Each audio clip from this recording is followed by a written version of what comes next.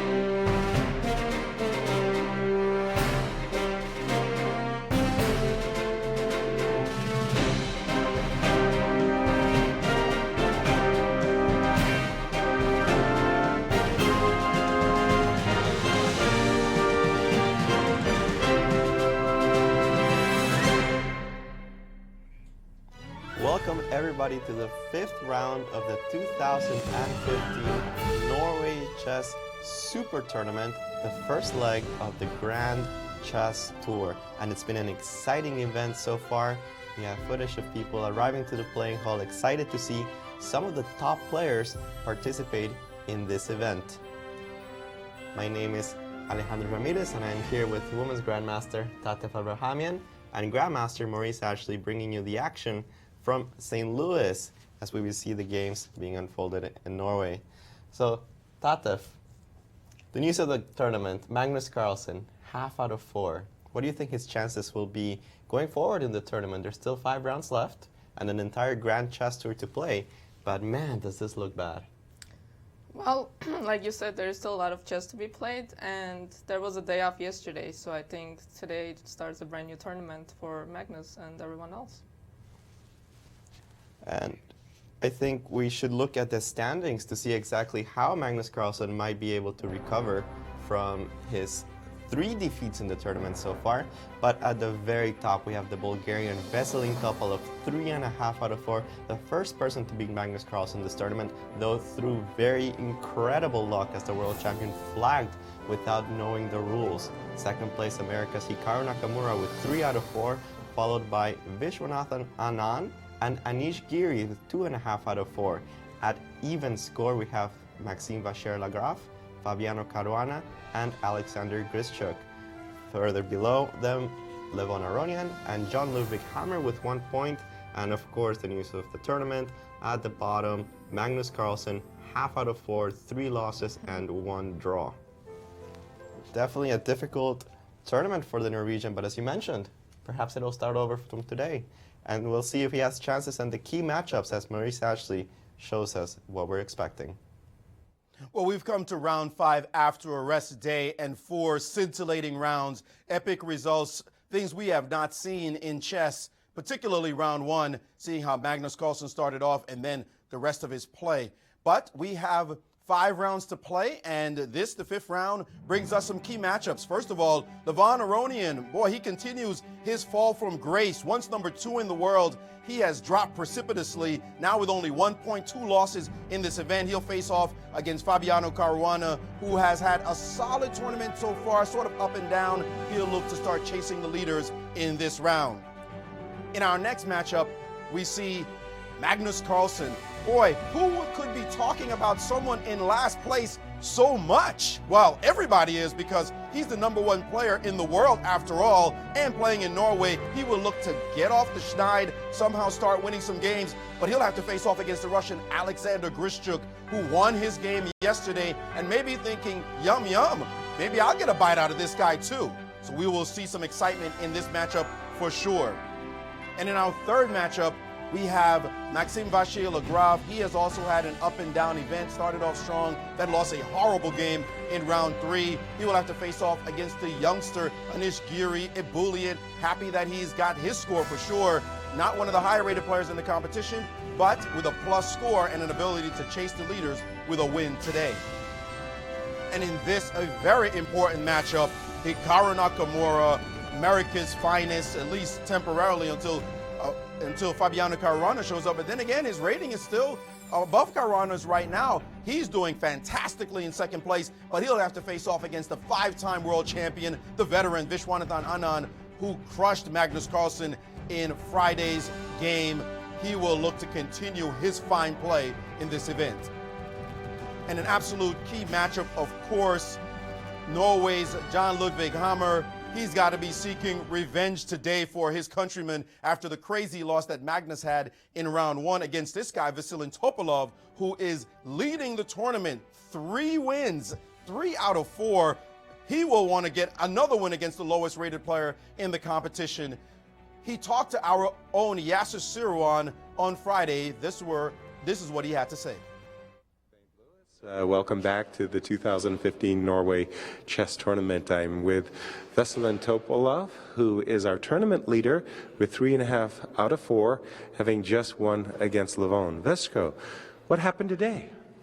Well, we had some kind of a theoretical discussion, and I don't think White got much, but I like my position. And eventually, I think it was maybe always a bit better for me, but very close to a draw. And then at some point, I think around between move 30 and 40, I could build some advantage. And after move 40, I could, it was exchange up with some drawing chances, but it was probably still, I think I never missed the win. Well, it felt to me a little bit like you were pulling Magnus, like you had a slight edge, you kept putting pressure, things kept going in your favor, and finally you played wonderful. No, actually, when I went for the game today, playing white, I was exactly playing for a slight edge. I'm +2, so why should I take risks? Clear. So, and of course, even the draw wouldn't be a tragedy for me. So, right. I was just very relaxed. Right. And okay, it was lucky to win, but even with a draw, I would have been quite happy, Yeah. Some beautiful variations at the end of the game, some nice checkmates. He's queening in like 3 or 4 or 5 different variations, but you're getting checkmate at the end with your 2 rooks. No, apparently I was completely winning, but game was long and I was tired, so there were many simple moves I was missing, and there were several wins, but I could only find one, which is strange, and I was a bit nervous. Well, 1 win per game is all that's needed. Of course. Vesco, thank you for interview, and good luck for the rest of the tournament. Thank you. That is our tournament leader, Vasilij Topalov, with a fantastic score of 3.5 out of 4. Everybody, of course, will talk about his round 1 gift victory, but he's earned his success in the tournament. Well, it's an amazing situation. You have a player who has 3.5 out of 4, clearly leading the tournament, clearly dominant, And yet people are still talking about that lucky game from round one. It's a bit surprising, but you know what? It's not his fault that Magnus did not know the rules. And since then, he has taken full advantage of the situation, and it's nothing to sneeze at. 2.5 out of his next 3 games. We'll see how he performs today. Back to you guys. A very important game today being Black against the lowest rated player of the event. Always difficult to play Black, but we'll see if he can manage. And we have live from Norway our own Grandmaster, Yasser Seirawan. Good morning, St. Louis, and welcome from Norway to the 2015 Norway Grand Chess Tour. Yesterday, the players enjoyed a well-deserved free day. In the mornings and early afternoons, they played a soccer match against one another. And in the late afternoon, we went to a science center and enjoyed games. When Magnus got out of his car and was walking into the science center, there was a big crowd waiting, and one young boy broke free from the crowd, grabbed Magnus by the leg, and hung on, held him for quite some time, and Magnus batted his head. Eventually, a mother had to separate her son from Magnus. It was a very endearing scene. At the break, the halfway break, the players often take stock of the tournament table and cross tables. These are sharks in this event, and they look for blood in the water. And the remarkable thing is that 2 of the world's greatest players, highest rated players, world champion Magnus Carlsen and Aronian are at the bottom of the table, and the players are thinking, aha, that's my easy mark, not so fast. As we get ready to start game 5, we have 2 crucial matchups. The big game, in my opinion, is the Hikaru Nakamura Vachier-Lagrave and Anand game, and Magnus Carlsen today. There's a great deal of anxiety and anticipation. Can Magnus stage a comeback? He's very, very good after 3 days. We'll see if he can indeed make a comeback. Taking a sneak peek at tomorrow's game, how about this? Magnus Carlsen versus Hikaru Nakamura. What a Donnybrook that's going to be. And as we get started for round 5, I'm sending it back to you in the studios in St. Louis and wishing you all a great show. A very exciting round today, only seconds away as we will see the opening moves here from Norway. Tatev, your opinion on today's round. What do you think about the key matchup, Hikaru Nakamura versus Vachier-Lagrave and Anand? Well, I think it's definitely going to be a fight. Personally, I want to see Levan Aronian making a comeback. And why would that be? You know, he's a great player. He's definitely one of the most exciting people to watch, and just a great guy. And it's really sad to see him just doing so badly. It's kind of hard to remember when was the last time he had a really good tournament. Right, I think we have to go all the way back to the 2014 edition of Vaikanze, or the Tatev Steel tournament, where he won, but that was over a year ago. And we do have some opening moves going on. We see that in the key matchup that we're going to be following today, the Hikaru Nakamura game, Hikaru has decided to open up with the queen's pawn, and after Anand quickly replied knight of 6, he replied with the move c4, and after e6 we have one of the most common ideas in chess, but actually Hikaru here played the move knight c3, which back in the good old days, this used to be the most popular way of playing this opening, allowing the Nimzo-Indian defense, but it's definitely something that's fallen out of fashion lately. We see more Catalans that start with g3, or we see the move knight f3 leading into a Bogo-Indian, a Ragozin, or a Queen's Indian, much more frequently than we see the Nimzo-Indian actually being played.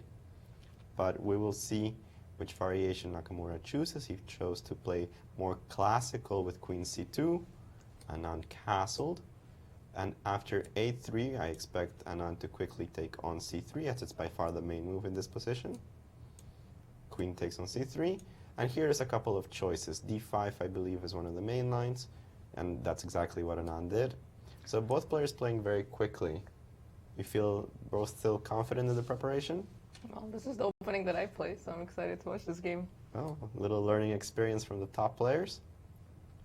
I think that Anand is actually playing a rather solid approach, which is very suiting his style, I think, in this case.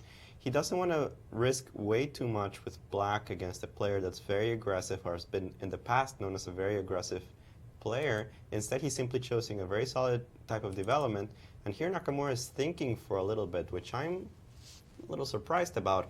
I know that in the later games here in this position, we've seen a lot of knight e4, and only when the queen moves do they follow up with d5. But the move d5 has been known for many years as a very solid continuation. We're going to be seeing if Nakamura can put any real pressure from the get-go.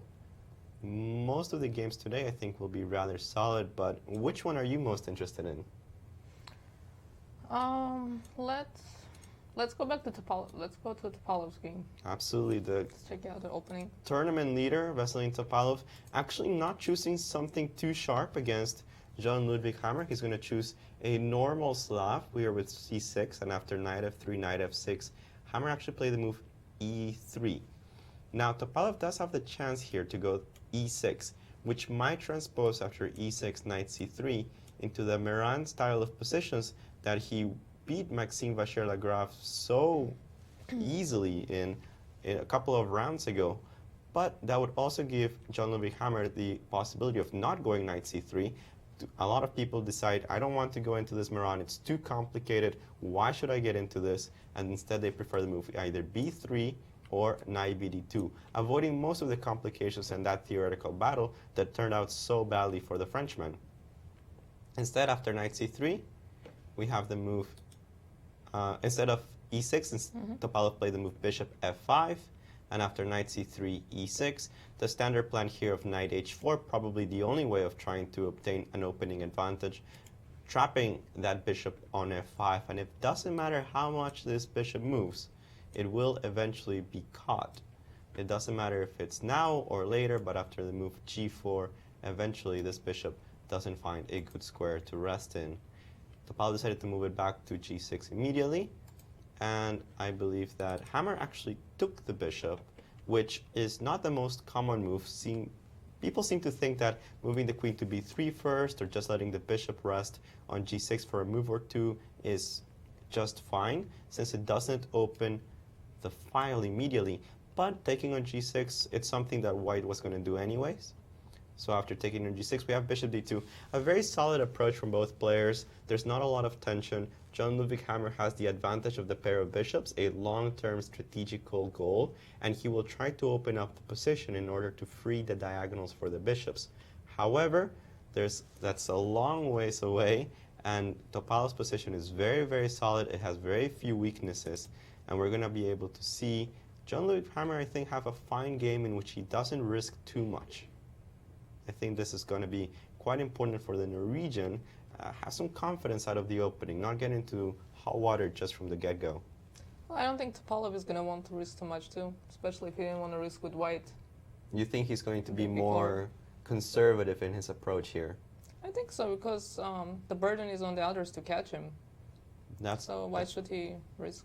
That's true. There's no easy game here. Every victory comes at a high price, and we're going to have to see people actually try to prove that they can catch Topalov rather than if Topalov can simply win every single game here. Let's go to Carlsen's game, who's still a hero in Norway, even though he only has half out of 4. Wow, a hero with half out of 4, he must have some reputation. I guess that's what comes with being a world champion. We actually have a Najdorf Sicilian, one of the sharpest ideas in chess, and Carlsen played the move g3 after Grischuk, very keen to his style, has decided to start thinking probably for 5, 10, 20, 25 minutes. No. Oh, he played actually e5. And this actually is a position that we've already seen in this tournament. We saw this last round between the players Fabiano Caruana as white and Maxime Vachier-Lagrave as black. A very interesting positional struggle, but we're going to have to see if Carlsen actually looked at that game and has some kind of novelty, some kind of idea, because I was not very convinced by Caruana's position. I thought MVL got really easy equality in that game. Well, I think it's safe to guess that he's in the game, at least. We'll see if he comes up with a significant improvement. This is not something I've ever seen Grischuk play on the black side. I know that he's played the Najdorf many times, but I don't remember seeing a game by Grischuk where he's had to face the move g3. Probably in some training matches and some blitz games, but I don't remember any classical time control game where he famously played this. We'll keep an eye on that as Maurice has some news for us from the opening. Well, your memory serves you well, Alejandro, because I'm looking for games by him as well, and I cannot find any games by Grischuk in this particular line. So maybe this is what Magnus Carlsen also posited, figured out that this is a good idea. Let's go into this kind of position. By the way, we should note how we got here. The very beginning, knight f3 was the first move. Knight f3 on move 1, not e4. So you'd have thought it would have been a Sicilian. It's only after c5 when c4 could have been played, going to more classical, symmetrical English lines, did Magnus decide to go directly into the Najdorf and allow this variation to appear on the board after knight c3, a6, and now the move g3, and we see e5 on the board by Grischuk. So original play, certainly we'll see how this proceeds, as both players, I think, would like to have the victory today. It's interesting, actually. I found it a little funny that this move order with knight f3, c5, e4, it's actually not the first time we've seen it this tournament. And it's not the first time that Grischuk's seen it this tournament. Anish Giri actually used this exact idea against Grischuk in order to force him into a Sicilian. Grischuk, a famous symmetrical English player, so he likes to play the systems with c5 after white goes c4.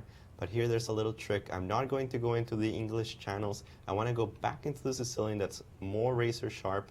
A little bit of a gamble here from the white players, thinking, hey, Grischuk's going to play c5. I can force him to play something sharp. However, Grischuk's such a strong player, very well prepared in many openings. I'm sure that he's seen and analyzed this thoroughly, but perhaps a little bit uncomfortable having to play as many Sicilians as he has to. I think that he's been leaning towards not playing Sicilians against the move 1 e4 as much. So knight f3 is the best move against Grischuk. I think that force him into Sicilian. Well, if Carlsen G3 wins, Sicilian. if Carlsen wins this particular game, that would be 2-0 against Grischuk in the Sicilian in this tournament. Let's see any other interesting and unusual openings that we have today. We only haven't looked at two games, so let's just look at the Aronian game. Let's look at the Levon-Aronian game. He's playing Fabiano Caruana, never an easy opponent. But I think Levon with white, he always likes to get the safe systems, English style, and perhaps d4, Catalan type, where he's not risking too much, trying to put some pressure early. And we're actually going to have a relatively strange opening here with the very early move e3, planning the move d4, but it's a little slow, and it's not considered to be theoretically the most challenging move.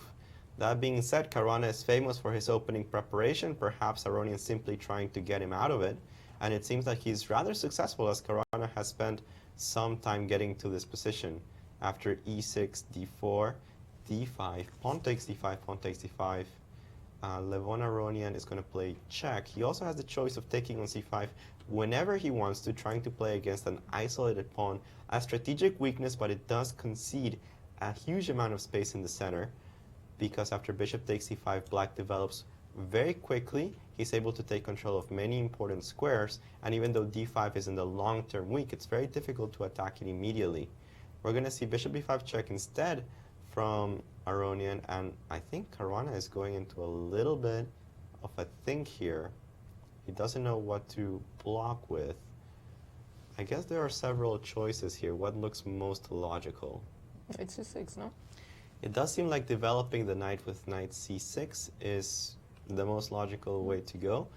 We have to analyze if there's any possibilities for white to take on c5 and use this problem on the c file, since the knight on c6 is not defended, to cause some problems. He would be able to play queen a5 check if nothing else works in order to fork the bishop and the king, forcing knight c3.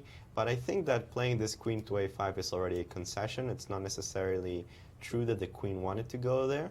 So I think that Caruana is trying to evaluate this position. I like Aronian's approach to the opening. Rather solid, a little surprising, but not without its venom. Definitely this bishop b5 check. A slight psychological problem. You have a couple of ways of defending, but I don't think anything looks too logical to me. For example, blocking with the bishop trades off pieces, and I don't like trading off pieces when I'm going to be saddled with the strategical long-term weakness, the one on d5 after I take on c5, whereas playing knight bd7 seems to lock in this bishop on c8. So a lot of ways of defending against this simple check, but all of them seem to have a little bit of a problem. It's funny to see these players think on move 5 or 6. That's true. Some of the best players in the world, but it's only move 5. Is it move 6? Move 6. Move 6, and Fabiano Caruana already thinking, already spending over 12 minutes on his clock. Quite a bit of time, and he spent over 4 minutes in this position. Caruana not known for his time trouble, but I mean, Aronian is putting the pressure from the beginning. And here we have Maurice Ashley with some more analysis. Well, in one of the key matchups of the day between Nakamura and Vachier-Lagrave and Anand, and there's some interesting nuances here, Alejandro. I definitely want your opinion on this one because it's such a subtle move order distinction that we have to look at. In this position, the players arrived at White could play a very specific way in this position. White could capture here on d5, and then place his bishop on this square. This position could arise on the board this way. The bishop is outside of the pawn chain. This would be a very popular way of doing things. Instead, Nakamura played the move e3, which buries his bishop in on this square. And now the move b6. Now, he's played this before. He played it against Giri last year. That game ended in a draw. Carlsen himself has played this 3 times in recent years, and he has only been able to draw with the white pieces. So it's hard to see what players with white find so attractive about this setup. Black has been doing quite okay in the top level games in this line. But now after b6 captures, we see that this bishop is stuck on the c1 square, and someday it might get into the play, especially since Black will want to play the move c5 in order to execute a natural break in the position, and then this bishop may find itself on b2 and on a great diagonal. But that hasn't happened as yet, and we see the move b6 was played in the game, and I'm trying to catch up. Oh, and then they played, let me just get the current position on the board. After c takes d5, bishop to d3, bishop to a6, offering the trade of a pair of bishops, and that did happen. And now queen d3, queen to c8, knight e2, and there goes the c5 break and the calm b3 by Nakamura. This position looks pretty decent for Black, and again, it's the question of this bishop against the knights, whether or not that formation is going to help White. It doesn't look so attractive for him to my eyes. Alejandro, what are your feelings about this position? Because it seems like this is the kind of position that Black would be quite comfortable playing. I think that here Anand's going to be pretty happy with this position. It's very solid. It scores traditionally well for Black, and positionally it's very sound. It's something that makes a lot of sense. We were talking in previous rounds, hey, who would you recommend looking at games to understand how to play chess? And then we thought, Grischuk, no way. His games are always crazy. They make no sense.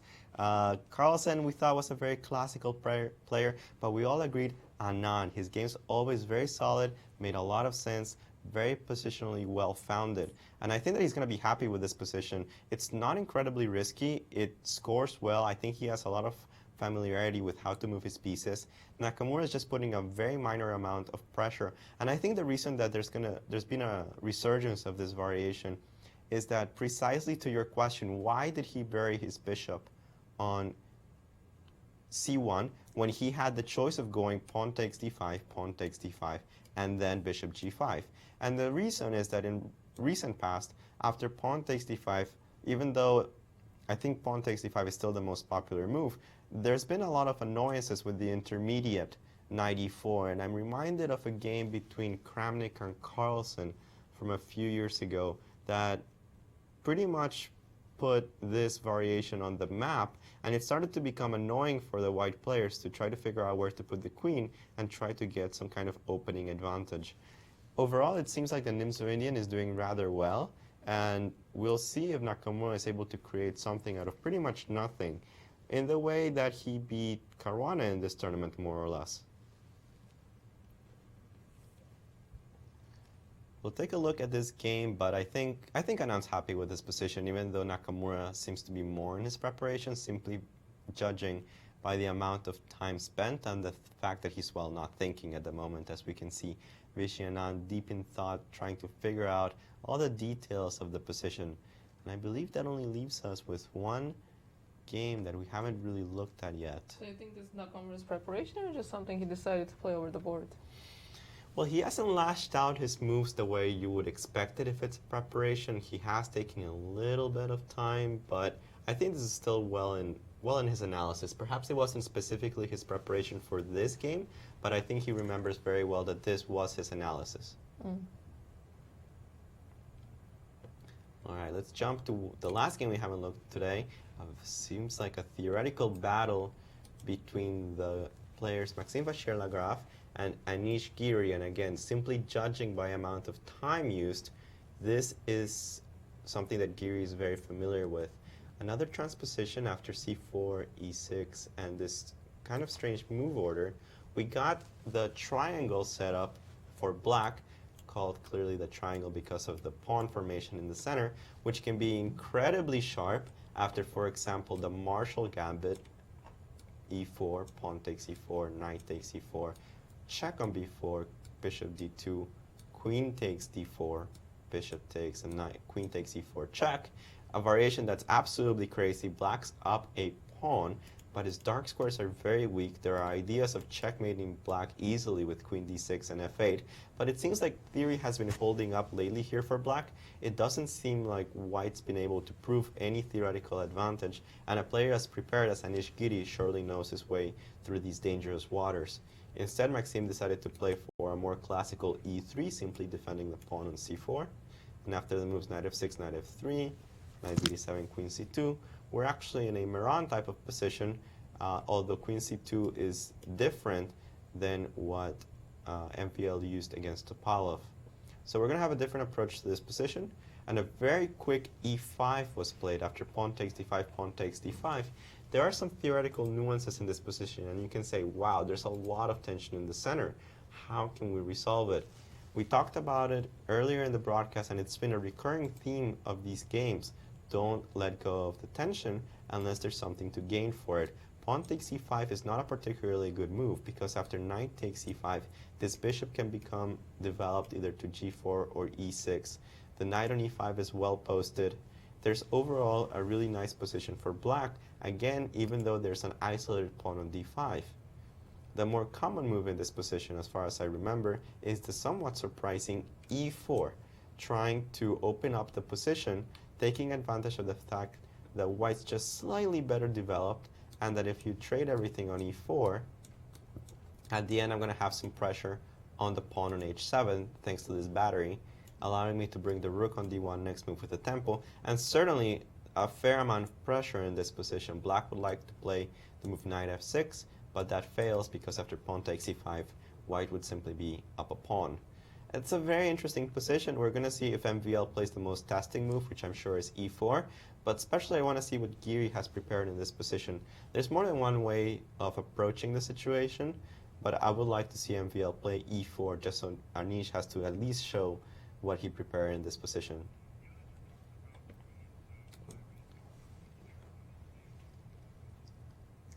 Okay, let's go to Yasser live in Norway. Good morning, St. Louis from Norway.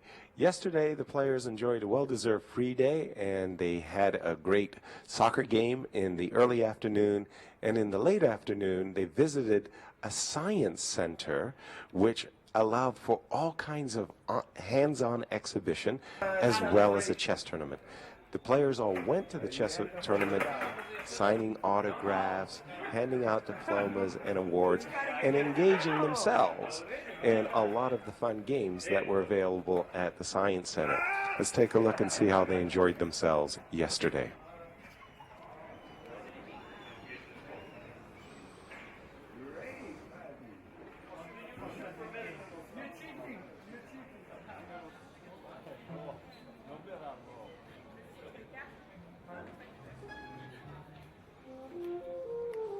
So then they're going to come back to me, and I'm going to throw it back to St.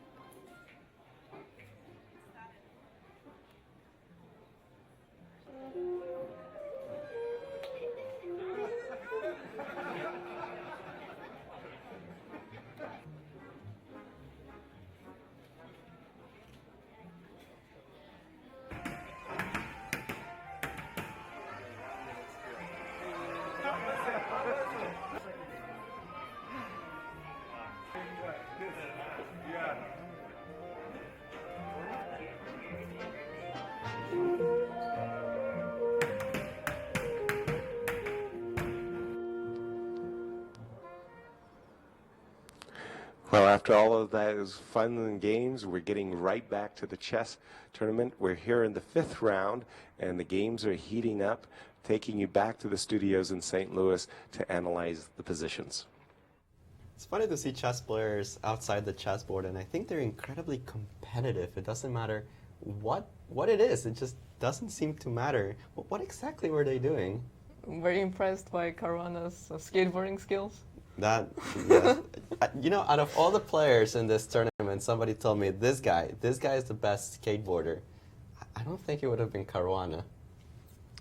Well, the man of many talents. The man of many talents, indeed. Well, let's see how he took care of the Czech, speaking of Caruana. Speaking of Caruana, we do have a lot of moves actually in this game.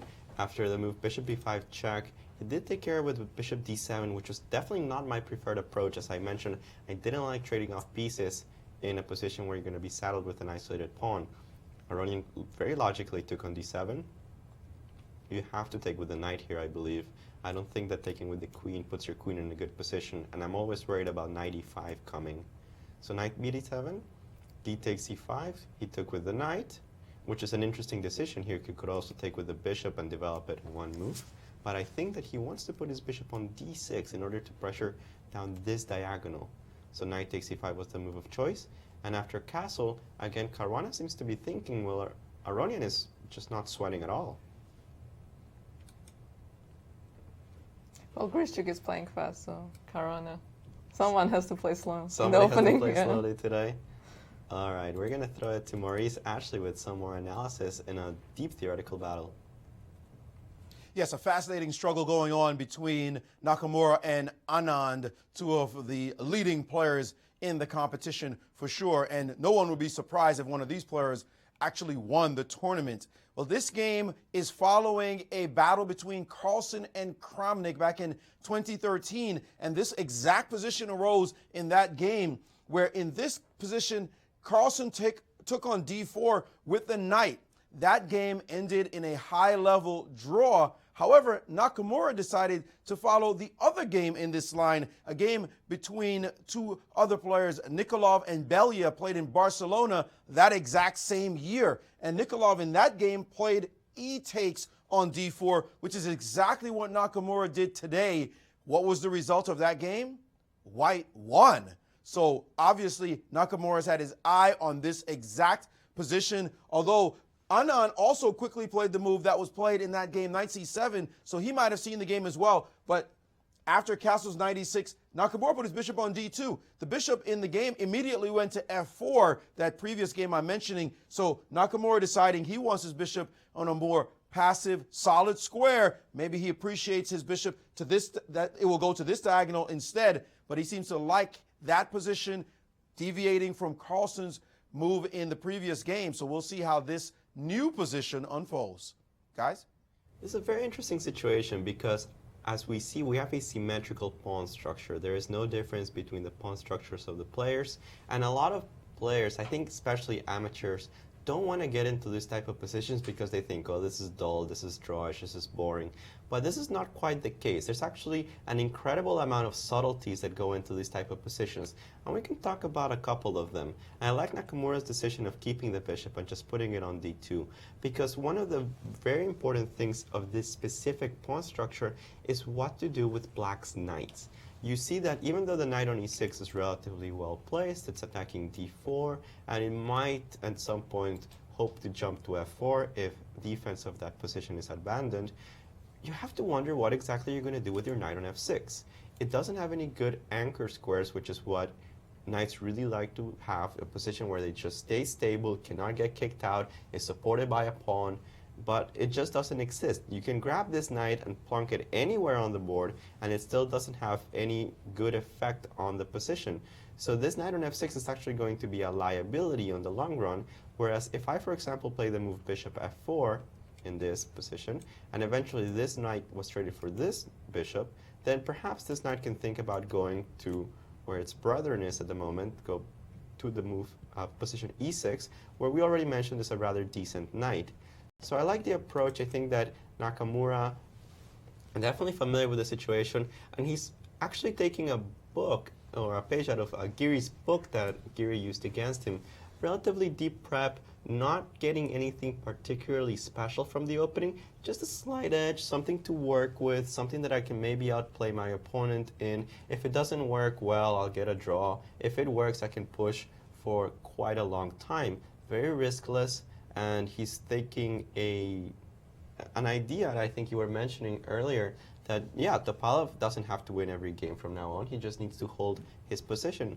And I think Nakamura also thinks in the same way, hey, I have a really good position in the tournament. I'm second. I have 3 out of 4. Why do I need to go and risk everything against such a strong player as Vachier-Lagrave and Anand?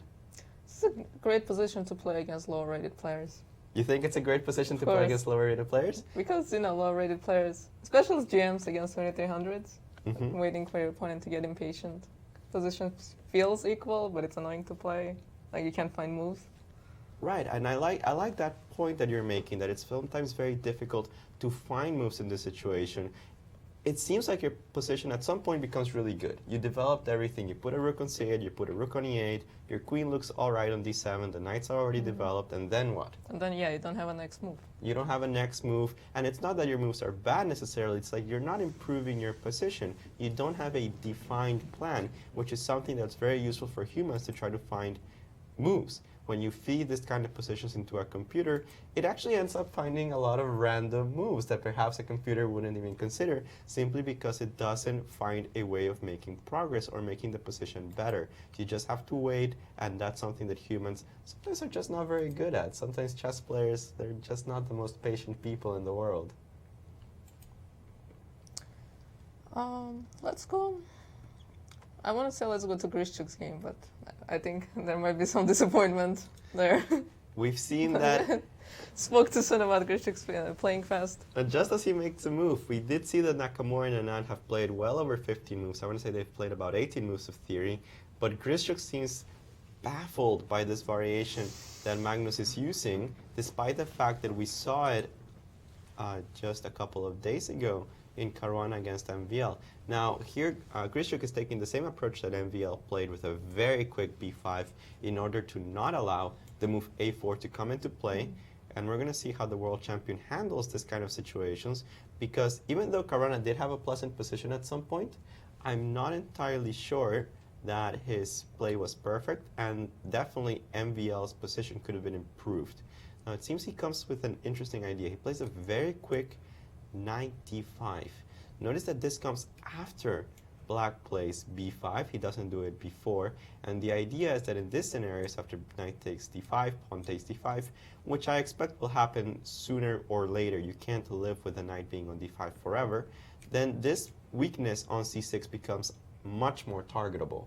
Whereas if you play knight d5 before that, whenever you can, suddenly this pawn is covering the position on c6, and it makes a lot more sense to play like this. Grischuk actually played very quickly after knight d5. He decided not to take immediately. He was going to play the move knight b to d7. There is no great advantage in taking here on e7, because after queen takes e7, white loses a great deal of control over a very key square d5, and if black's able to play the moves bishop b7, target a pawn on e4 and play d5 later, then he has really good chances of equalizing. Trading on e7 is not usually very beneficial for white, so after the move knight b d7, I expect... You don't want to spend 3 moves and take a bishop. Right, as we like said. That. We say pretty often, don't move your opening pieces again and again and again. So here after knight c3, knight d5, he would be trading off a bishop that's only made 1 move, a severe cost of tempi. And even though it's not completely crazy to do this, it's not what I'm expecting. And we do have a new move in this position.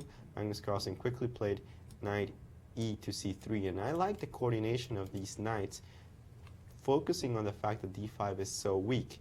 That being said, it feels like this knight on c3 for now is what we call a superfluous knight. It's not participating in the game, and it's going to have to wait until the knight on d5 is captured to actually do something. Grischuk played bishop b7, and I like the fact that he's playing, well, a little bit quicker since his 20-minute think in the opening, after Carlsen surprised him with his g3 and bishop g2 idea. You know, since I'm always in time trouble, it's kind of nice to see this top players spending all their time in the opening. Makes me feel better about my own time management. Interesting. Okay, let's go to Maurice, who has something to say about the openings.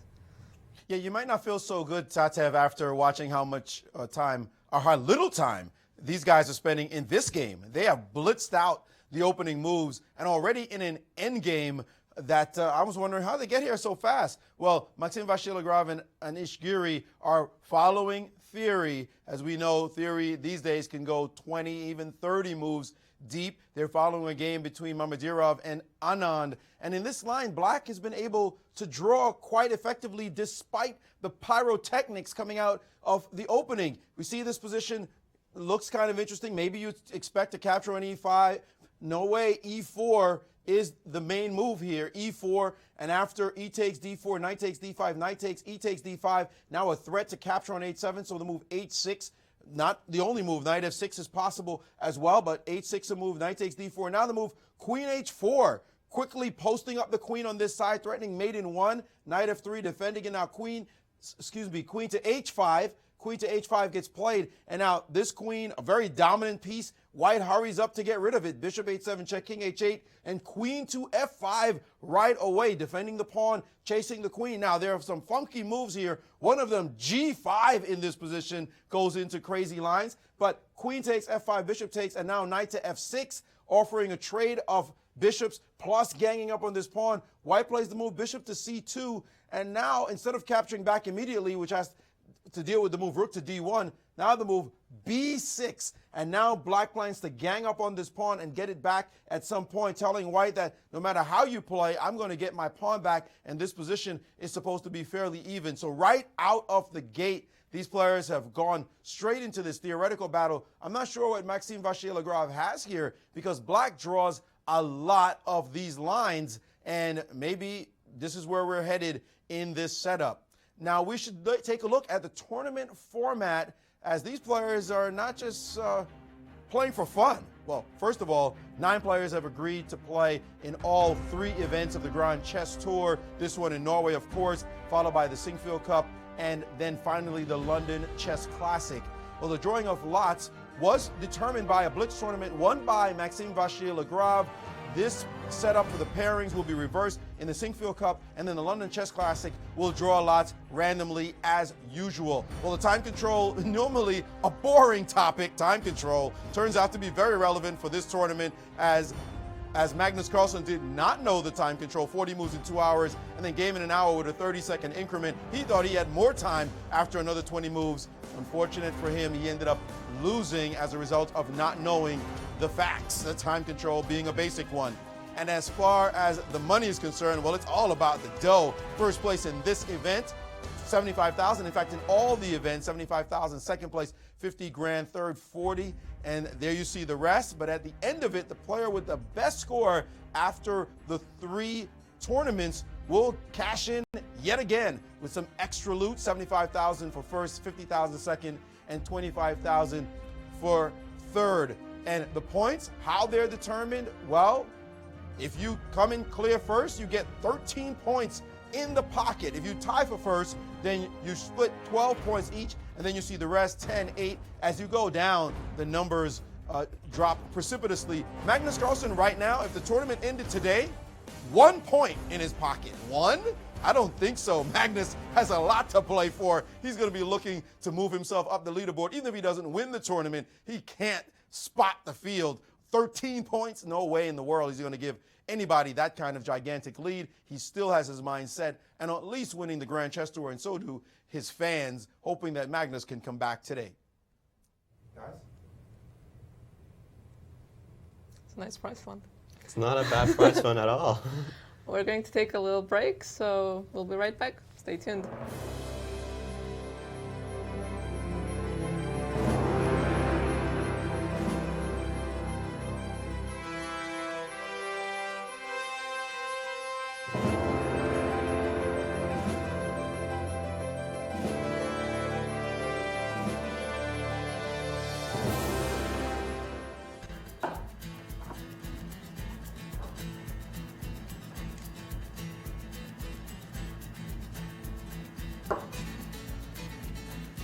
I'm Mike Matheny, manager of the Cardinals and chess fanatic. Many people don't know that St. Louis has a chess history as rich as its baseball. At the world-renowned Chess Club and Scholastic Center of St. Louis, across from the World Chess Hall of Fame, our goal is to teach, play, and promote the sport. Come to the Central West End and experience all that chess has to offer. 2014 was a great year for chess. Chess24 brought you live interactive broadcasts from top tournaments. A play zone where you can take on opponents from all around the world 24/7. Interactive beginners courses, ensuring you pick up the basics fast while having fun. A tactics trainer to sharpen your chess by solving puzzles adapted to your level. Hundreds of interactive videos. Chess24 on mobiles and tablets. Most features are free, but limited for registered members. Chess24 is offering a special premium membership for just $9.99 per month or $99 per year. See you at chess24.com.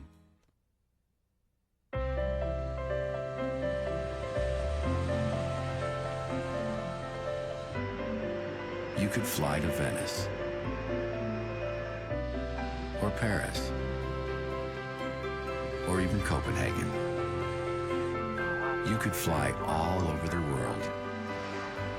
But why? When you could just come to St. Louis. Your trip begins at ExploreSt.Louis.com.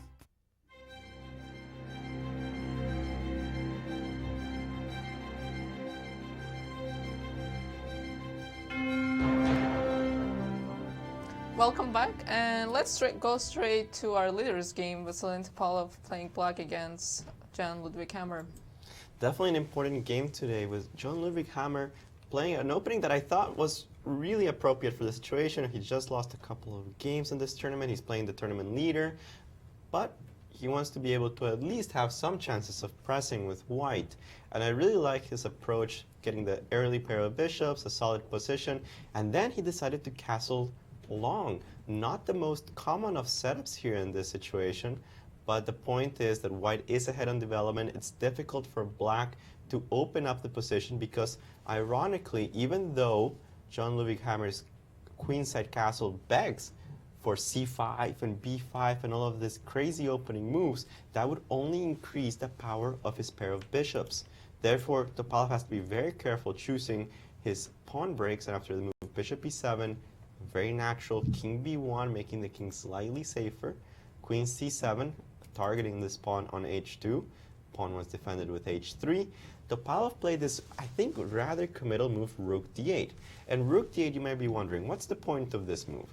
Well, the idea is that in the future you want to go either c5 or e5, and this line on the d file, even though it looks incredibly closed right now, it's usually a file that ends up opening up, either as a full open file or at least as a semi-open file with at least one pawn in the center.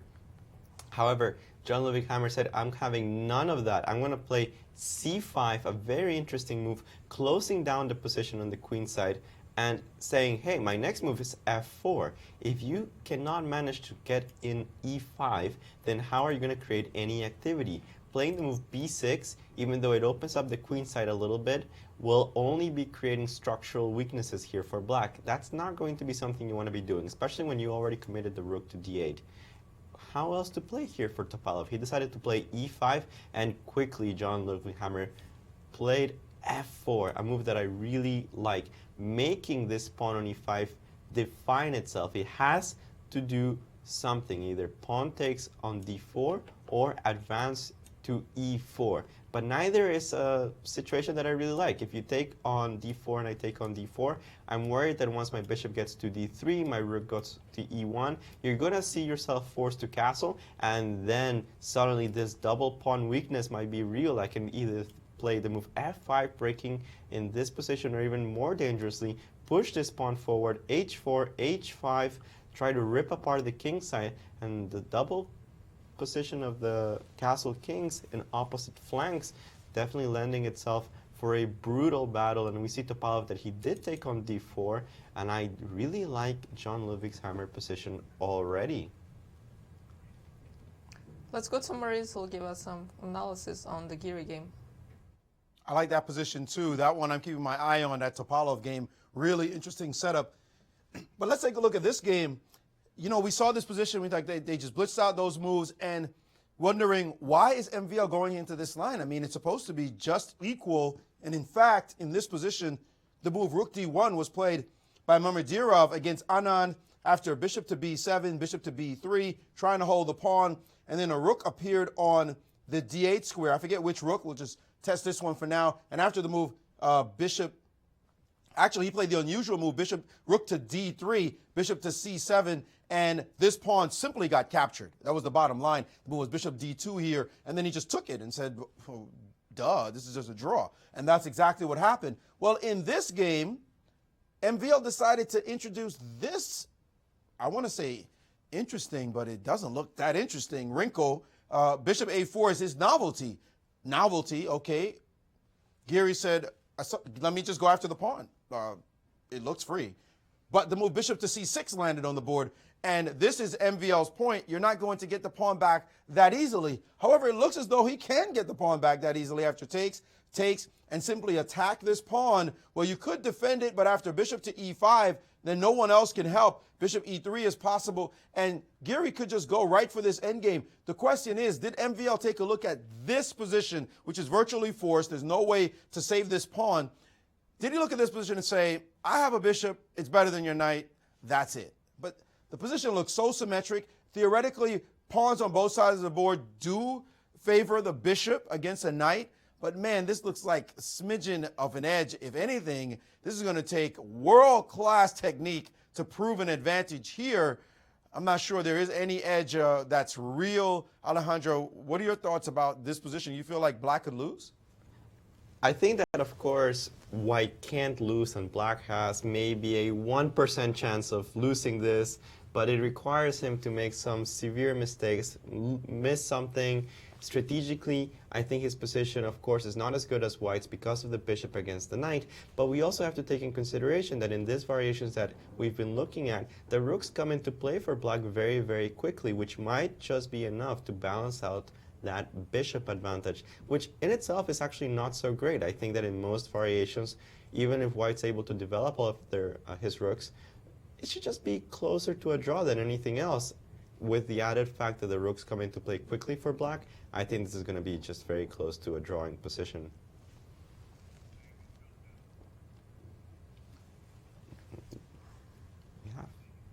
We have a couple of interesting games, but of course we have to take a look at Magnus Carlsen, who currently sits, wow, look at that expression of pain. And how can he not be? We see the world champion with only half a point. So we see here Magnus Carlsen must score at least 3.5 points, and that would only allow him to pass Veselin Topalov if Topalov loses every single game. Most likely scenario. Not a very likely scenario indeed. And that'll be just to pass Topalov. Imagine all the results that have to magically happen in order for Carlsen to fight. Not even for first place, just one of the top spots in this event. He definitely will need a miracle to stop this meltdown, but I think that Grischuk, he's a very solid player. He's not going to let that happen, at least not today. Well, yesterday we were talking about what it's going to take for Carlsen to become #2 player. That's right, actually. Even though that he's had one of the worst tournaments probably in his chess career, he's still solidly in first place in the chess world, and it would actually take another miracle for him to lose that spot, at least in one tournament. His rivals seem to still be a little far away from him, despite the fact that Carlsen has lost 20 rating points already. Can you imagine 20 rating points at that level in only 4 games? It's quite impressive. It's quite difficult to do, I have to tell you. Well, I think we've all managed to do it at some point, but definitely I did not expect Magnus Carlsen to do so. Okay, there's been some development, so let's go to Maurice to hear his comments. Well, what's crazy about having Magnus's rating, and this is what Fabiano Caruana said when he had a rating that high. He actually went as far as 2851, did Fabiano in the live ratings, and then he plummeted back to earth. Think about that, 2851, and he was under 2800, so he's dropped over 50 rating points from his high. And what his comment was, he said, how does Magnus keep that rating? it's so hard to keep the rating. You have to win so many games to stay at that level. And the main problem for Magnus, draws lose points for him. So that's the real problem. So everybody he plays, he loses rating points with a draw. So he has to keep winning a lot to keep pace and to keep that illustrious rating. Now, with losses, of course, he's just tumbling further and further down. And if he keeps up his bad result here, I mean, he could just keep losing so many rating points, even with solid draws against the world's best players. But let's go to this position here, because I'm quite shocked at this move, rook d8. This move simply shuts out Black's ability to castle. You know he remembers how to queenside castle, for sure. But this decision to definitely not be able to castle must have struck Hammer and said, why would you just give that chance up? Because now all the play is on this side. Your king has to figure something out, which is why the move c5, we saw these two moves played, and this one. And now looking at this position, the more I look at it, the more I'm hoping I could pick my king up and drop it on c8. He doesn't have a lot of time to pull that off. Maybe he might start the maneuver knight back to f8, and if bishop to d3, can he sneak in with this move, king to d7? Well, the engines are saying, you try to do that, I'm going to come after you really fast with f5 and not let you get away with that maneuver. So not so easy now that g6 is hanging here, and any capture here leads to what looks like a bit of a disaster on this square. I mean, the e6 piece could always hang to a rook e1, or even a rook f1 could be strong. So this position not looking that attractive after e takes d4, just going back to this case. And I'm wondering what Topalov had planned. Maybe he was surprised by f4, because he is in the tank right now, playing so aggressive, so committally with the move rook to d8. Very shocking move from the leader in the tournament. And I'm sure Hammer's thinking, I can aim at you for this one, and I'm not going to lose on time, buddy. Well, what I'm wondering is, Tatev, do you think that Topalov's position is so bad that you would consider playing knight f8, king d7, king c8? No. I don't think I would consider that. But, I mean, his position does look difficult. It just seems like it's so much easier to play with for white.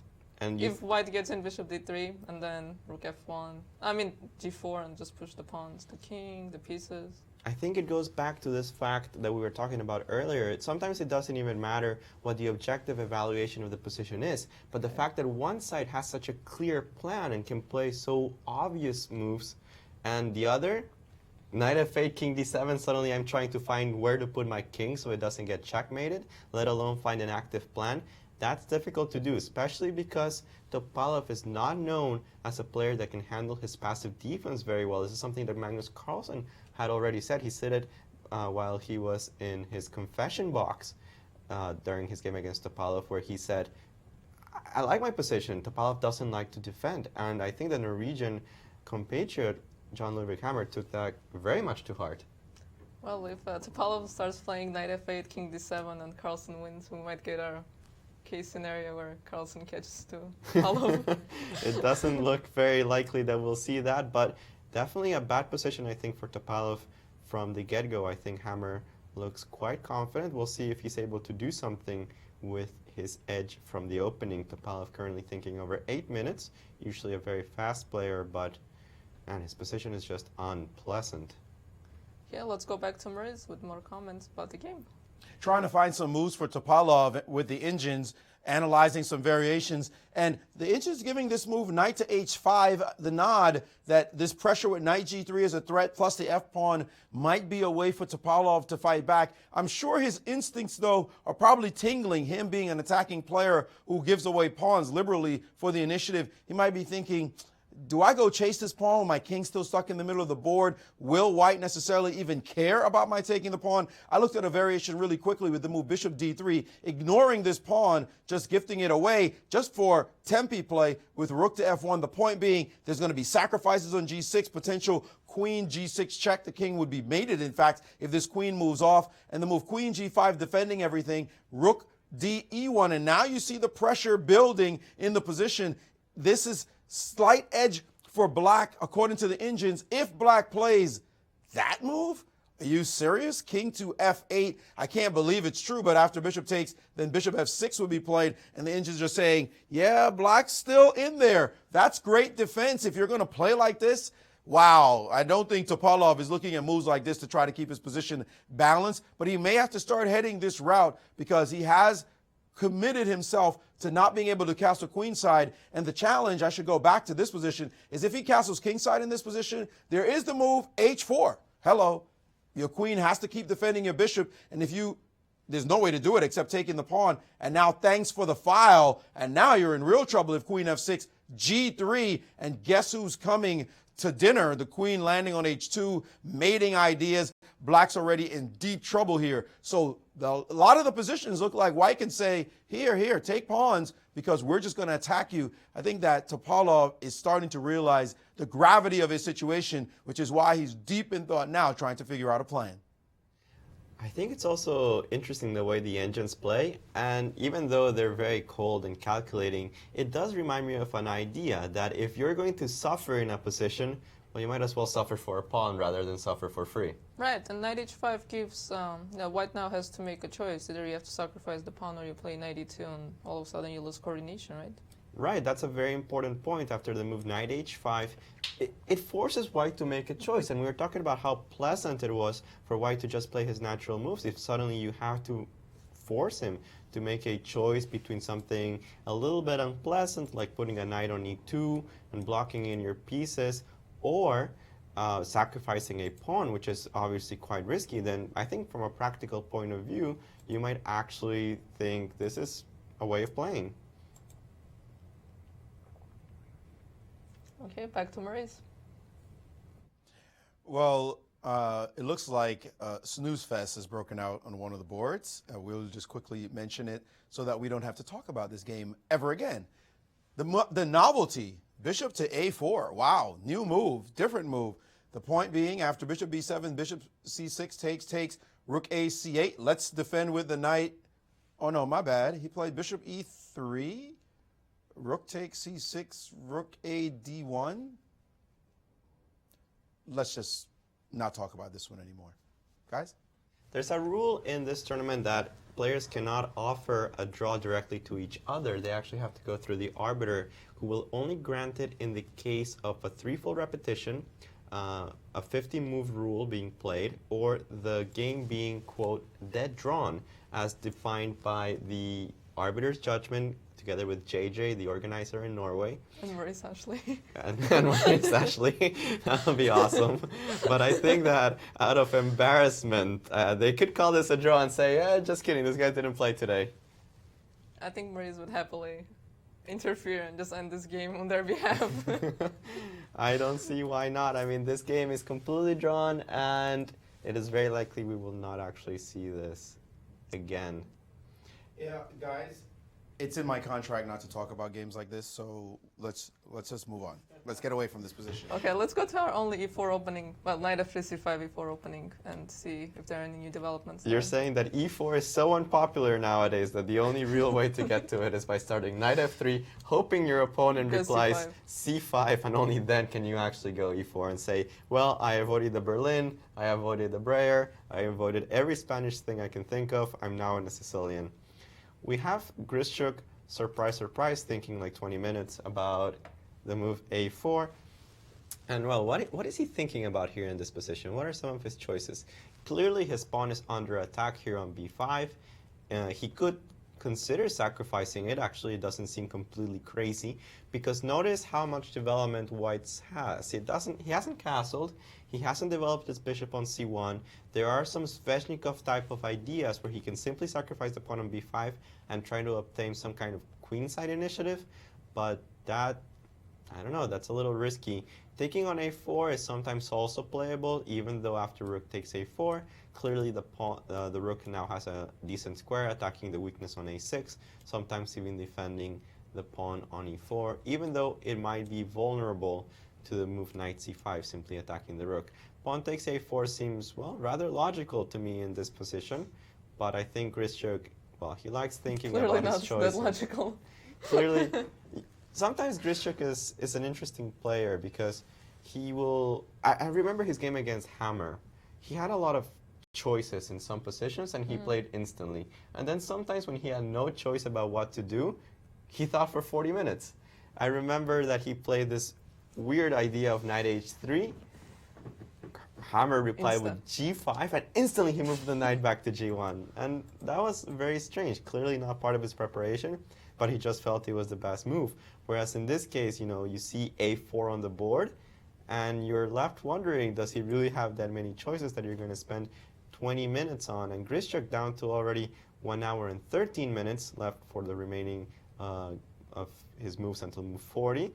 Not terrible time pressure yet, but he's definitely heading that way. Okay, let's go to Hikaru's game.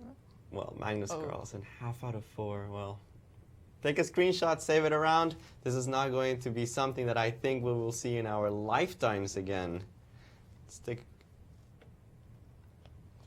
Absolutely unbelievable score, half out of 4.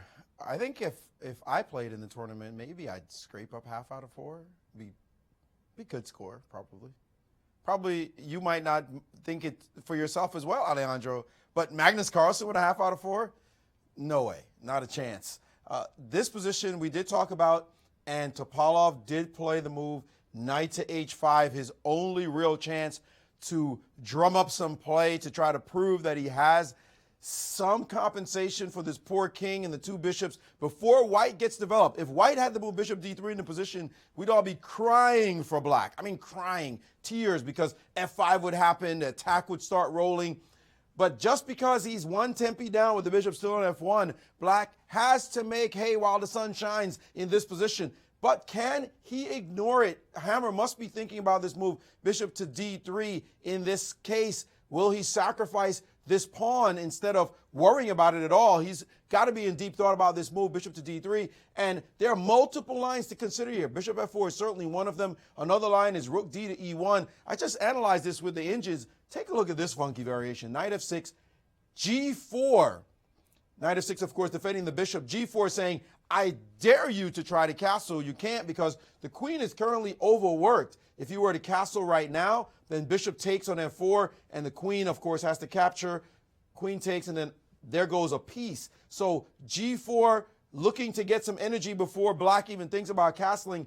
And in this position, the engines give king f8. Again, you feel just weird when you see moves like this. Rook h f1, black's king coming on the direct attack, but now the move g5, cementing the knight on the square. I can't imagine him playing like this. I played a couple more moves just for fun. Rook to f3 was tried, and then king g8, rook ef1, doubling on this line, rook f8. Come on, seriously? This is not how Topalov is going to play. Nobody plays chess like this, at least nobody that has blood running through their veins. This is a crazy way to play. I think that Hammer has to be thinking, there must be a way to crush this guy. This is not real chess that he's playing. And you can see him there. He's sniffing the possibility. And there goes Magnus hovering right there, taking a keen interest in the game, maybe trying to infuse his countrymen with some thoughts in a position. Come on, dude, seek revenge for me in this game. And you know that Hammer really wants to drop the hammer on Topalov. This would be an amazing win for him and for Norway. Guys? It's important to consider sometimes those stylistic choices, and I think that Topalov is a very aggressive player. And Tatev, I've seen some of your games. I've seen how when you beat grandmasters, sometimes it's a brilliant, attacking, brutal idea, but sometimes you can't do that. Sometimes you're forced into positions where you have to defend passively, that you have to try to create some kind of counterplay where your position is not that active. As an aggressive player, how does it feel to sometimes be a little bit restricted in these positions? Well, I'm also a French player, so I don't mind playing moves like king f8. But I mean, it makes sense because I'm not sure if I like giving up that f4 pawn and trading that bishop, because all of a sudden if I lose the d4 pawn, then there go my pawns. Right. It's kind of hard to defend without the dark square bishop. That's true. So you're worried about the fact that black would have counterplay not only in essence of a pawn, but also that the d4 pawn would eventually be weak. And it seems like John Ludwig Hammer, the young Norwegian, has agreed with you completely. He says, I'm not going to sacrifice a pawn. I'm simply going to drop back my knight, and I'm going to try to push g4 in a further move, maybe move the knight out of the way, and only then develop the bishop to d3, where I think the bishop belongs. Even though I played g4, I don't think he's going to develop it in this diagonal, as it's already quite restricted. Here, of course, Topalov has to prove why did he play knight h5. Knight e2 seems to be quite logical, and even though John Ludwig Hammer didn't sacrifice the pawn, this still looks like a dangerous position for black. A position in which your engines might not be so afraid of playing. It might actually say it's close to equal, maybe white's a little bit better, but visually and from experience, I can say that these positions, man, they're not very good. Yeah, like you were saying before, it's not about the evaluation, but whose moves are easier to make. Yeah, and look at the moves that we have on the board. We have knight f6 was played by Topalov, trying to jump to the e4 square, taking advantage of the fact that, well, the knight disappeared from c3. Maybe I can install my knight on that strong square. And John Ludwig Hammer instantly played knight c3. And here we have a lot of psychological aspects. Of course, after knight h5, we have a repetition. But John Ludwig Hammer doesn't have to play knight e2. He could choose to sacrifice the pawn. He could do something else completely. But I wonder, is he playing a game of chicken in this position? Here, it would see which side decides to avoid the repetition first. And if Topalov sees himself trying to push for a win really hard, he might decide, hey, I cannot draw this guy. He's the lowest rated player in the tournament. I can't play knight h5 against him. I have to find something else. But, I mean, I don't think he's in a position to do that. I don't see why black wouldn't just instantly play knight h5. You think that his position is so bad, you might as well go knight h5, say, please, John Ludwig, give me the draw. Let's get out of here early. And, well, I don't think the Norwegian's going to do that. Okay, let's go back to Maurice. I completely agree. If I'm Topalov in this position, knight h5 is back on the board in a flash. The position does not look like it holds much promise for black. There's nothing in the position to say, I'm black, look at all this stuff I got. Why should I give you a draw? It's not about the strength of your opponent here. It's about the position on the board. The other problem, the other thing for him to consider is he's a half a point ahead of Nakamura, and Nakamura is playing Anand in what looks like a fairly even contest. So Anand also being one of the chasers who's a point behind him. So if that game's a draw, then Topalov cements his position with the black pieces, and he goes with virtually a rest day. He goes into tomorrow's game with 2 rest days, and he can get all his energy up for his big fight in round 6. So knight h5 would be automatic, and I think that Hammer is going to have to, you see there Topalov kind of looking off in the distance, trying to figure out, is there something else I can do? But I can't believe it. Look at Magnus taking a very keen interest in this game. I don't see him playing another move, but if he plays knight h5, I think Hammer is going to have to sacrifice that pawn. I just think it's what it comes to, and Magnus is back at the board. Magnus, you got a game to play. I guess he figures Grischuk has another half an hour to think, so why bother staying at his own board? But it does seem as though knight h5 should happen. If I'm Topalov's coach, don't worry about who you're playing. Put the move knight h5 on the board. If it's a draw, it's a draw, and be happy and get another day's rest. Although I should point out that I personally hate draws. Hate draws. I can't stand them. But in Topalov's situation, he's in such a bad state. He should force a Hammer to win the game. He should force Hammer to win the game instead of him risking anything in this position to try to win it himself. Man, I know how to play against Maurice now. I'm going to play a drawish endgame. He's going to hate life. He'll resign. He'll quit. Sounds like a good idea. Okay, let's go back to Norway, where Yasser has a demonstration for us. Countdown would be great. Thank you, Brian. Hello, St. Louis. Normally at these times of the afternoon, we would like to bring you some interviews of the people behind the scenes, but a lot of reluctant folks here as we get started for round 5. I spoke with Henrik, the father of Magnus, to ask the obvious question, what's wrong? And he explained that actually Magnus feels really good with his play with white. He was winning against Topalov. He was winning against Anand. Anish Giri. He only scored a half a point in those 2 games, but Magnus is wondering what the heck has gone wrong with his black pieces. So that was some insight that I hadn't really thought of. Magnus not unhappy with his play, just unhappy with his play when he's black. Today, the position, what I wanted to bring up is, in chess, you do have psychology. This is the position with Jan Ludwig Hammer having the white pieces, Veselin Topalov, the tournament leader, with the black pieces. In the World Championship match between Veselin Topalov and Vladimir Kramnik, it was Topalov consistently playing the white side of this position. And what this position is all about is the 2 bishops, except the nature of the position is really blocked. No pawns have been traded off. So Veselin likes the position as white, and it's this position that Hammer chose to play as white. Veselin has just played the move e5, and then came the move f2, f4. Now, normally speaking, or classically speaking, when you have the 2 knights versus the 2 bishops, what the player with the 2 knights seeks to do is to close the position, keep all the pawns on the board, and then the 2 bishops don't have a lot of open diagonals in which to operate. What Veselin did is he chose to capture and open up the position. Normally speaking, this is a very double-edged decision by Veselin, and it kind of shows that he's really playing for a win. I think a lot of players, a lot of grandmasters, I beg your pardon, when confronted with this move f2, f4, would have made the classical decision of playing the move e4, keeping the position closed. Looking into it from a psychological point of view, I say because of this capture, Veselin is clearly demonstrating that he wants to play for a win in round 5. Back to you in St. Louis. Well, it seems to be actually Jan Ludwig Hammer that's declined the draw, as we do have a few moves in that position with some crazy knight moves. I did not expect this to happen.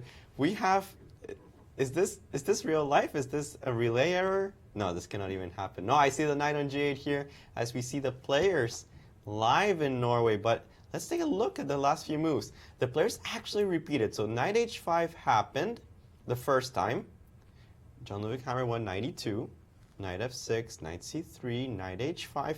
Now, if we count it, this is still not a threefold repetition. So after knight e2, black cannot claim a draw with knight f6. But according to the rules of chess here, Jan Ludwig Hammer can stop his clock, call the arbiter, say, I want to play knight c3, and I claim a draw. That is completely allowed, and the game would end instantly, half a point for each player. But the Jan Ludwig Hammer found his confidence. He feels good about the position, played the move knight g3, protecting e4 from the other side of the board, and somewhat preventing knight h5, as I don't think it's something that Topalov would say. And okay, Jan Ludwig Hammer perhaps not with a humongous advantage, but a very nice position. But I think he would definitely play for the win if he saw Topalov's next move, the bizarre-looking knight g8. Maurice, what do you think of knight g8? Well, what can I tell you? Knight g8 looks horrible. I mean, it just, you know, what salmon has he been smoking over in Norway? Because those knight maneuvers followed by knight to g8, I don't know what he's thinking. This move now, you know, before it looked like you were waving a red flag in front of a bull. I mean, this right here is really taking it to a new level. Those knight maneuvers, knight g8, I mean, come on. Now I can actually play bishop d3 without thinking about it. Just play natural moves now. And the only way I can see this logic to this move is something like f5.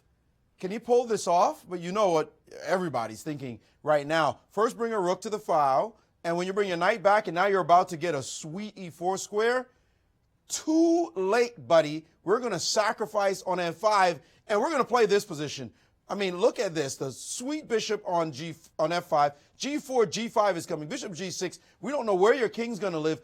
Maybe even take a look at this line. Knight F8 is being suggested by the engines, which look ridiculous to rook E5. By the way, the engines are saying white's already way better in this position, sacrificing on F5. I might have thought about sacrificing with a bishop here, but it looks as though bishop takes, pawn takes, knight takes is not good enough because of knight to E4, willingly ceding yet another pawn. I might even look at this line to tell you the truth, even though the engines are saying this position is better for black, having given up the piece and this knight being too strong on this square. So this position, you know that Hammer is salivating, but he might be in a state of shock because he hasn't moved yet, at least not, I haven't gotten a relay that he's moved. After seeing a move like knight G8, repositioning the knight to the original square, he's got to be befuddled momentarily, but when he regains his senses after seeing such a bizarre-looking move, he's going to think, man, I just got to play chess. I'm going to steamroll this guy.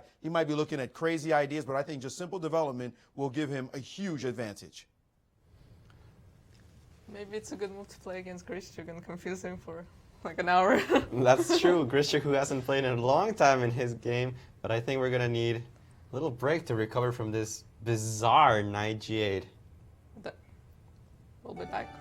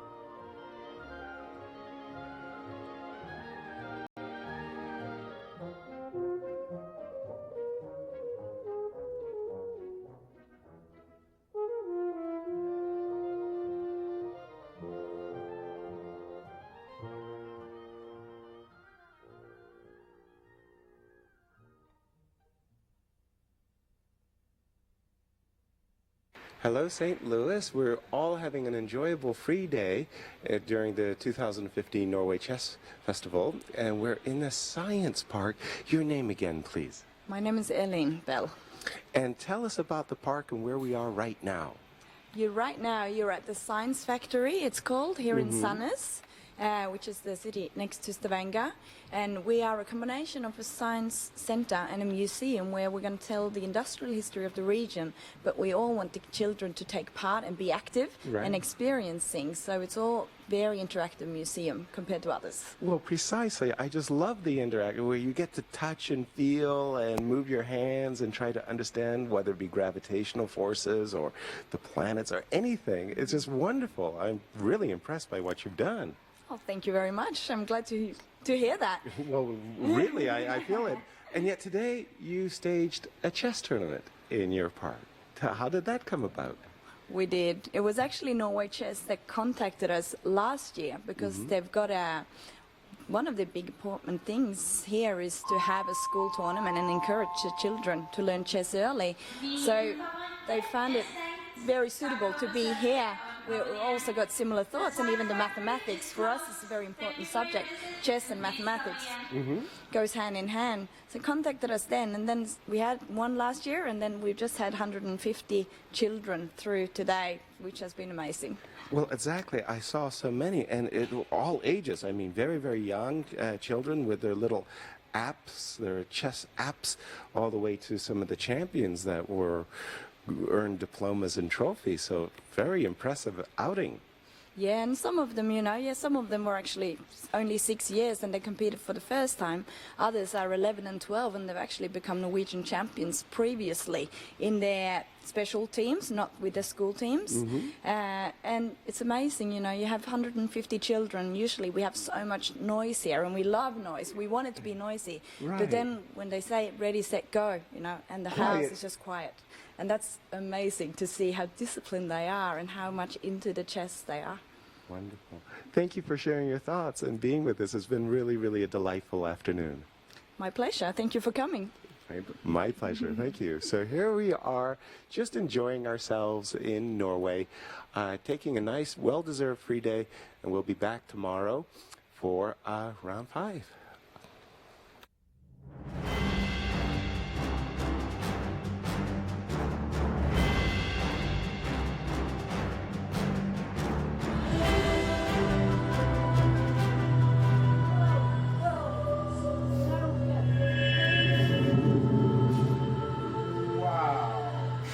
Well, That is something amazing happening on our set right now. it's like divine inspiration. Maybe the players will hear it. Some players definitely need it.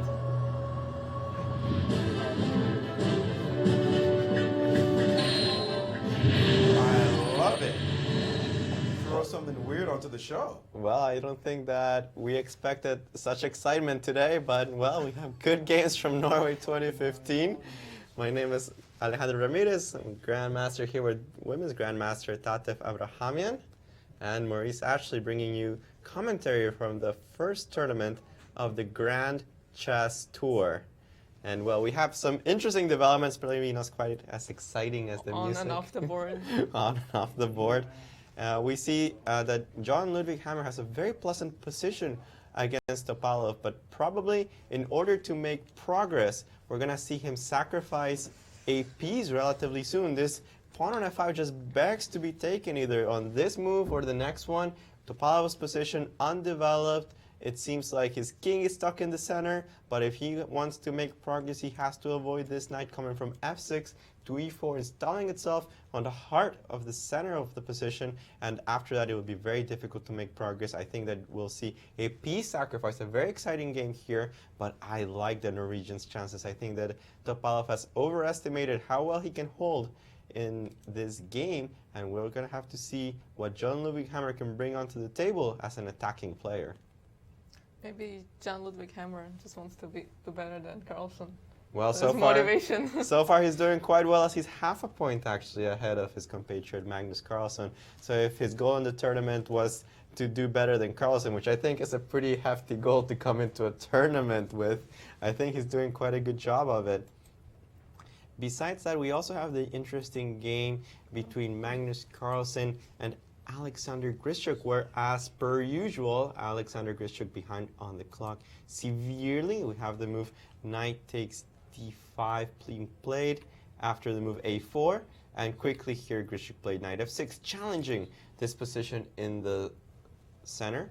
And interestingly, I think that if the moves pawn takes b5, pawn takes b5 happen, White would see himself maybe forced to take on a8, and knight takes c7 occurs. I actually think that Grischuk's going to have... Knight c7 there. Oh, I don't think I can play knight this because of knight c7, so you have to take with the bishop. But actually what I was thinking is I didn't want to take with the bishop and give up this weakness on b5. I thought that you wanted to take with the queen to enforce this diagonal problem. But you're right, after queen takes a8, I do have knight c7 check. since this is impossible, well, I think you have to take with the bishop, but I don't like the weakness on b5 here. Maybe I can take on d5 first. You would like to take on you b5? want- because you don't have a d4. knight that's going to land on c6. Would you take here with the knight or with the bishop on d5? I want to say the bishop. I don't want to get stuck with that bishop on b7. Don't want to get stuck with the weak bishop, so takes, and then takes on b5, with the idea that after rook takes a8, queen takes a8, there's no longer any fork on c7, and No knight that will land on c6 or f5. no, and very importantly, no knight that will land on c6, so this is definitely a relief for Grischuk. Yeah, I think this might be a playable position. White does have the pair of bishops, but I think that after black castles puts his rook on c8, he'll have a very harmonious position. Some problems with the weakness on d5 as well in the long run, and well, besides the pawn on b5, I think that black's position is relatively solid. I like your approach of taking on d5 first before simplifying matters on the b5 square. Let's go to our leader's game. Well, actually, let's go to Hikaru's game. Well, not First. quite the leader yet, but he might become the After this leader round, the if future leader. Veselin Topalov loses his game, and he might with this horrible position that he has at the moment. And Hikaru presses hard against Vichy Anand. We have a game in which a lot of moves have been played. But let's take a look at what happened. We left off the position in this symmetrical pawn structure, and after bishop d7, we saw queen d7. And a4 occurred, trying to create something on the queen side. Rook c6, trying to double up on this position here. Rook fc1 was played in order to avoid from this rook coming and controlling the c file. Rook takes c1 was played. Rook takes c1, then rook c8, trying to trade every piece. After which we probably would get a very drawish endgame, as white's bishop would not be that particularly good, and black's position still likes anchors for the knights. The move rook a1, a little bit surprising, very subtle. Very subtle. But I think a show of fighting spirit here from Hikaru. He doesn't want to draw the game immediately. He says, I still have this minute edge. I want to push my pawn to a5. I want to create a little bit more trouble before he lets Anand off the hook, trying to look for those mistakes. And I think he's going to try to maybe just put a little bit of pressure on the position. Yeah, let's go to Maurice, who has more insight. We're kind of seeing a new Hikaru Nakamura emerge of late. He's had a fantastic year, and he's made the point that, you know, the difference is I'm not losing as much. And I think that it's because of this kind of new positional, not going for broke style that he's starting to adopt. Small edges, annoy players. They're anticipating the wild and crazy sacrificial Hikaru of old, and he has somehow matured his style into more positional chess. Don't lose those big games that cost you not just the point in the tournament, but also the psychological blow that pulls you back and makes you start to doubt yourself. And his confidence is starting to grow as he's realizing that he's a hard player to beat when he's trying to make sure he doesn't get beaten, as opposed to just always going for it. Now we see his official ranking here, 2799 coming into the tournament. Well, he's no longer that. He's jumped rating points as he has won a couple of games. He's now emerged as one of the top contenders in this tournament for sure. And with this new style, maybe even one of the top contenders to fight Magnus Carlsen. We'll see in their individual matchup how that goes, which is slated for tomorrow. But this game here is one I'm really fascinated by.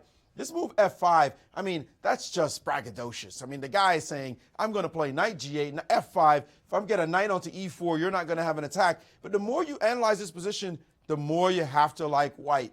Take a look at this line. Rook he1, very natural. And king f7, very important move, stopping a rook from being able to come into the e6 square and create any problems along this line. Of course, knight to f6 instead of king f7 might run into this sacrifice. I would say predictably will run into this sacrifice, and your king is just stuck in the middle of the board. You can't castle because the bishop is hanging on the e7 square. So that would be problematic. But let's take a look at this move. Rook he1, king to f7, and now it just bloodthirsty. You want to sacrifice on f5 and prove that position wrong. But the reality is white actually doesn't have to. White could continue another interesting knight maneuver. Knight to f1, knight gf6, and now play g4 instantly. breaking down that pawn formation. It looks sturdy, but it isn't enough. Knight e4 trying to seal the white pieces out of the position, but here comes that knight to e3, and now suddenly f5 is indefensible.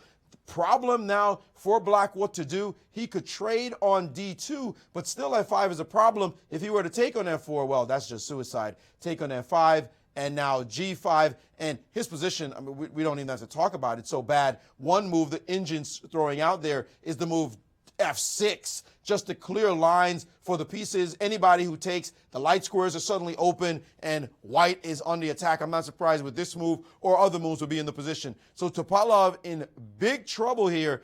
Hammer just has to stabilize himself to find the right moves, and in fact, instead of doing any of that or waiting around, on seeing f5, he has decided to sacrifice immediately.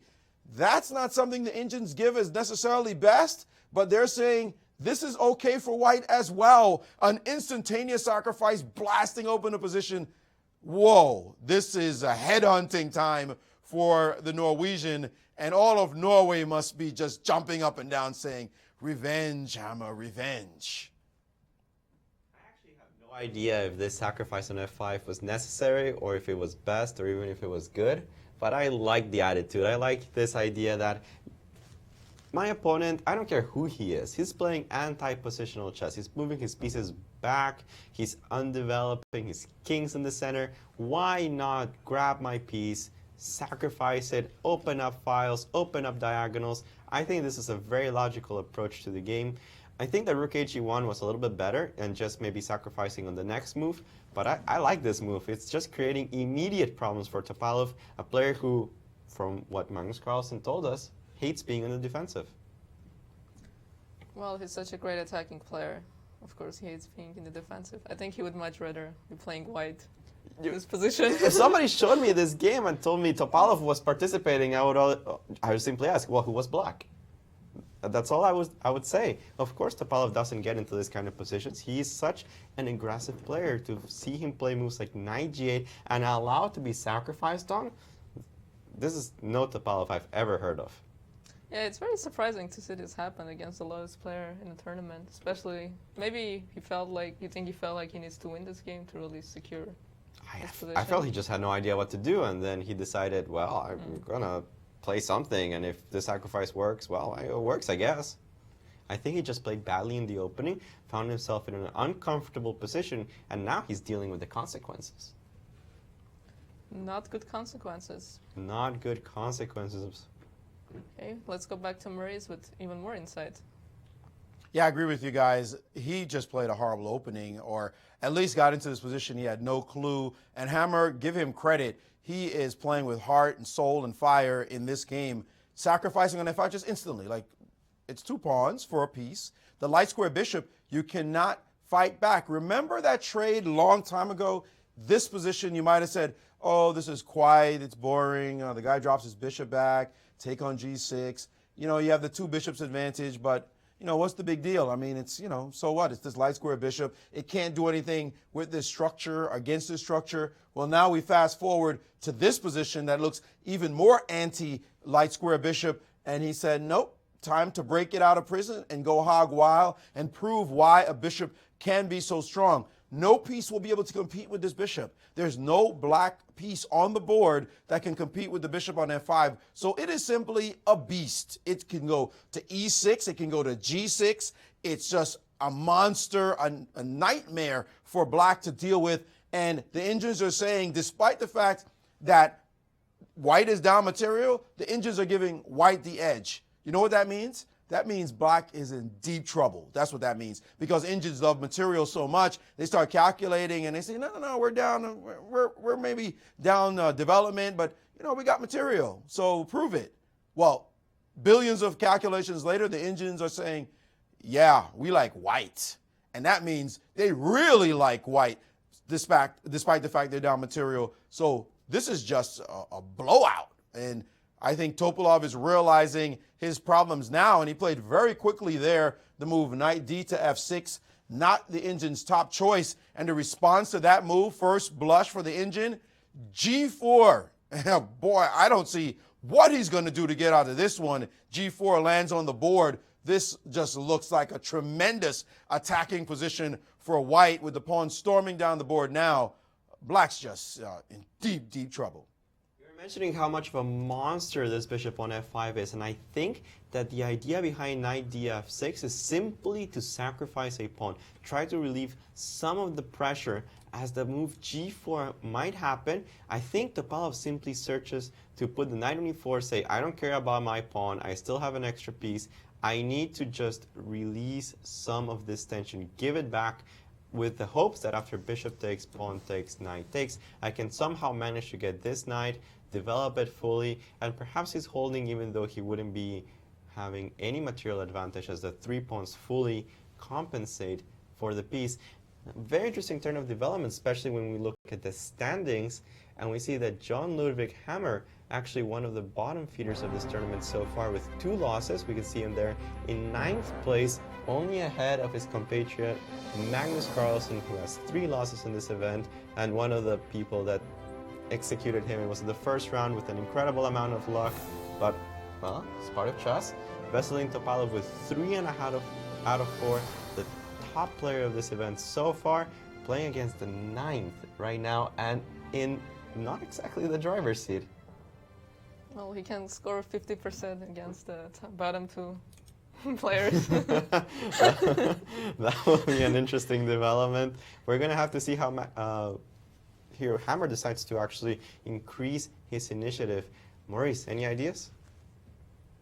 Well, that board is proceeding apace. I want you guys to take a quick look at the other board, however, that is critical for the standings, the game between Nakamura and Anand. We were saying that Nakamura was playing quite quietly after playing rook a1, 98, knight to c3, rook c6, and a5. A little slight pressure on the queen side. Well, maybe playing for a little bit on the side of equality, see what he could do. Solid Nakamura. Well, after the move knight 8 to c7, f4. No, forget that nonsense. No more solidity. The pawn steaming down the board, looking to go to the f5 square, and asking these knights what their future holds. Remember, knights like to be on stable squares. If they're not on stable squares, they're not happy. Well, now Hikaru is saying, where's this knight going to live? Actually, where are your knights going to live, period? He's creating some kind of domination against the black knights. Really interesting strategy, expanding his play with this move. The engine's giving a move like g6 as best, even though f5 is playable here, releasing the bishop into the game again. Knight g7 would be a question mark there, but the position is starting to look a lot like Nakamura as you stare this one down. So Nakamura maybe sensing that Topalov is in trouble. He could leapfrog Topalov with a win and also push Anand further back as well in one blow. So he's starting to go for it as things heat up in this game. Well, actually, not an easy choice here necessarily for Vichy. I think that he played the move knight e8, but I don't like that move too much. This knight on e8 looks super awkward, and Well, f4 makes sense now that the knight's not on f6 anymore, right? well, There is no knight absolutely. e4. We used to have a knight here on f6 a long time ago for Vichy, and you didn't want to play the move f4, just conceding this position on e4.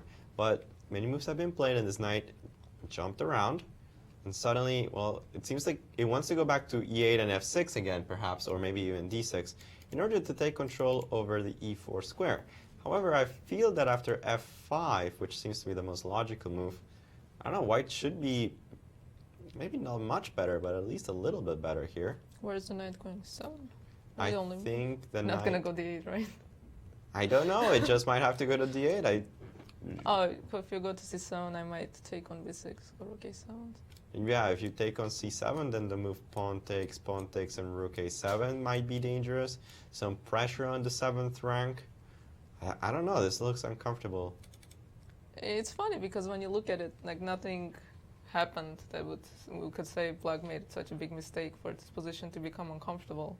It just slowly, white's position just became more pleasant somehow. And you were mentioning earlier how this is a good position to play against lower rated players. Of course not that Anand is a lower rated player to anybody in the world, perhaps only Magnus Carlsen. But it does seem unpleasant to play. It doesn't matter what your level of expertise is. It's a little easier to find moves for white. I would even consider moving here instead of 98 to move g6 perhaps. And the idea is that Knight G7.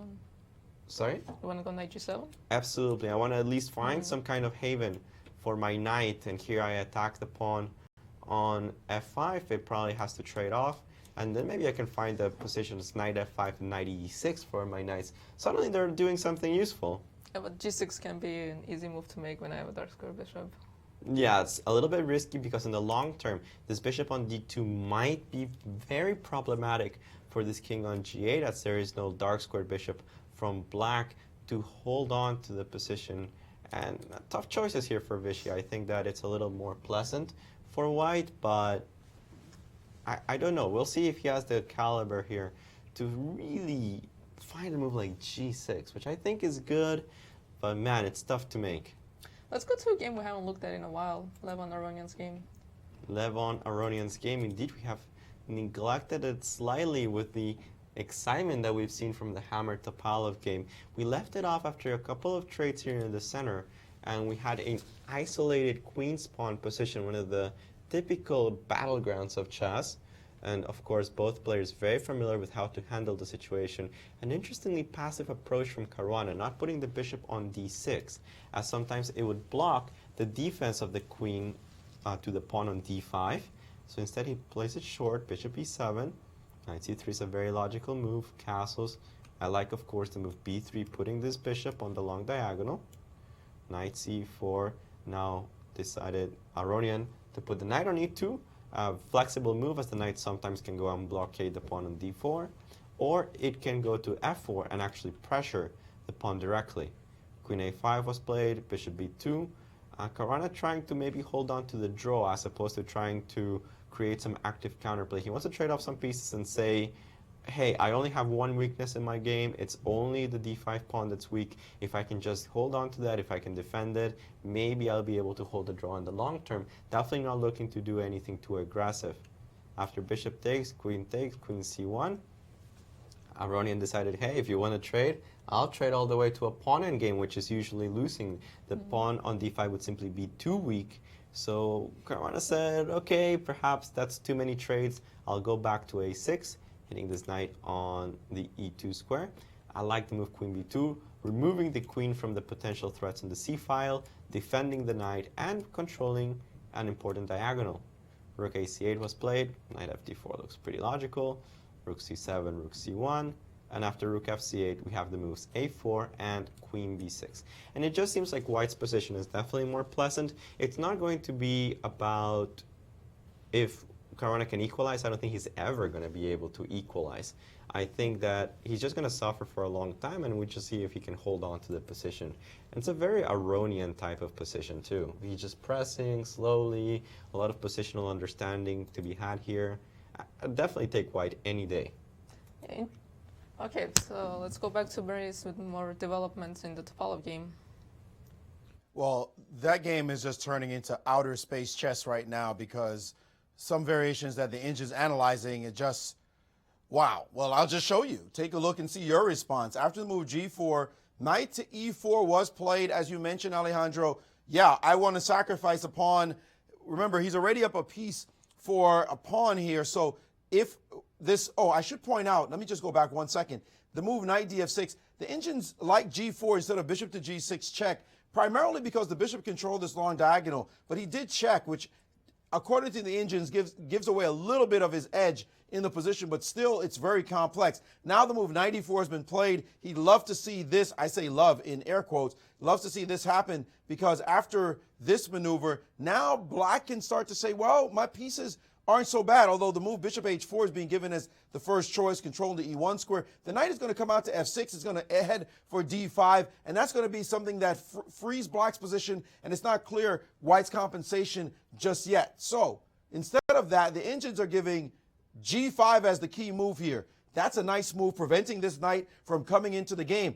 We should point out, knight f2 is a problem because this check, queen can go to f5 with check, although the engine's not giving that as best right now and instead giving the move bishop a5 as best, going after the knight. But you can see the constriction on this side. Let's not go into that variation. Knight f2, not quite right in the game. g5, And now queen d7, very important move, controlling the f5 square. And this is the variation I want you to look at that's crazy. h4, ignore knight f2.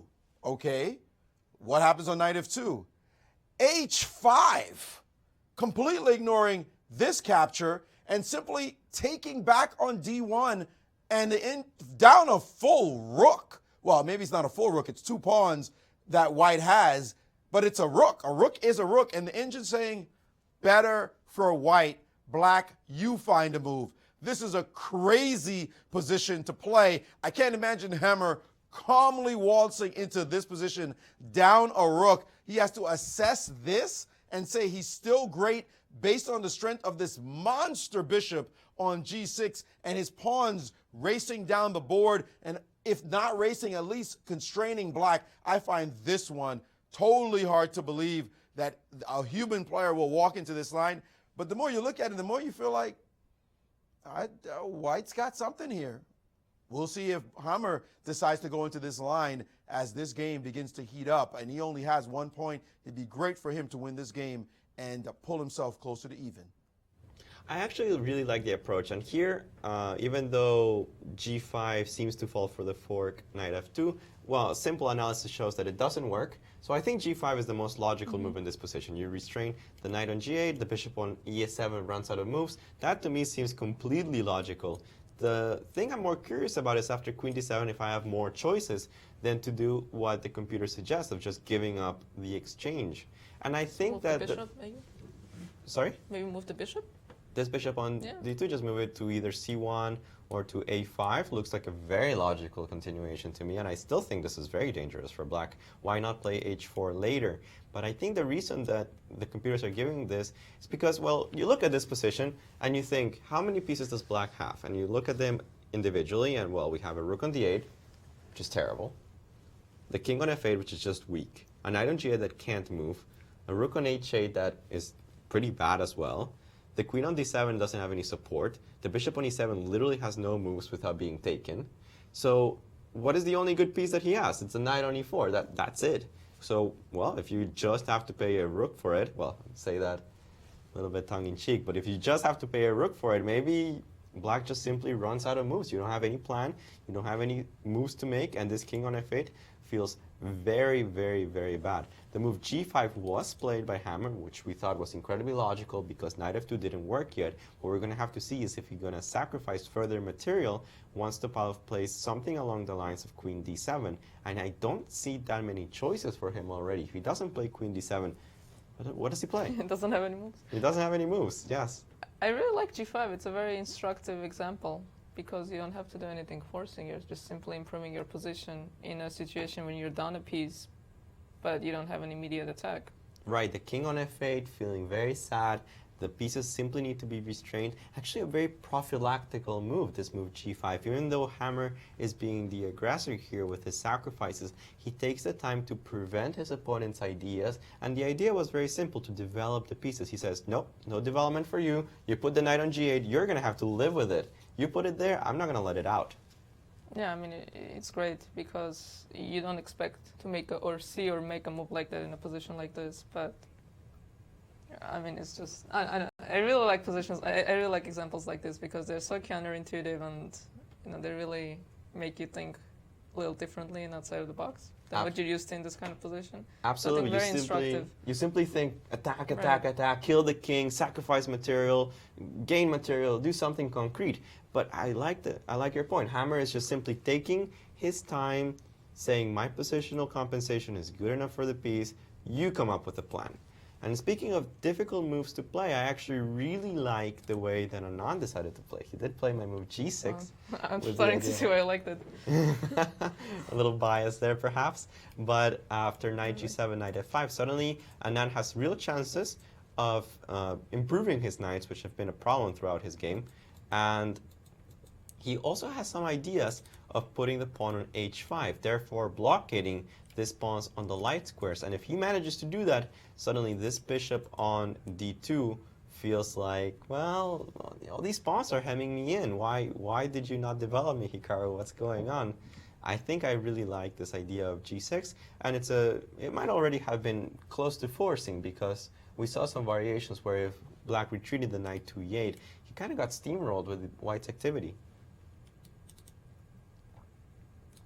Yeah, definitely nice position for white. So we have to see if Hikaru will be able to create something. It kind of reminds me of his game versus Caruana, where he was trying very hard. Well, I think in game versus Caruana, he was making more unnatural moves. Very unnatural Rook moves. f4 and rook f3. He definitely put a rook on f3, not something we can say every day when you have a fianchetto position. But he managed to do it, and he won a game in which, well, it's more like Caruana lost, but still a victory is a victory. And credit to Hikaru that he actually put enough pressure on Caruana that he felt that his position was bad and he panicked. Okay, going to Maurice for a more exciting game. Well, these games are so interesting, and particularly the one you talked about, Tatev. It's so counterintuitive. Take a look at this counterintuitive variation. Tell me how you like it. Rook to h4 is a move I decided to throw out and say, Injin, what do you think about this move? And there are a lot of moves here to play. The Indians played some passive moves, but the one I was curious about was this one, bishop to e1.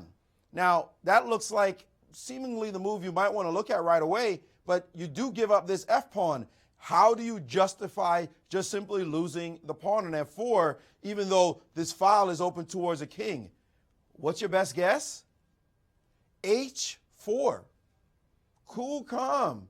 Again, not needing to make a move. Now, it looks as though you allow this rook to improve itself dramatically, but the reality is black's pieces are still hemmed in. This knight cannot get out. This bishop is stuck, and there are threats. Queen h2 is potentially coming in the position, and sooner or later, a rook is going to end up on the f-file in time and test black's security along this line.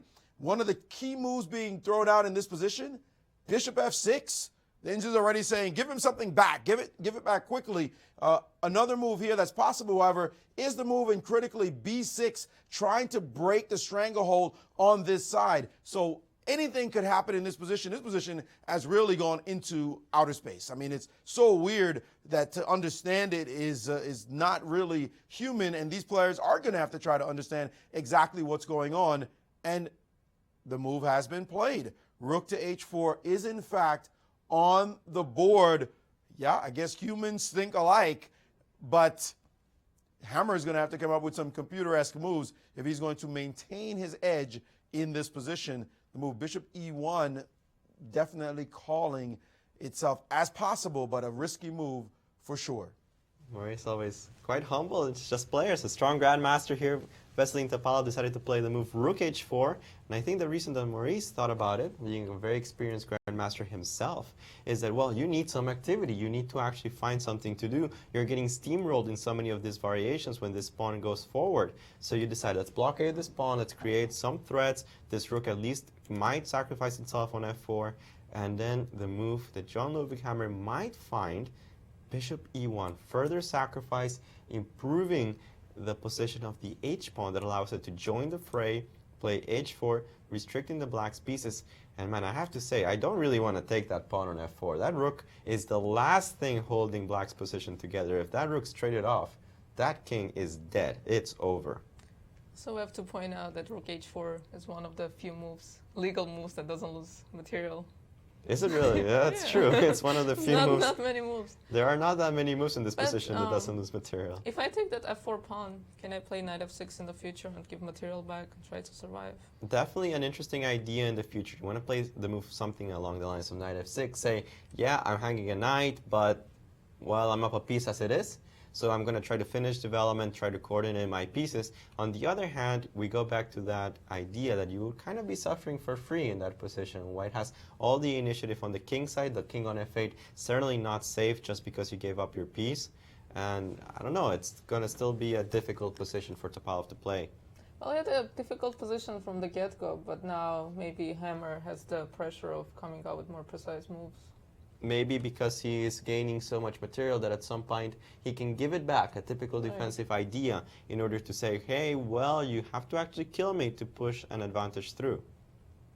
Right, because if he just played quietly, then bishop in the other position, before knight g8, bishop d3, g4, and then you just suffer.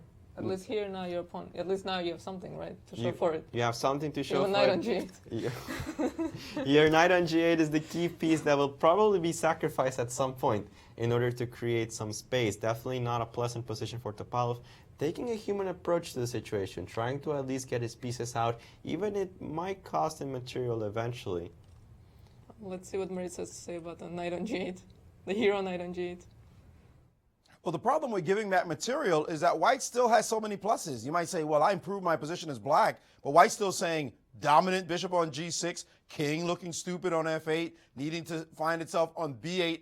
Remember we said it didn't castle early in the game? Now he's stuck on that wrong side of the board. Take a look at the lines. Bishop to e1, rook takes f4, h4. Definitely a human intuitive approach. You can see guys like Mikhail Tal, maybe Shirov, those kind of players playing like this. Sure, you can get a pawn. It's no big deal. Remember, I took 2 of them, so it's a pawn for a piece. But look at this piece. Look at this piece. They're both terrible. So after h4, we can look at this move, knight to f6. But after this capture, even though black has demonstrably improved some of these pieces, after h5, the threat of h6 is on the board.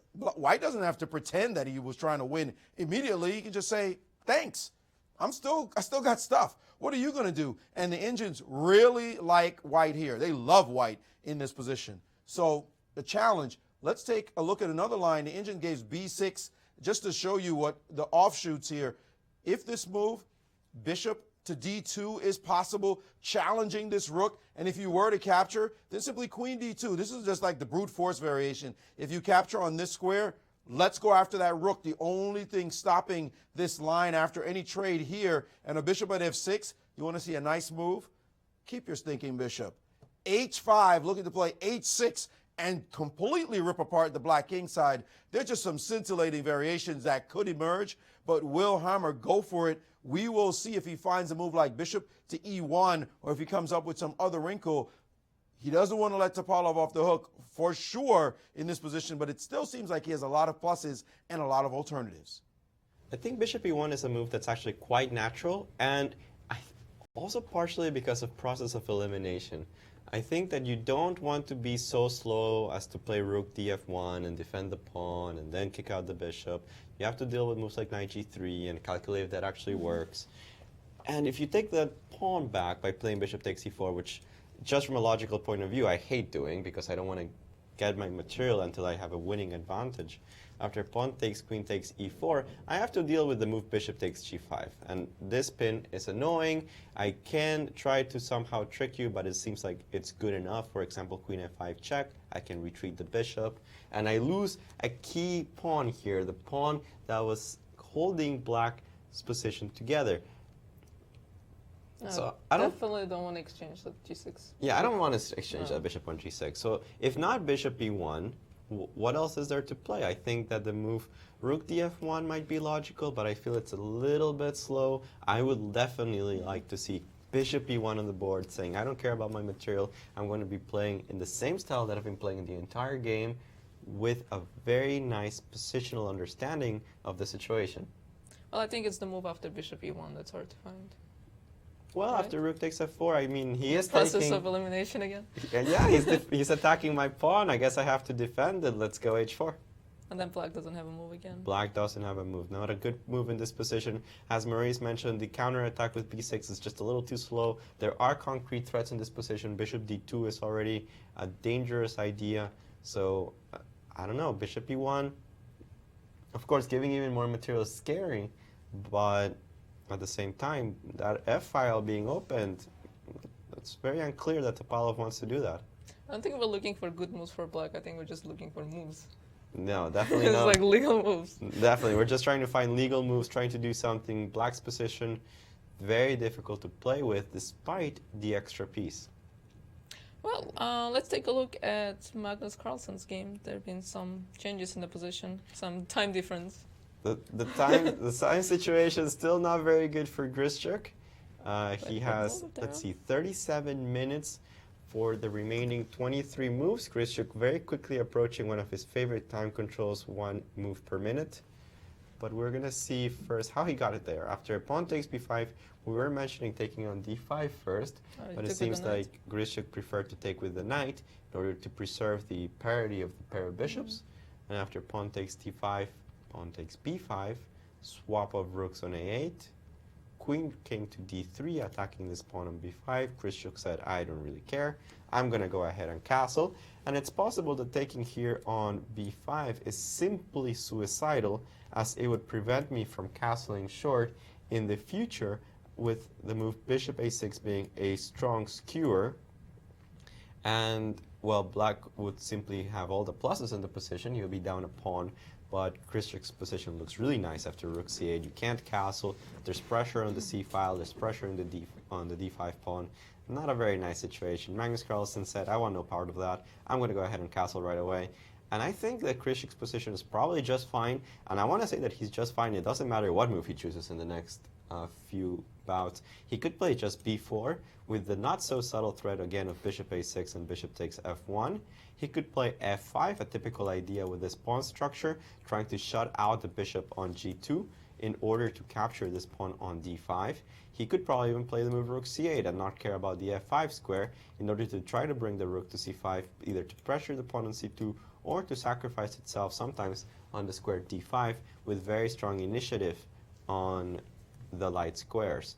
I like Grischuk's position a little bit more than White's, even though perhaps from a objective point of view, this should be about equal. I'd just rather be black a little bit more. So what would be White's plan? If I could put a bishop on b4 maybe?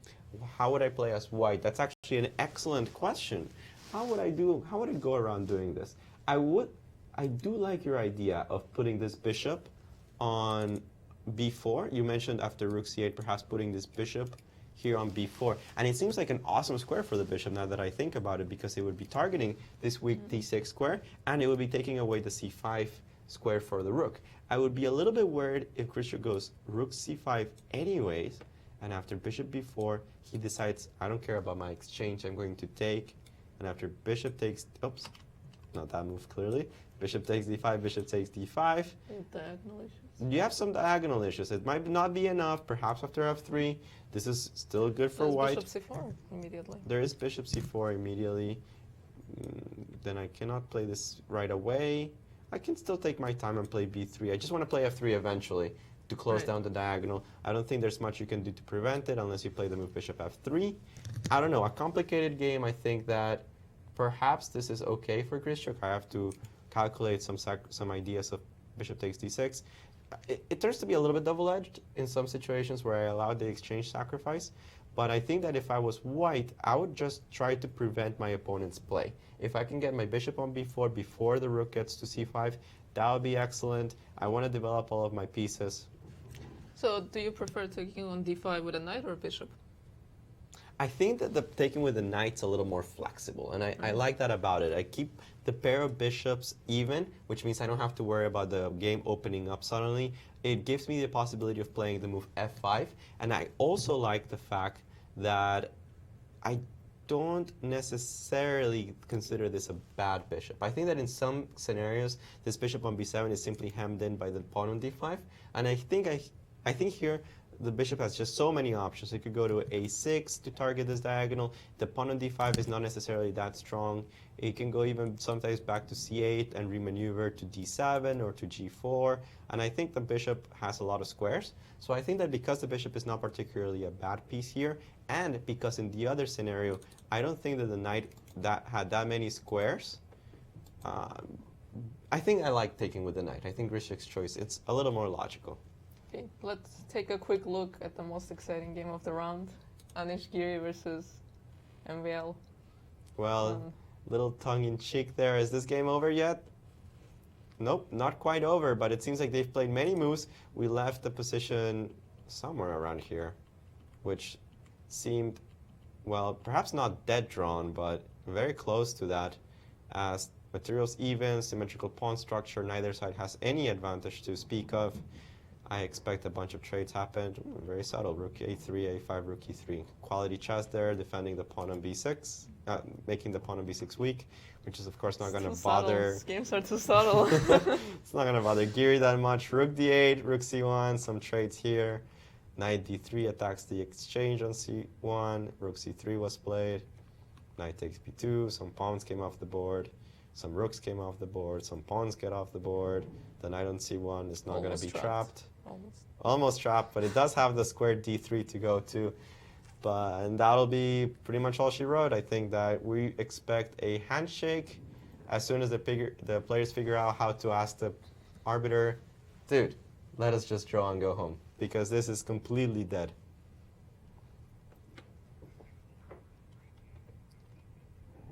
Okay, we're gonna take a break, but stay tuned, we'll be back.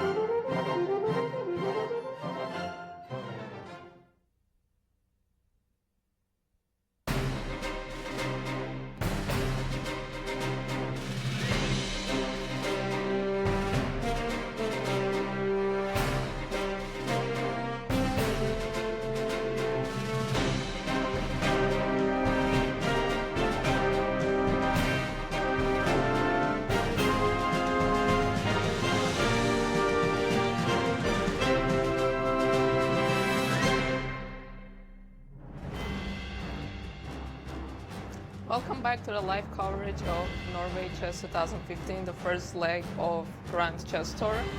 I am Women's Grandmaster Tatev Abrahamyan here with Grandmasters Alejandro Ramirez and Maurice Ashley, and it looks like we have our first result of round 5, which was expected considering how the game was going. A draw between Giri and Maxime Vachier-Lagrave. Very uneventful. The least interesting game I think we've had the entire tournament. Just a very solid draw from beginning to end. As usual in this kind of events, you might think, well, the draw and both players are fine, who cares? But usually it's actually white that's pushing for a win, that's trying to do something because, hey, every time you're black against any of these players, you're going to be suffering at least a little bit. Giri came out unscathed from the opening, had better preparation than his opponent. Everything got traded down to a draw. And, well, Giri just very happy, I think, with this result. There's no reason why it shouldn't be. So let's go to Maurice, see some developments that happened in the Topalov game. An actually exciting game here for a change. Well, you know, there's a famous quote. I remember Tigran Petrosian, who was a famous, obviously, world champion. He said, often players who sacrifice material play as though they lost it. And meaning that they play over-aggressively, they are more conservative on the side of sacrificing necessarily more material.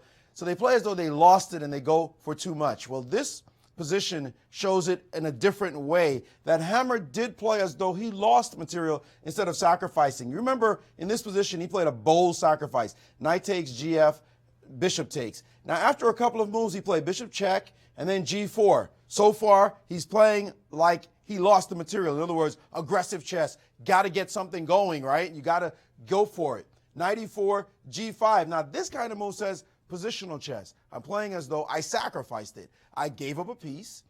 I'm going to just squeeze you a little bit.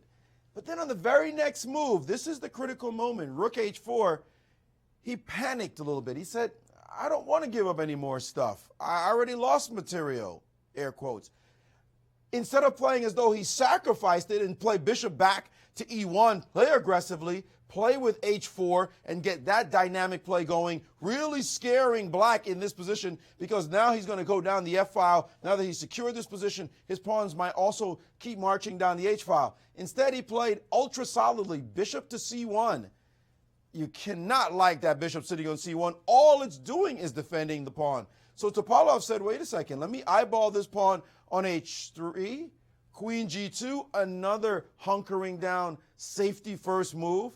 And now Topalov hits him with b6, changing the entire nature of the game and saying, now it's my turn. I'm going to release myself from this prison and open up the b file towards your king. And who's going to be on the attack shortly? Well, Hammer had to take the pawn. And it's odd because it's now that Topalov is stopping to think. He has a lot of moves here. Rook b8 is a very natural one, going after the b file for sure. Another one is to play the move bishop to d6, not as natural a move, but preparing to get his knight into the game on e7. Suddenly Black's starting to see the light of day. He sees that he can release his pieces from the prison wall that White had surrounded him with. Now, no longer encaged, Black's starting to feel like he can maybe play some active, aggressive chess. Norwegian fans have to be feeling a little bit uneasy right now that this story is not going the way they would have anticipated, given how boldly Hammer had played those couple of sacrificial moves. And now you can see Topalov there super engaged in the position. It looks like he's back in the struggle. It did play the move bishop d6, which you were just suggesting in order to develop his knight to e7. And I have the feeling that Topalov is very happy with the turn of events. Even if, from a theoretical point of view, perhaps this was an okay way of playing for White, just the fact that Topalov has more activity, that he doesn't have to be worried about getting checkmated every other position, this is not something that Hammer should have done from a practical point of view. I think his position is, of course, fine. I don't think Black's better by any means. He has a lot of work still to do with the king on f8. To deal with, and this knight on e4, it'll fall at some point. I think that Hammer might still have a tiny bit of an edge, but definitely it's not the danger that Topalov felt only a few minutes ago, I believe. But that's the psychology of the long-term sacrifices, right? you feel the pressure of winning your material back. And sometimes when you don't see something immediate, you kind of lost the patience with bishop c1. So now that things are going in a different directions, he might get even more impatient later. So I think things are already going not in a direction he wanted them to go. I agree completely with you. It's not the direction that Hammer wanted. He was a little too solid. I think he was a little just nervous. He didn't play that aggressive style that he started out with. He said, wait, hold on. I have to sacrifice another pawn? Really? Let's do something else. Right.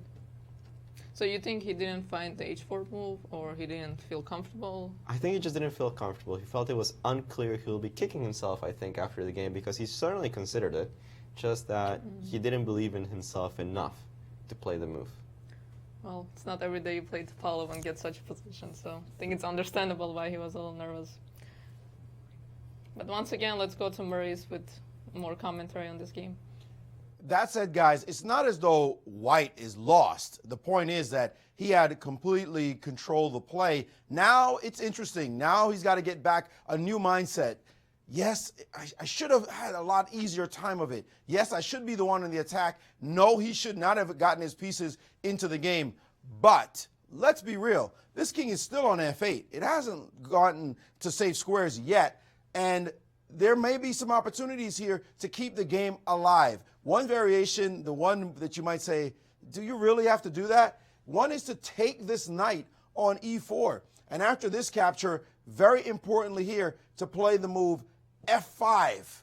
Back in business, trying to get some energy in the position. Why is this a good idea? Well, first of all, we didn't want to play necessarily queen takes because this knight comes into the game and it's starting to hop around a little bit. D5, F5 squares. Queen F5 is threatened, trading off stuff. We don't want to see any of that nonsense. So instead, the move F5, trying to keep those dying embers still aflame.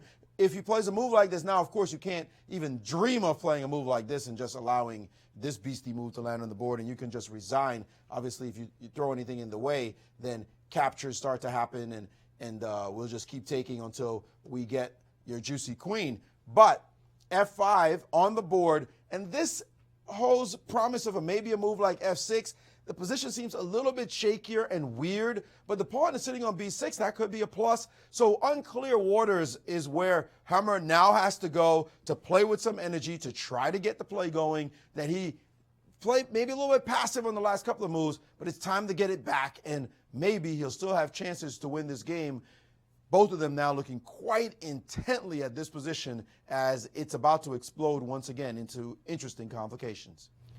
An interesting position indeed. It seems like Hammer hasn't completely let go of the threat of the game. He still has a lot of interesting ideas. He can still push his pawns, make Black's king uncomfortable, but he doesn't have the control that he once did against all of Black's pieces. Right, but let's take a little break from that game. There are still other games going on. All right, which game should we focus on? Let's go to Hikaru's game. I think Hikaru's game seems like a very important matchup, so let's pull that one up. We have the game. No, this is the Caruana game. Here it is. They have a similar pawn structure, and I got confused for a second. Here it seems like Anand was trying to get some kind of light square controls with the move g6. After pawn takes b6, pawn takes b6, the rook jumped to the 7th rank, putting some pressure here on this position, but there are no immediate threats. Anand retreated the knight to g7, and then somewhat of a paradoxical move. Nakamura brought back the knight to a2, but with good purpose. It wants to go to b4 in order to attack the pawn on d5 and kick out the rook from the c file, a very important file for the rook.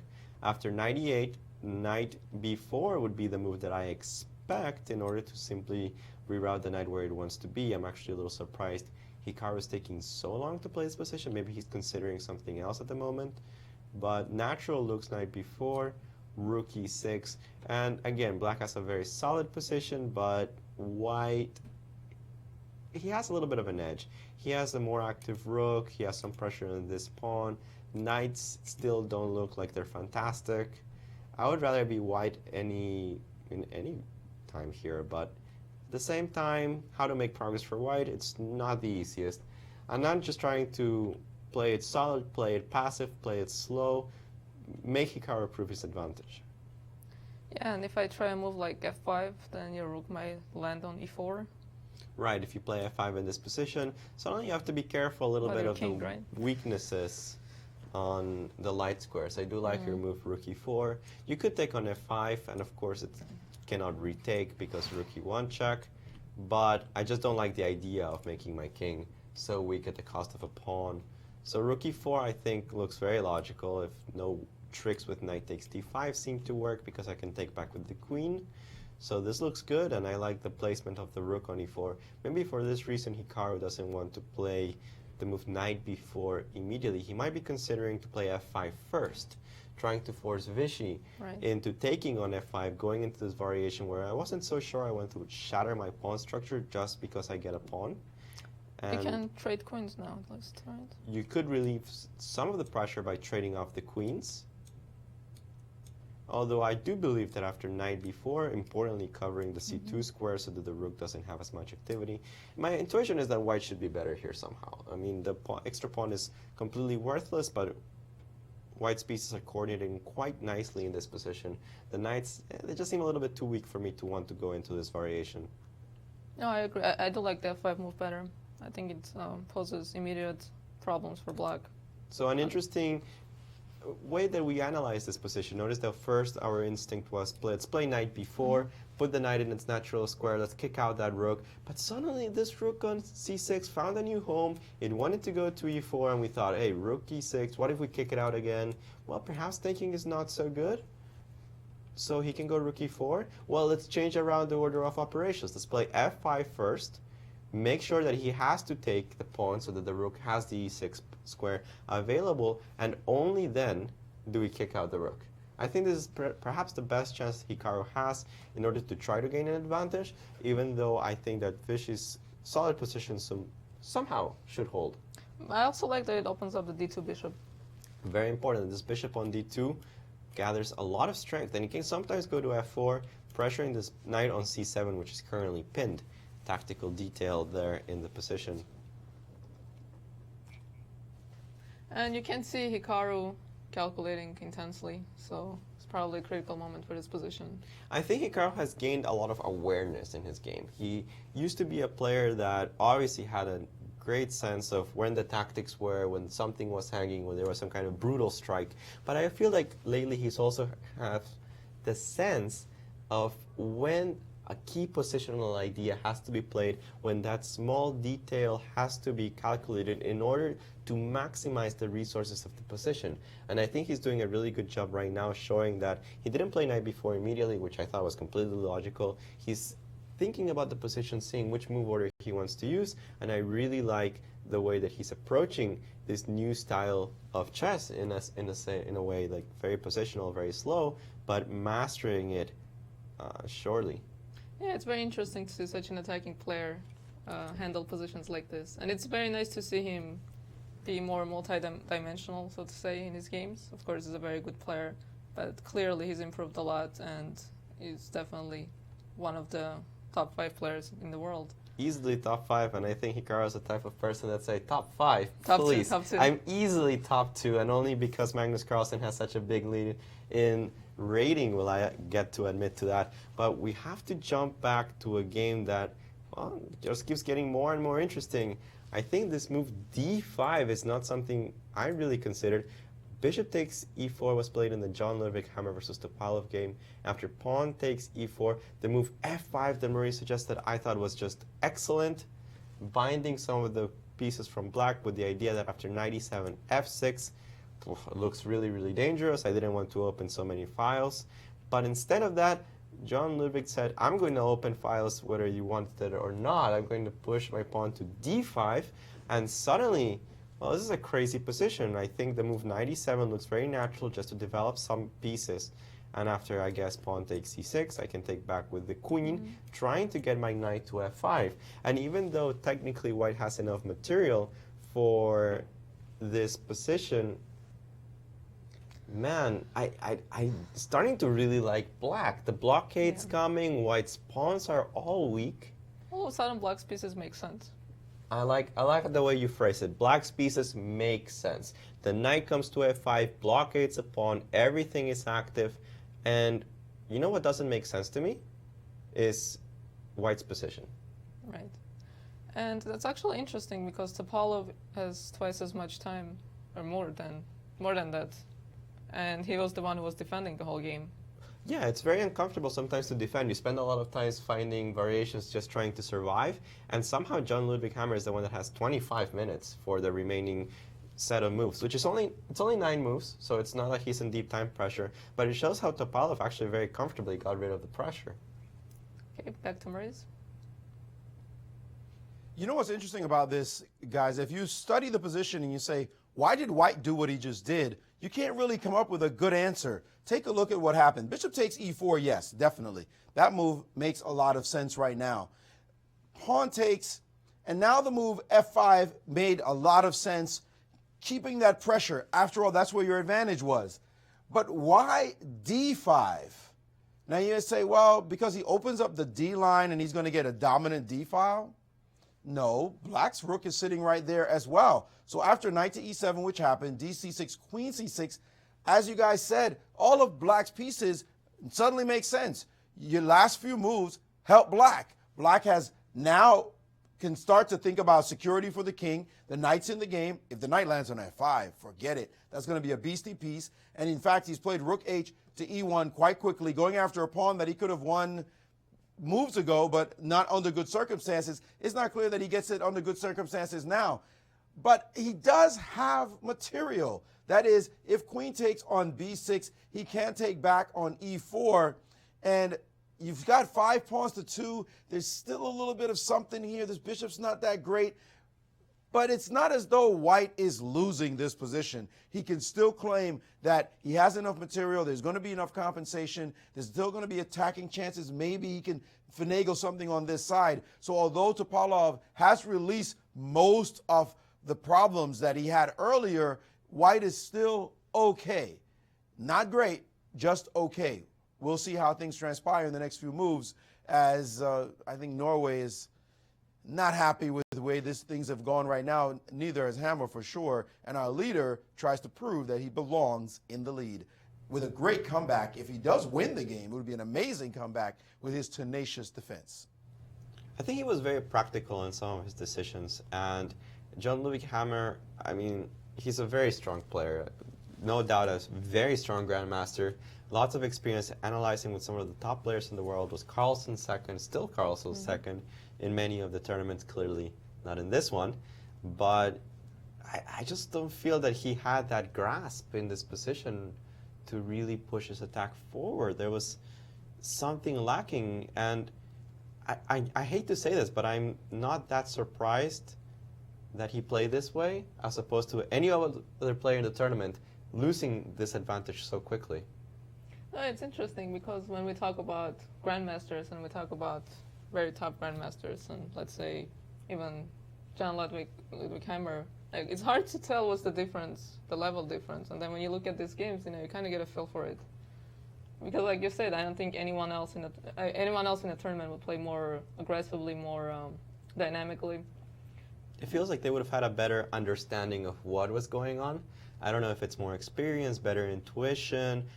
Something I think would have alerted them that this was not the continuation that you want to get to, right? I mean, you had that initiative, you had that attack, and suddenly we have this position where, like, okay, I can maybe do something, but Black is not feeling the pressure. No, I mean, it's just interesting how it developed because Black went from having a very tough position to, like, tough position in a sense was going to be slowly steamrolled. Yes. So giving this option to White to either do something very aggressively and, you know, calculate precisely and get something or get into a position like this. And it's actually, I think it's a good skill when you're in a position like this and know when to make the decision and make things murky, because only Black can benefit from it, right? If you don't want to suffer a long game, then you give your opponent the chance to make a mistake. Yeah, that's a very good point. I think we have Maurice Ashley with some more analysis about another key matchup of the day. Absolute key matchup, and Hikaru Nakamura has played the move f5 and sitting on the board. Now it's Anand having to figure out exactly what to do, because it's White's pieces who are starting to grow in significance. The knight on b4 is going to be a great piece. The rook will not have the square e6, so it's almost seeming like he has to play the move queen takes f5. That doesn't look very attractive, this position, although down a pawn is White after this very subtle move, rook to b7. Why? Because knight b5 is a potential threat. After rook b7, he's keeping an eye on this pawn. This knight can't move because of this pawn. This rook is a bit tied down. Bishop f4 is in the position. And suddenly, although down a pawn, it's White who the engines are liking in this position. So Nakamura going for this nice little endgame sacrifice. Will Anand be able to fight back in the next couple of moves, as White is certainly starting to put on the pressure? It doesn't look like Nakamura, guys. You look at this game, you don't feel like the old Nakamura is playing. He's starting to look a lot more, may I say, Carlsen-esque. Well, we'll see how he plays in the next few moves, but he definitely is in the driver's seat in this game. I think if you mentioned to Nakamura that he's playing like Carlsen, he would simply look at you and say, not this tournament. Ooh. Yeah, I don't think he would take that as a compliment. Not necessarily. We should actually take a look at the Carlsen game. We haven't seen it in a couple of minutes. It doesn't seem like we have too many exciting developments. A couple of moves played here and there, but the bishop has rerouted from c8 to d7, where it's a little more passive in the sense that it's defending the pawn, but now this pawn is not going anywhere. The pawn on d5, well, it's not attacked, but because it's not attacked precisely, it begs the question, well, why is the bishop on g2? What is the bishop doing on g2? We saw the exact same thing happen in the game between Caruana and MVL just last round, in which the bishop on g2 in this particular structure with the pawn on d5, it wasn't doing anything. It was just basically a bad piece. And after the moves rook c1, h6, Grischuk even took time to play this move. Sometimes you want to put the bishop on g5, trade off your bad bishop. Queen d1 was played. Grischuk said, well, you're probably going to play rook a1 to rook a7. I don't want to let you do this. I'm going to push my queen out of the way. And after the further moves, rook a1, rook a8, we have the position on the board, which quite honestly looks really nice for black. I don't think that he has any problems whatsoever. And I really dislike that bishop on g2. That's the thing that I think might give black the more slightly pleasant position, but it's very minute, and I think this is very, very close to equal. We have another move on the board, the move h4. Right. But I think Grischuk has no problems. It's not like Carlsen can push from nothing. This just seems like no problems, and if anything, Grischuk's a little bit better. You think so? I think because this long-term weakness on d5 is much more exploitable than anything that black has wrong with his position. It's not necessarily a great thing. I just think that the chances for anybody would be here for black. Can I do something with my 2 versus 1, like bishop f1, b4, c4, try to make a pass pawn? You could try to make a pass pawn, but that's actually kind of the point that I was trying to make. And it's that as soon as you leave with the bishop on f1, your bad bishop, this pawn on d5 becomes an issue. You can get b4 in, yes, but c4, I mean, that's not going to be so easy for you to organize.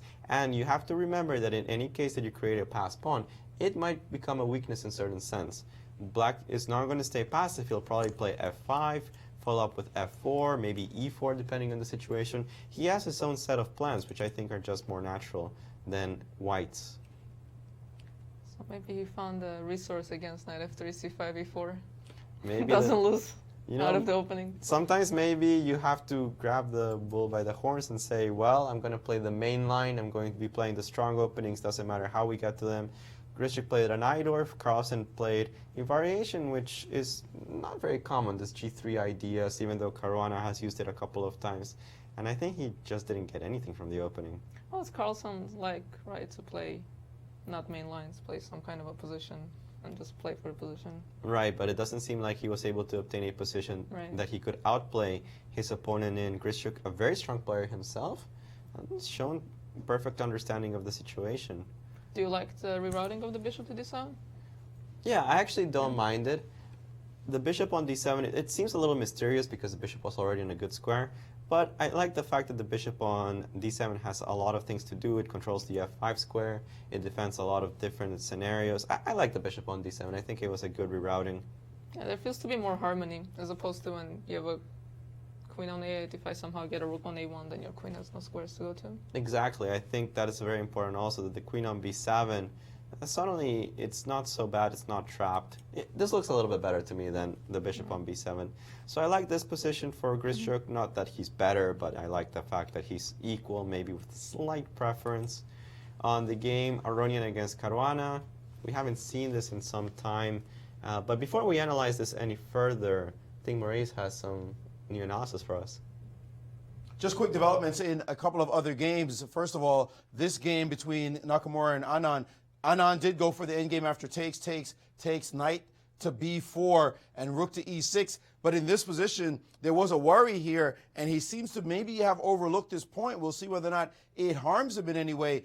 Rook to b7 was the suggested move by the engines. He quickly played bishop to f4. The engines don't like this move at all. They think that this move, knight to b5, is just too strong, giving him this opportunity. Now where do you put your rook? You could attack a pawn maybe, but knight takes now has the additional threat of knight down in to e2 with check, forking the bishop, and the position has changed. Looks to be in black's favor. After knight takes, this pawn is also hanging. Knight takes is playable. Can he get out of this mess?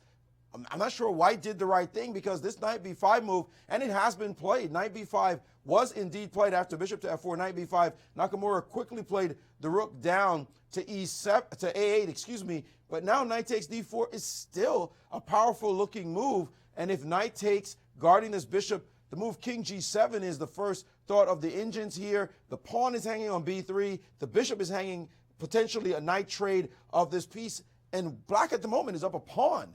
It looks like black has absolutely no worries right now, to my eyes. If he had instead, after this move, had simply played rook to b7, avoiding this idea, he would have been in a much more pleasant situation. It looks as though Nakamura has let it slip, and Anand will be able to defend this position. And perhaps we need to stop praising some of the players. When we were saying Caruana is having a fantastic tournament, boom, he played some of the worst chess moves I have ever seen against Nakamura. And now we're saying Nakamura is very patient understanding of this kind of structures, very nice timings in order to get very slight advantages. And now, well, it just seems like Vichy is on the driver's seat. I really like his position after knight takes d4, knight takes d5. He's up a pawn, but that's not the thing that has me worried. It's how exactly is white going to proceed after king g7? I mean, did he just blunder the pawn? Well, I can play bishop e3 probably, so not so bad. I think that there are many chances for Nakamura to easily draw the position if he just puts on the brakes, decides, I don't want to deal with this mess anymore, let's just cool things off, try to defend a maybe just very slightly worse endgame. Sometimes this 3 against 2 on the king side will be easily drawn because the structure is so bad for black. But, you know, if he plays very aggressively, I can see him definitely overpressing here. There are some tricks for black, and there's a lot of aggression thanks to this knight on d4, attacking already so many things. Yeah, I mean, it's very strange because knight b5 was such a natural move. So I'm not sure if he missed something or he miscalculated or misjudged the position. Definitely we have to look again at this position where bishop f4 was played, but it's just a move that provokes the move knight b5. It doesn't only provoke it. Once the knight gets to d4, which it will after the fork, there's going to be a further fork on e2. So it seems like the bishop itself is vulnerable on that square. It begs the question, why did you force me to do something I was going to do anyway? I was going to put my knight on b5. Where else was it going to go? That's why the move rook b7 made so much sense. It attacks the pawn on b6 in order so that after knight b5 takes, I will have ideas here of taking on b6 in the near future. Instead of that, we're saddled with the position after bishop f4, knight b5, and I would give Anand just a little bit of a nudge. He's thinking after the move knight d5. He played king g7. And he did play king g7? Yeah. All right, he played the move king g7, and I think this is actually slightly better for black. It's just a little bit more pleasant. Strange development. Strange development, but a pawn is a pawn to me. Okay, back to Maurice. Well, we have another interesting development today. First of all, happy Father's Day to all the fathers out there. Certainly happy Father's Day to my dad and my kids back home. Sorry I'm not there with you guys, but I know you got something special prepared for me when I get back. There's another development. It is Alejandro's birthday. Happy birthday, Alejandro. See, Alejandro, through the years, look at him. Oh my gosh, look at that hat. Where did you get that? Was that a tiger? The one constant is that hair. Wow. Well, happy birthday, Alejandro. We know you're going to have a fun day today. Don't be embarrassed. You look so cute. Well, but today you got the suit on. Gee. I think my style has changed slightly. Definitely. I wonder who gave you that hat. That hat was actually a gift from a purple-haired chess commentator that I have next to me in the 2012 Vachier-Lagrave chess tournament. I actually never lost a game playing with that hat. So why didn't you wear it in the U.S. Championship at least? Maybe you would have won. Dress code. I think Tony Rich, I emailed Tony Rich and he was like, I don't think this fits into business or business casual so much. Definitely. Okay, we're going to take a little bit of a break. We'll be back.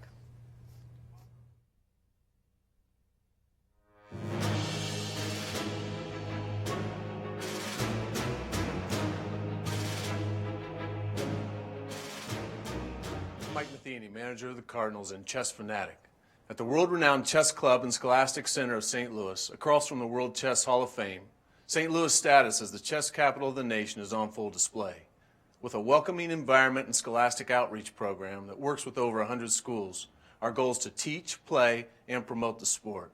So whether you've played for years or never before, we invite you to experience all chess has to offer.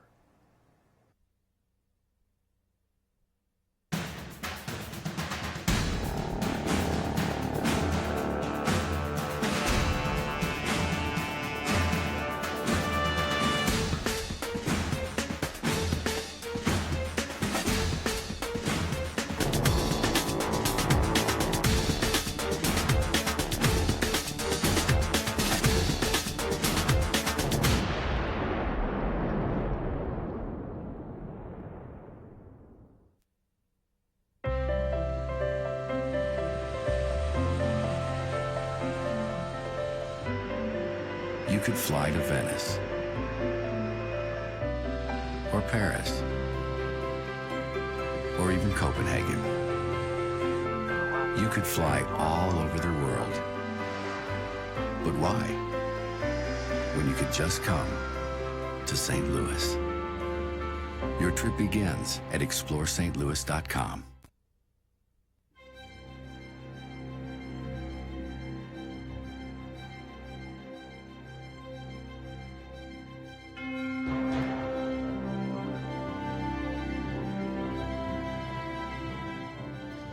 Welcome back to the fifth round of the Norway Chess 2015, the first leg of the Grand Chess Tour in its inaugural edition. And we have some developments in several games. I think that we have some interesting attacks and some games that have developed in ways I didn't quite expect, especially this John Ludwig Hammer game against Topalov. Definitely the game of the day, the craziest one that we've seen so far, and we have a very strange position on the board. We see here after the move bishop c5 that John Ludwig Hammer has 3 pawns for a piece, but in the middle game, and people tend to make this mistake very often, we tell beginners a knight is worth 3 points, a pawn is worth 1 point, 3 pawns is equal to a piece. Well, this equal, it depends on so many factors, and that's what makes chess so interesting. In an endgame, yes, 3 pawns usually overpower a knight. But in the middle game, which is what we have right now, usually it's the piece that's more valuable. The pawns can become very weak, and I think that I would say Topalov's position looks more logical in this case to me. Well, he finished his development. He finished his development, his king's not We're safe. on the move, what move? 34. 34, and he finished his development. Well, he had Quite to do it at impressive. some point. I still think that this position might be about equal. I'd rather be playing black already. But, well, there's so many pawns left, and the fact that Topalov only has 2 of them left, it means that a lot of endgames will be very drawish. That being said, John Ludwig Hammer might actually be thinking about an endgame. That's not something I saw coming. No, definitely not. So what was his big mistake? Bishop c1? I think just the way that he handled the situation was weird. It wasn't one move, it wasn't specifically one move that I can tell you this move was wrong. It's just the way that he basically played lacking enthusiasm, lacking attacking ideas. He didn't go for the throat. And there are some cases where that's okay. You need that patience. But part of being a super top grandmaster like these guys are is knowing when that's applicable and when sometimes you look at the position and it's like, well, I'm going to kill you. Right, so he had to change his mindset several times during the game, and I think he didn't manage to do that. Because when he played g5, that was a slow-moving and attacking position. Yeah, and then he had to continue more aggressively, and then he continued playing very positionally. And so it just didn't work out. I like your point that he had to change his mindset so many times, and maybe that was what, from a human point of view, it was very difficult to find moves for him. Maurice has something to say about this game? Well, this game has evolved in just fascinating lines. First, we thought that Hammer was an edge. Now maybe Topalov. Now Hammer may be trying to stabilize the game once again. Now, these two players are not close in rating at all, nor are they close in the standings. I mean, look at that. Topalov at the top of the leaderboard, also over 2,800 now with 3.5 points. You see Hammer all the way down, only ahead of his countryman, Magnus Carlsen. He has only 1 point. He's outrated by about 130 rating points as we speak, and yet he's putting up a terrific fight in this game, trying to not lose against Topalov now. And he has played a very interesting line. He's played rook takes d8, queen takes, and now queen to c4. This move attacking this bishop and the a6 pawn. Basically he's saying, if I can remove this pawn from the board, it's going to be hard to see how he loses the position. Black will only have 1 pawn left, and white will have more than enough, I think, to hold that position together. For example, queen b6 trying to keep the pawn and the bishop, of course, would run into rook to e6. And now if you keep that a pawn, well, the move queen to e4 looks very attractive. And now some problems for black, always having to worry about the king, potentially worry about the move f5. Even if you were to take this pawn, the move rook e5 would start to tie a lot of things down in the position. Not clear how white will proceed here, but also black has to be careful. This wonderful queen in the middle of the board, so is the rook, with pawns, pins around the king, potential attacks. It looks to be that white should be fine here. After the move queen c4, I think Hammer is feeling like, I got this under control. Winning, that's a long stretch. I don't think that's going to happen, but strange things have happened in this tournament so far. We'll see how it proceeds in the next few moves. Hammer with only having only played 35 moves with queen c4, so he has to make 5 more moves with 13 minutes for him in this position.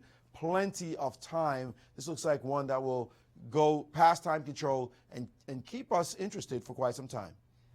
It'll be interesting, but definitely, again, a different change of mindset here for Hammer, because he seems like he was playing for a win, sacrificing material, being pretty happy about his position. But all we're saying now is, well, he's trying not to lose. That's not so easy. I think I would want to play white for 10 more moves. 10 more moves? Yeah, and then I'll think about it again. Because I feel like white is still the one that's kind of pressing. Definitely a stylistic choice there for different players. I would prefer to be black because I like having an extra piece, but definitely having the king open is something that doesn't suit a lot of players, especially those that are very aggressive and don't like to defend. So yeah, I think this position still, chances for both sides. Which one you prefer? I think it's more of a stylistic choice than anything else. So do you think Hammer is more of an aggressive player?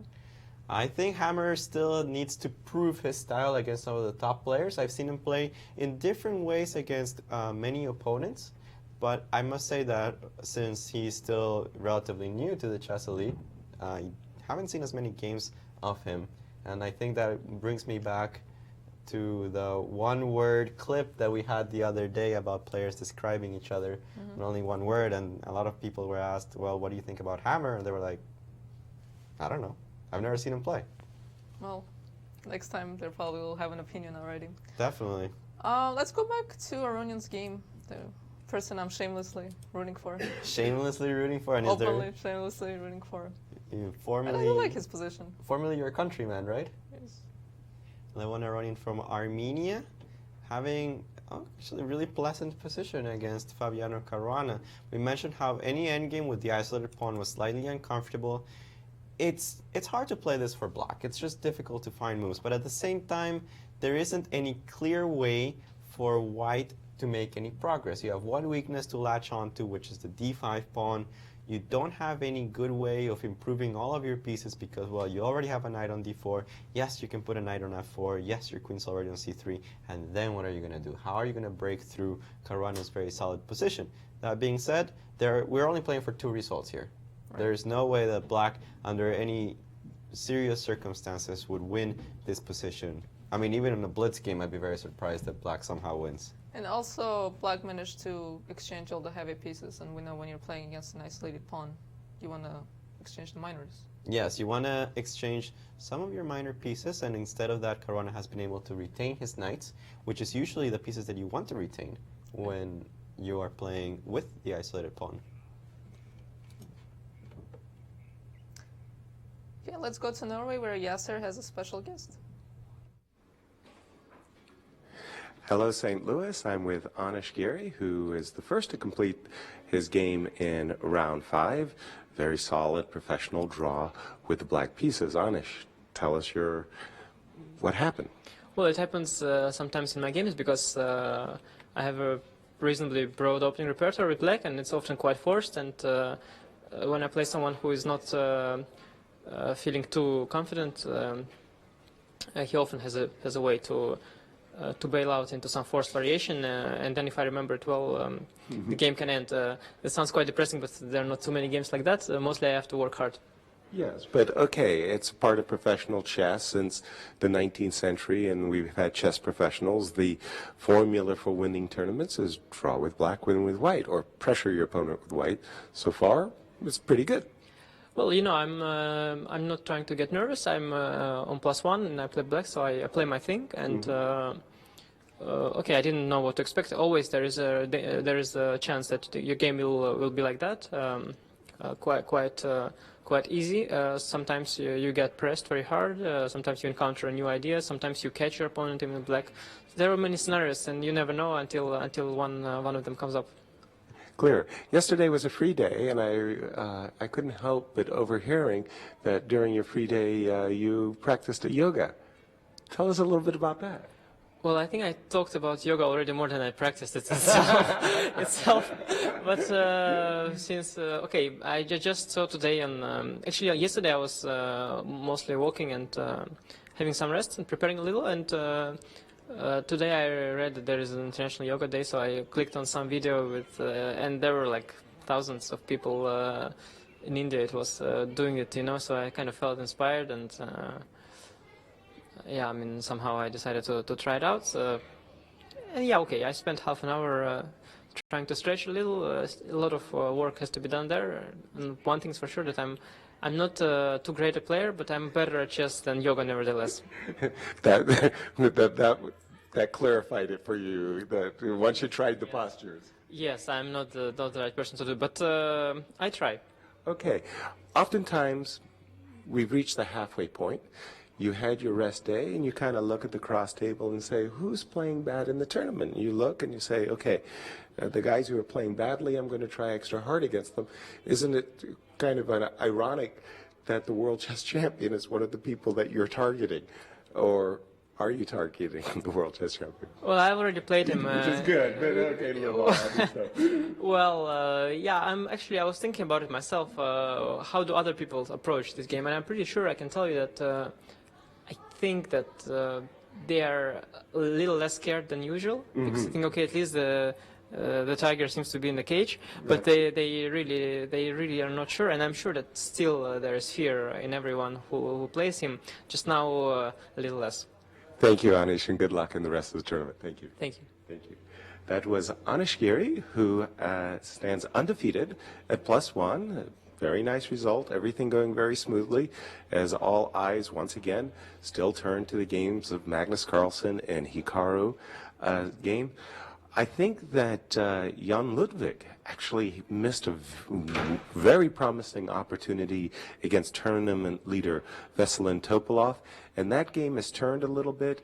I'm going to say draw, but it wouldn't surprise me at all if now there are 3 results in that tournament game, whereas I thought that Ludwig stood a good chance of winning.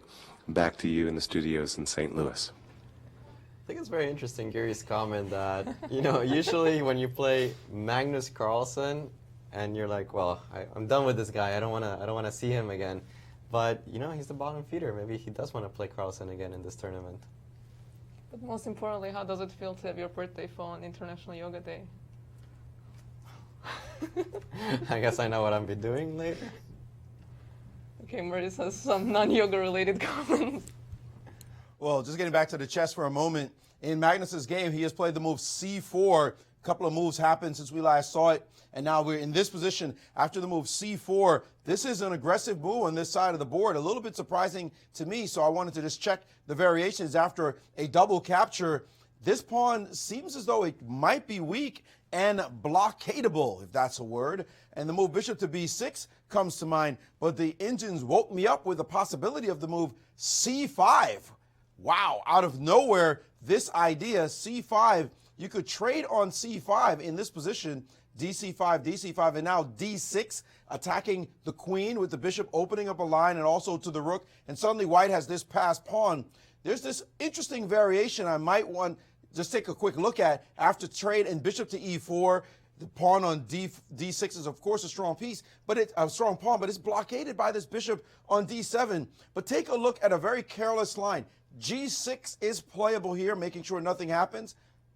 Whoa, we saw a crazy possibility in the game. Magnus could have played against Giri himself just being interviewed, and now this one out of nowhere, this sacrifice is playable. Queen check, king f8, queen takes e5, and suddenly white is not only threatening queen e7 but also queen f6 and eating everybody along this rank. And then with these pawns, I find this totally hard to believe that black doesn't have counterplay with the c-pawn and the bishop, but this is certainly a crazy line to consider. Why are we looking at this now after the move c4? Because it is move 24.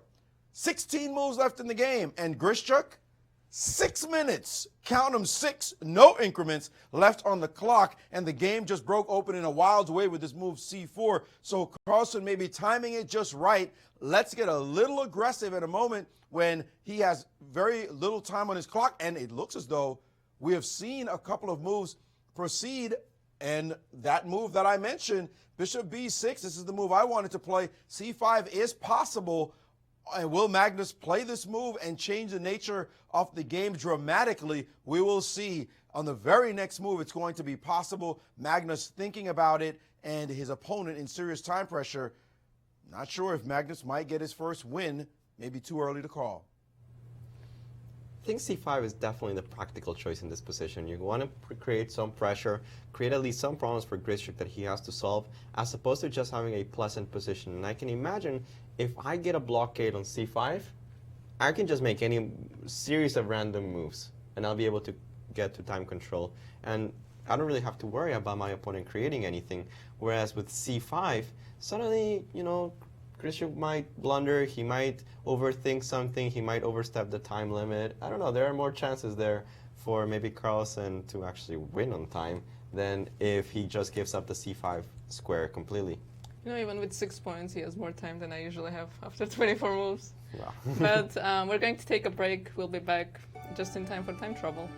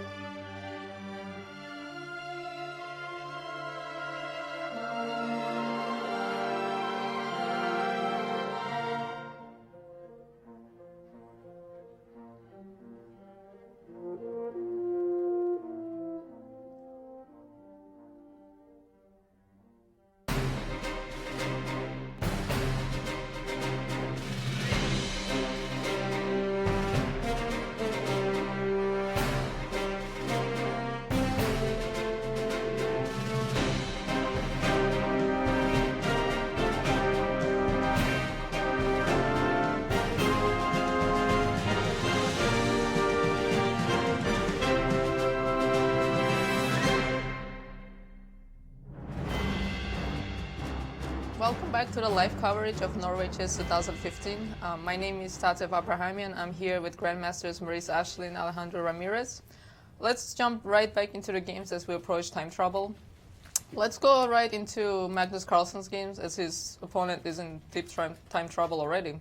Yeah, definitely not a good time situation for Grischuk, and we're going to have to take a look at the game and see how it proceeded from here. After pawn takes c4, pawn takes c4, we had this interesting point where Magnus Carlsen sacrificed a pawn in order to create complications, to have his own passed pawn on the d-file, and just try to put pressure on an opponent that has almost no time for the remaining few moves. After bishop c5, bishop takes c5, pawn takes c5, we got a series of trades. And Magnus Carlsen put his bishop on d5, controlling the board, putting pressure on f7, one of the key weak squares here for Grischuk. Of course, the queen cannot take the pawn because of bishop f7 check, and the queen would be lost. Therefore, he retreated the queen. But this move, queen c8, is not one that I particularly like. It's just a little passive. I'm left wondering why the queen is on this square.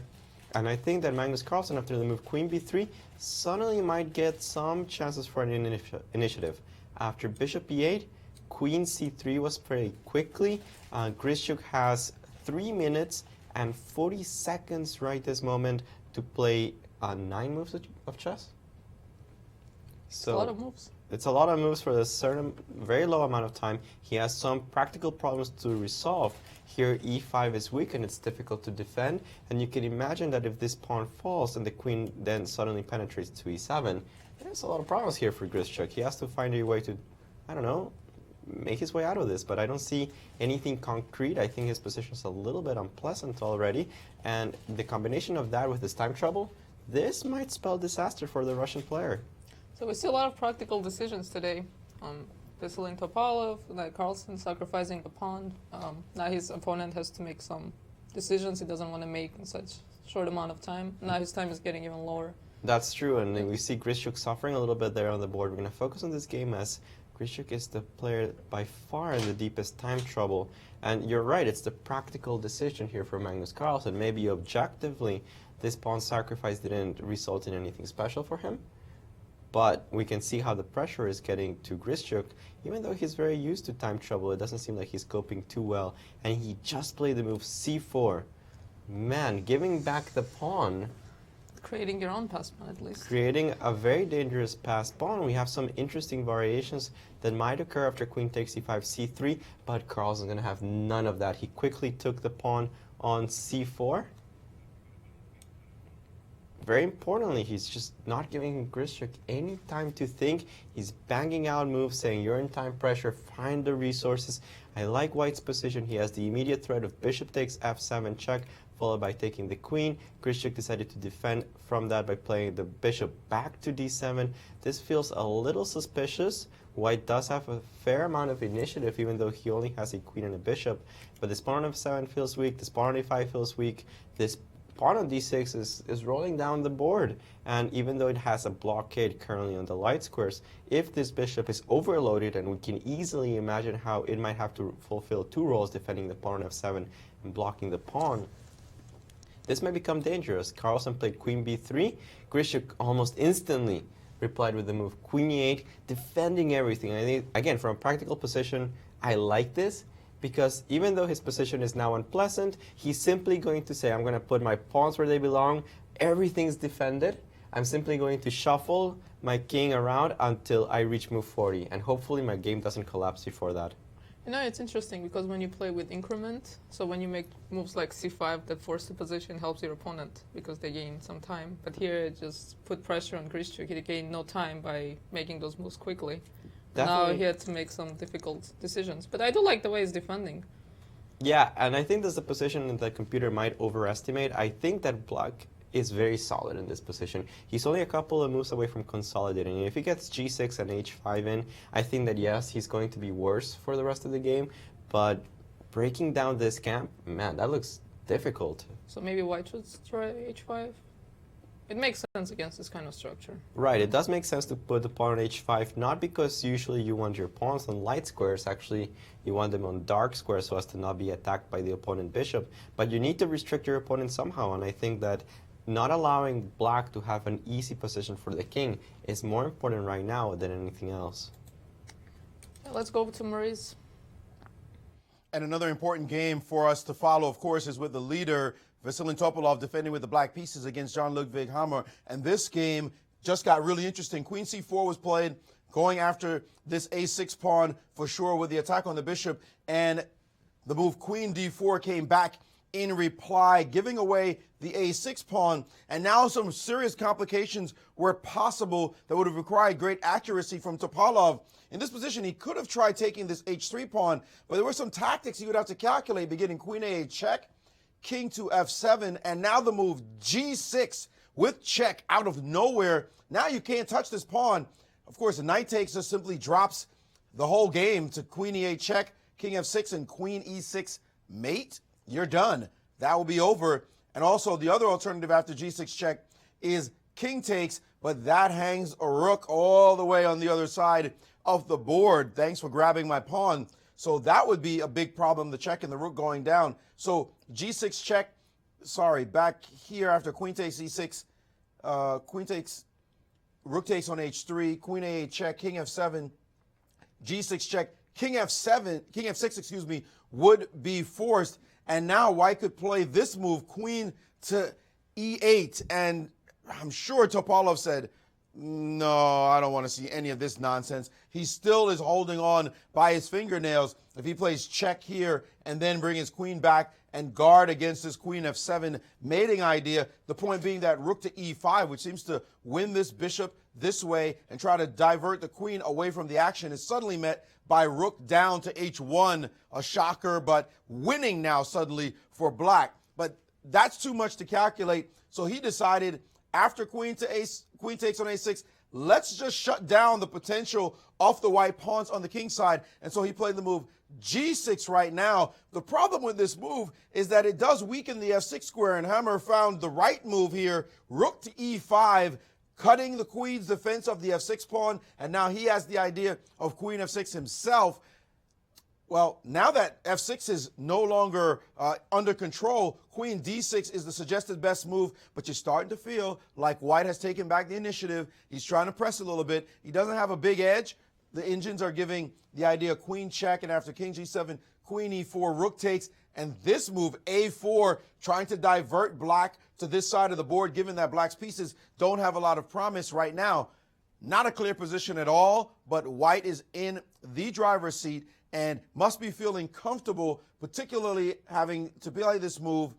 It's now 36 moves in, 37th move for white, rook to e5.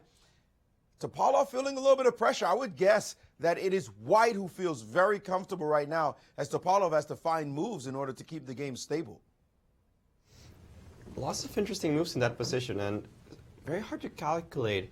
I expected Topalov to handle the position with a little more energy, but it seems like after rook e5, I'm definitely favoring white. If I suddenly have threats of penetrating with the queen on f6 in such a weak square for black, and the king becomes under attack, and your pieces are hanging, and suddenly you have to defend everything, this is not exactly what he was gunning for. I think that Hammer has somehow, despite his impending time pressure, managed to find a good continuation. He has some pressure now on the king, and maybe if he couples that with advancing the pass pawns that he's obtained on the queen side, he might put Topalov again in a little bit of trouble. I think I have 7 more moves that I want to play with white. 7 more moves that you want to play? I think they made 3 moves, no? Since I said 10 more moves. But how would white push the queenside pawns? I think that precisely this variation that we were looking at, queen d6, I believe Maurice mentioned queen a8 check, king g7, perhaps queen e4, and start rolling the pawns forward on this side, saying, well, what are you going to do about it? Yes, you can take my weak pawn on h3, but after I move a4, what's black's next move, kind of thing. It's a good question, actually. It's not so easy to find a resource here for black. Again, more logical to find moves for white. You're pushing on the queen side, your king's safer, black's king on g7. It's hanging on by a thread. It really needs the defense of all of his pieces. Should we move on to Hikaru's game? We haven't looked at it in a long time. I think it's a good time to look at Hikaru's game before Grischuk falls even deeper in time trouble. Let's see, let's just pull this up real quick. Okay. Doesn't seem like much has happened. Not much has happened. Actually, we left the Almost game. happened. We left the game here at King G7, and after Bishop D2, well, the bishop returned to its spot on D2, and well, Seems like Hikaru spent 23 minutes. 23 Oh, minutes. it's spending 23 minutes. It's spending Still 23 think- minutes on this move after Rook D6. Well, that can't be a good sign.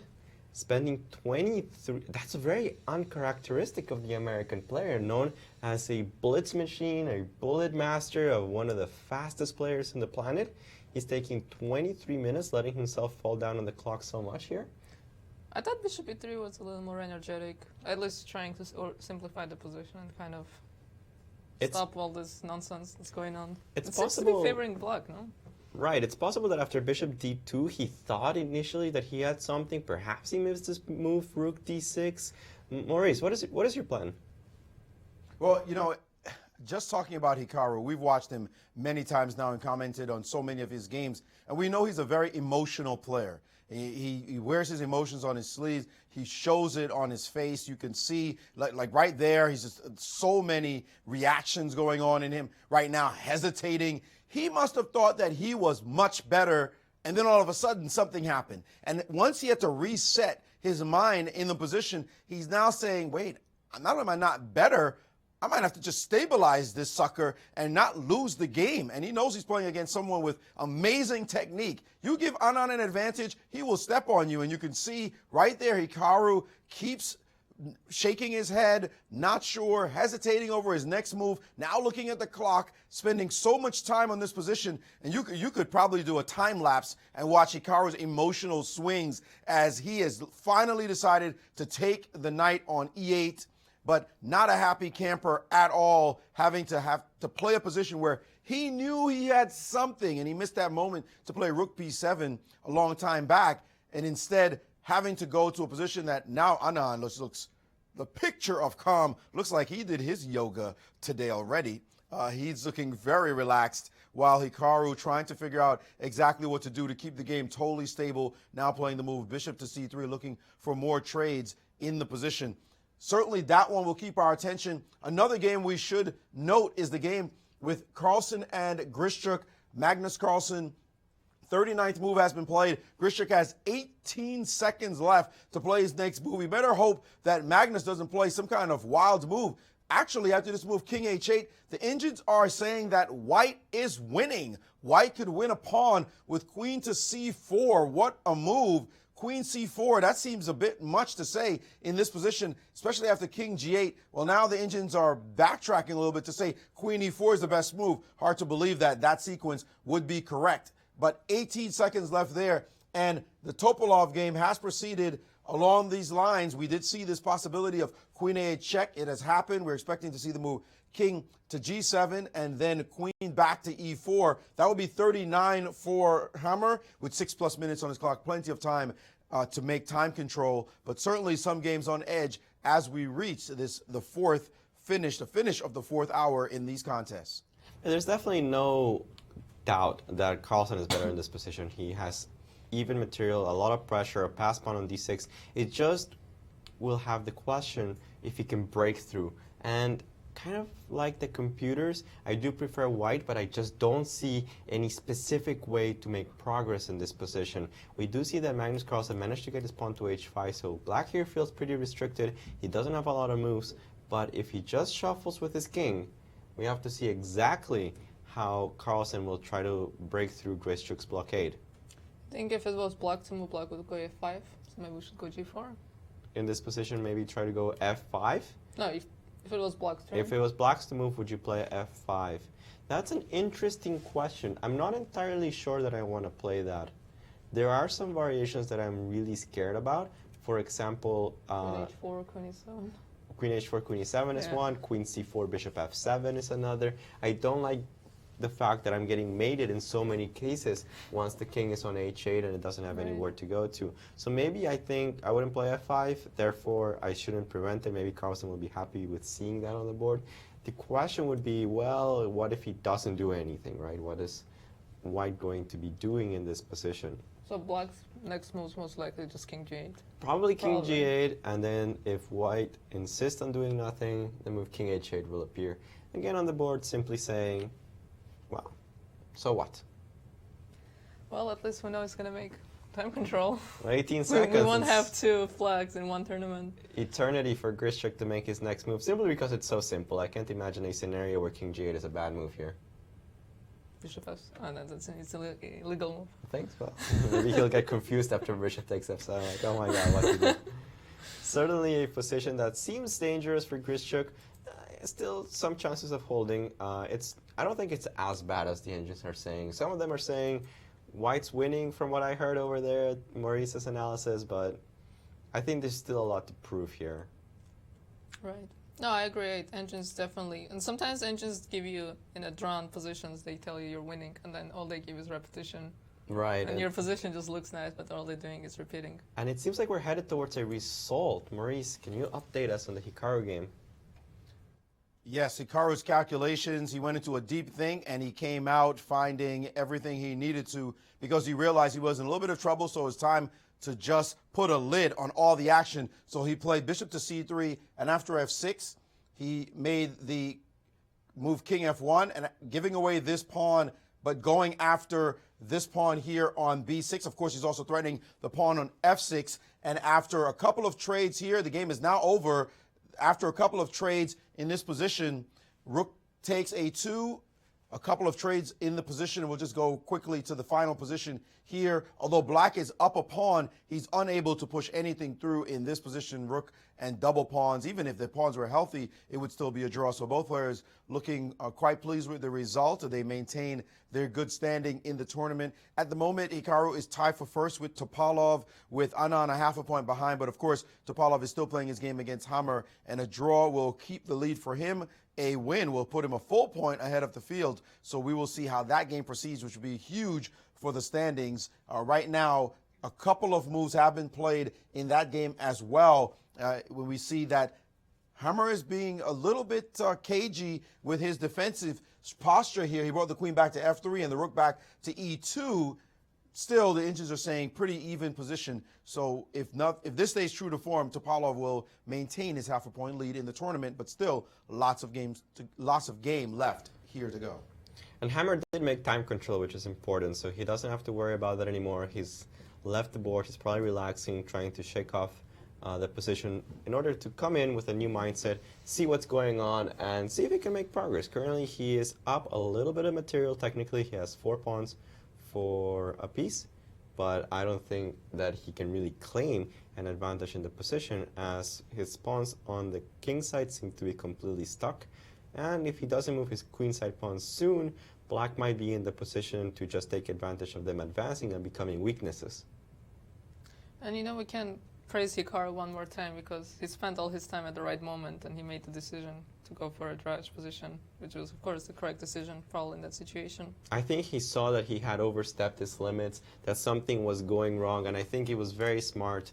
This long 30-minute thing that he had just around here after the move rook d6.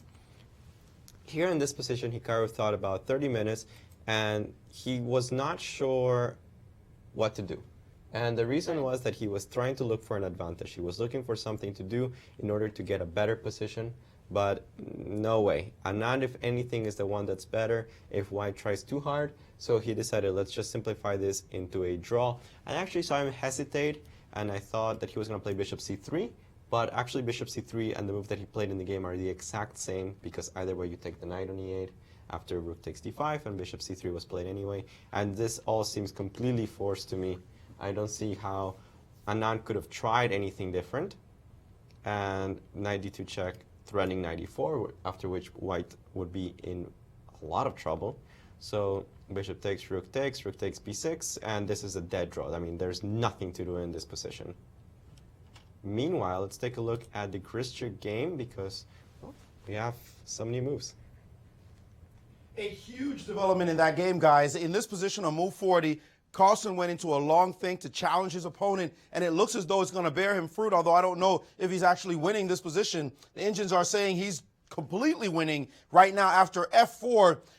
The engines like f5 as a defense here, but in time pressure with seconds ticking down on his clock, Grischuk took on f4. And now Carlsen has the luxury of being able to calculate this position, and it looks as though after queen takes, bishop takes on f7, deflecting this bishop, or at least trying to, he will be able to win this piece.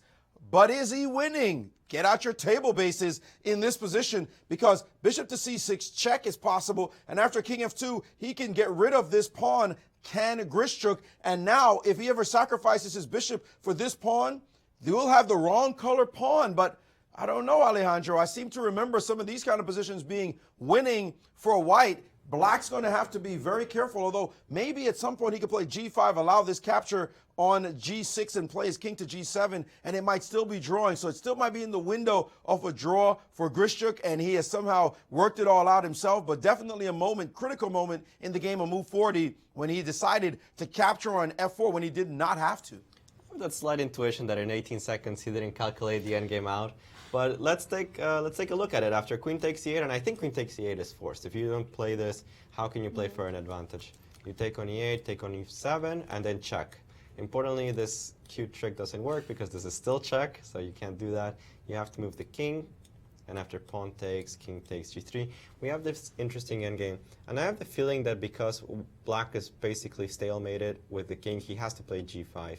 I don't think he can survive with just the bishop. There are so many cases where after I win the bishop, if you haven't played g5 yet, I'm going to force you to do so and then take with the pawn. So you might as well do it now. And after g5, pawn takes, you have to take with the pawn. Otherwise, the pawn on g5 creates enough counterplay, and this pawn on the h file is dead for any intents and purposes, because after I sacrifice this bishop for the pawn, you have the wrong color bishop, a known endgame that's a draw, with the h5 pawn. So you have to take, and after king g7, I'm not entirely sure that you can create much in this position. We could bring the king over. So king h4? King or f4. King f4 looks very logical here. I can even put my king on f6 currently, just to prevent you from making progress. That seems to make sense. Maybe I should go king h4. King h4 in that position instead. Okay, Maurice will give us... Well, let's see. Analyze okay, a little let's bit try longer. to King h4. Grandmasters. King f6. Can I go king h5? You could go king h5. I'm just wondering, if I play king g7, what are you Bishop going e6. to do? Bishop e6. I can check you. I'll block oh it. no, you're in the square. Oh no, you're not in the square. G4 seems here. winning, Yeah. because after bishop c6 I capture your bishop and I have the correct pawn to win. So that doesn't work. So I guess after bishop g7, bishop e6, do I have any other alternatives? I could go bishop e8, but after bishop f5 I think. No, I can just go d7. No, d7 in that position. Oh, d7 Alejandro is just winning. completely winning as well. Bishop f5 I think wins 2. So this is lost. So I think Grischuk didn't calculate this when he went for this in 18 In seconds. 18 seconds. Maybe after king h, hold on, go king h4, no, king g7, king h4, can I just wait with the bishop? Right, because it seems like you're not actually threatening anything, right? If Right. you go king h5, I simply check you on that diagonal, so maybe I'll play bishop b5 to waste the tempo. I don't know, bishop c4 doesn't do anything. Bishop c4 doesn't seem to do much, because I can just play the move bishop e8, I believe. I can just go bishop d7, no problem. Right, I don't know if Just it's actually a too good idea to remaneuver this bishop to f5 in certain variations. No, it is, because then when I go king h5, you check. Right, so maybe this remaneuvering of the bishop is important. I don't see No, but maybe you can put your bishop on the d7 on d7 and instead. then wait on the other diagonal. Wait on this diagonal, so that after bishop here, I have to move king f6 perhaps? And then try no, to but get... king h5, and now you don't have a... No, but after king h5 I think I can... No, I don't have time to play king e6, right? No, you have to go king g7, right? Well, I could play bishop e8 here, I think. And if I take? I take on g6. And Oh, I clever. have tricked you. Clever. I have tricked you, as I don't care Very- about my bishop in this position. After d7, I still have the move king e7. There are a lot of tricks still in this position. It's unclear to me if it's winning or not. Definitely only Carlsen has chances, but man, I don't know. I think we do need the table basis to get us the truth, but I enjoy analyzing this position. It's going to be quite interesting to see how the players handle it, and it's easy to blunder, I think, for both sides actually. in this position because there are some exact moves to be played here. We are going to see the position that we were just talking about as bishop takes c8 was played, bishop takes f7 was played as well. Bishop c6 has to be Bishop the only c6 move, right? is the only move in the position, as if we get into those variations and I have the pawn on f4, well, that's obviously winning, so bishop c6 check. I don't see anything else but king f2. I don't think it really matters either way.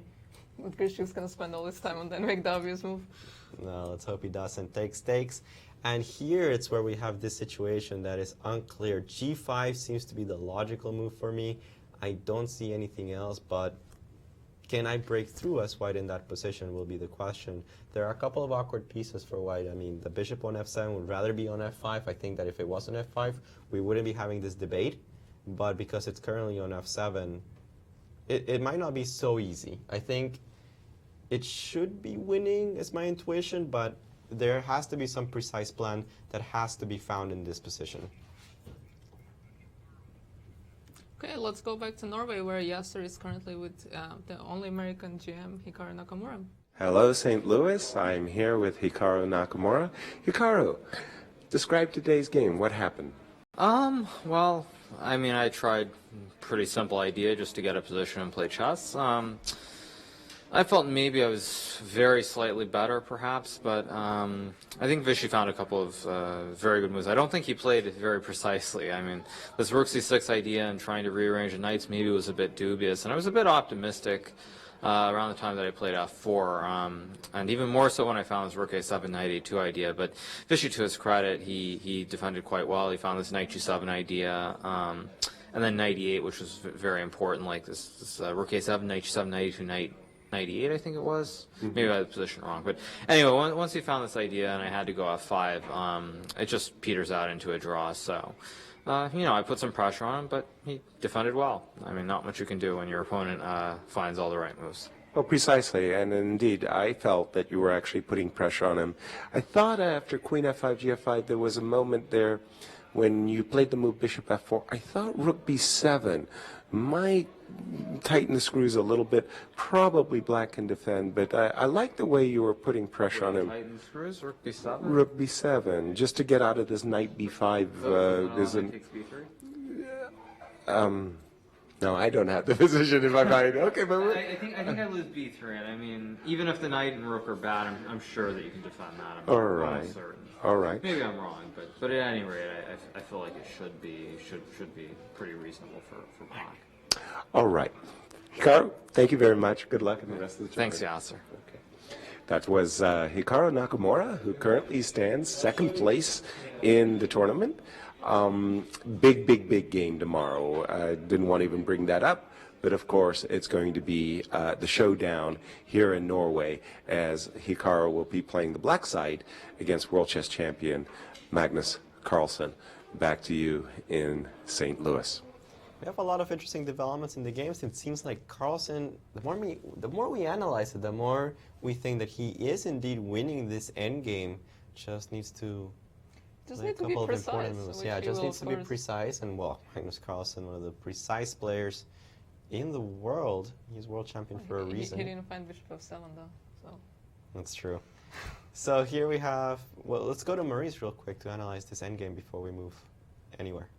Funny you say he didn't find bishop f7. He did now. He just did it from bishop f7 in this game. And according to the engines, he's just winning. There's no way to get out of this bind. They're already up at 13 points plus, which means that the calculation is clear. Once he gets this pawn to g6, there's going to be serious trouble for black. Unless black could make this pawn go down the board somewhat. There's even a plan for white of just going straight through, getting it in this direction, and then looking for some kind of maneuvers with bishop e6. But he's going to get his opponent in zugzwang as well. It doesn't look entirely clear when you're analyzing, but as you go further with the engines, it's saying, no, this position is busted. They're even calculating mates in some position, as a matter of fact. Let's just take a position like this one. After takes, king g7, king g4. If this move, king f6, the engines took some time and calculated something like mate in 23 already, like finished. They're up at 20 now, working billions of positions, of course, calculating. But it looks as though he's winning. And actually here, well, quickest line, it said mate in 41. Now it's working its way down to mate in 38, working its way down some more probably in the next few minutes. So that's a big development there. Another game of huge import is this one. it looks as though black has stabilized this position, Topalov has, against Hammer, and now queen d3 getting played.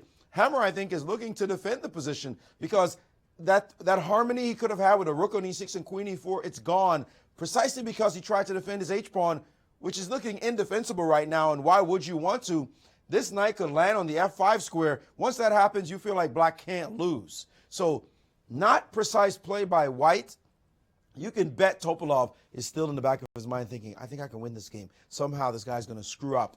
And we'll see how Hammer handles himself with this queenside pawns. Looks like he should not lose, but the way he has handled himself so far, the pressure of playing against a much higher rated player, it may turn against him quite shortly. And we'll see whether or not the leader can extend the lead, that is Topalov, can extend his lead by winning this game. Let's check out a game we haven't looked at in a while, which turned quite crazy from a very quiet position. So Levon Aronian versus Fabiano Caruana. Yeah, what happened in this game? We had this solid position where I thought, okay, no improvement. No improvements, slow stuff, nothing's happening. Let's forget about the fact that they're playing. They just go back and forth, and suddenly G5 again. Caruana likes his move. Caruana likes playing G5, destroying his own positions. But it doesn't seem so bad in this case, because after pawn takes G5, pawn takes G5, the knight moved away, and suddenly G4, and Caruana's thinking, hey, I have my own counterplay here. Notice how this king will be exposed after f takes G4, and bam, queen e4 check, knight f3, queen takes G4. It's not only Aronian's king that's been exposed.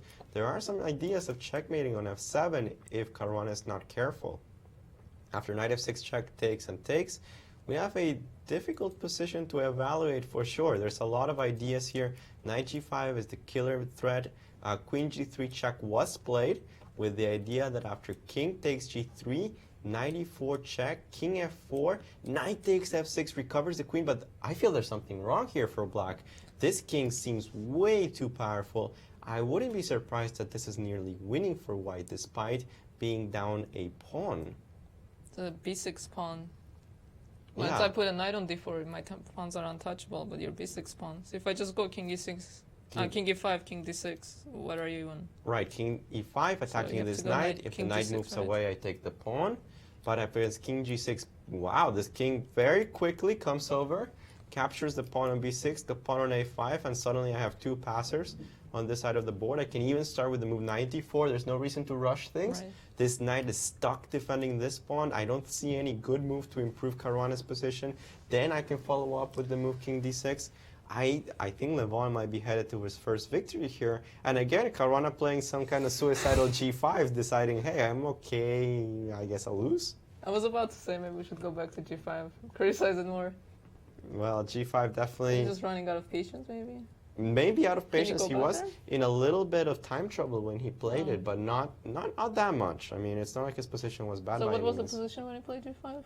We were seeing the position right here. I feel like we've seen this position for the past several hours. It's basically been the same. Two knights against two knights, the isolated pawn position. It doesn't seem like there's any impending danger for black. Position looks solid, d5's defended. There's no angle of attack for the queen to join the fray. Even if there was, I'm going to have knight f6 available. I don't know. It looks like they went into this position with g5 for no apparent reason. Maurice, do you have any updates? Yes, in another game that's critical to the standings, Topalov seems to have played a huge mistake. I'm not sure if he's losing as a result or how much worse he might be. The engines are saying that he is definitely worse after this move in this position. Knight to c6.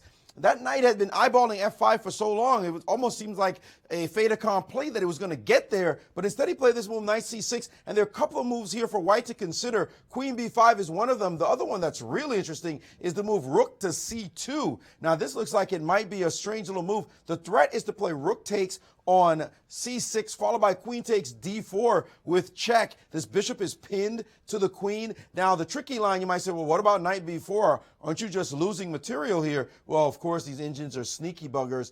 Rook to c7 out of nowhere, suddenly pinning the queen to the king. You can't take here because you just lose a piece, so you have to play queen takes, and now queen takes on d4 with check. King to f7 or h7 might be possible. Queen takes b4, and now rook h3. This position, probably the rook is just fine here, even after a4 and an exposed king. I might have liked my king on h7 in this line.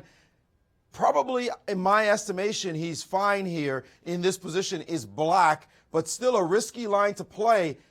None of that happened, however, after knight c6. Hammer just, again, playing this super passive chess. He's been doing it all game long. He's played the move rook to h2.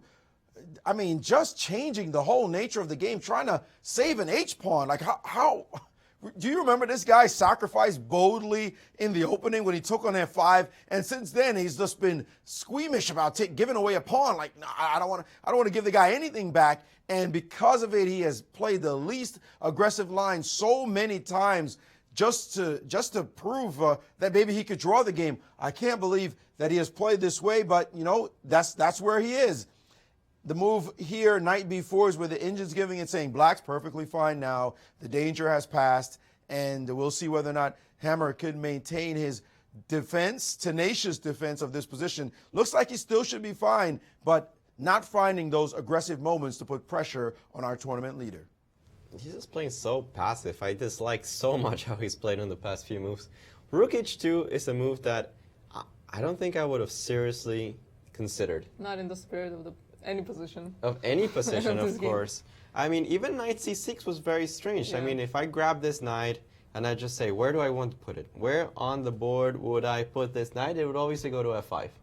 And then you put it away from f5? Like, what's going on? That knight has been very adventurous today. Yeah, going from h5 to f6, back to g8. I don't know. I'm not very convinced about this move, knight c6. I do like the suggestion of queen b5. I think rook c2, well, and also an interesting move, but queen b5 looked very natural, still keeping control over the f5 square, pinning the knight, very importantly, threatening rook c2 in certain variations. I don't know, rook h2. So what do you think is going on through his head? He just wants to make a draw. I guess he's just worried about over-pushing, and he's just being overly cautious. I don't know. He's not a recognizable player. It's not the kind of moves I would expect from somebody playing in this tournament, because he's not smelling the blood. He doesn't feel like Topalov made a mistake. He didn't have that intuition that there was something to do. Instead, he's just like, oh, my pawn's hanging, I'll defend it. But, you know, you would think as the lowest rated player, he would be the one that has nothing to lose. He can just... Because, you know, all the pressure is on Topalov. If he loses, he falls behind, he's black, he's playing a low rated player, so... It's like there's no pressure on Hammer. Well, yeah, you would think so, but it seems like the pressure did get to him because he's just not using all the opportunities that Topalov gave him. I think Topalov gave him plenty of opportunities this game. And every time Hammer looks at the position, he's like, no, thank you, I'm just going to play passive. Yeah, it's very, very strange. Rook h2. I mean, I would never imagine the rook going there in this game. Let's go back to Carlsen's game and see if, again, we can actually calculate something. And did we actually find the win after... Yeah, I think the engines are just showing that it's a straight-up win after, in this position already, actually. So the engines are saying Carlsen is winning, it's hopeless, everything's being worked out. And Grischuk, true to style, is just working it out himself, even though he has to make forced moves. It's not like he has a choice in this position. He absolutely has to play f takes g3 check. But he might, you know, he's the kind of player that actually just resigns sometimes when he calculates, oh, I'm completely lost. I think it'd be nicer if they play it out. They would play it out, it would be nice, so we can show the viewers exactly why Grischuk is lost. It just happens that with the stalemated king on h8, there is no real hope of defending this position. Maybe you can show a line where he doesn't play g5, how to win with white. Right, a very instructive ideas in this position. So we're just going to make a bunch of moves, and white's going to come over and win that piece on c6. And this kind of positions, even though normally this pawn on h5 tends to be a draw here, specifically because there are still pawns on g7 and h6, this position is a win because I can force my opponent to make a move and stalemate him, which ends with him just losing. Problem with g6 is that I simply take, and with king g7, I'm almost always able to go back to f5 in time, defend with the bishop against the passed pawn, and eventually I just win with zugzwang. And if you don't play that, and if you just shuffle, then eventually I'm going to play something along the lines of bishop back, not in this position, but specifically in others. The idea is to get to this position and eventually play bishop g6 and then move back. You can also play more exactly, yes, bishop g6 here, simply move back the bishop, and now you have to move the pawn. You have to move the g7 pawn, I en passant, and g7 checkmate on the very next move. No choice for black. This type of endgames are completely lost. So this is the reason that Grischuk cannot hold the position. I was supposed to be giving a lecture in a chess club, so maybe they're watching this. This can be their instruction for the day. How to win with the rook pawn and by stalemating your opponent's king. Yes, definitely a very sad situation for Grischuk because any other pawn formation would easily be a draw. This is the only pawn formation that loses is when the g7 pawn and the h6 pawn exists and the king is stuck in the corner. Right. Yeah, it's very unfortunate indeed, but maybe Carlsen will be the only decisive result today. Well, I thought that was going to be the Aronian case, but I really like Aronian's endgame, so I think that Aronian has real chances of winning. We're not entirely sure. So king g6? Yeah, how to win precisely, but it's obviously white that's in the driver's seat. Here after king g6, knight d4, it's ugly to make moves. This king is nowhere near as active as this one. Check maybe, take on, or at least harass it to me. In which after... Right now, yeah. Well, I would be a little worried that I'm just too fast on the queen side. Remember that in many cases I'm going to be able to give up this knight for this passed pawn, and if the king comes and takes both of these, it's not necessarily true that the knight alone can handle the two pawns. With the support of the king, that might be enough to win. This position already looks dangerous. Also, very unpleasant for Caruana is that he has to calculate all this stuff.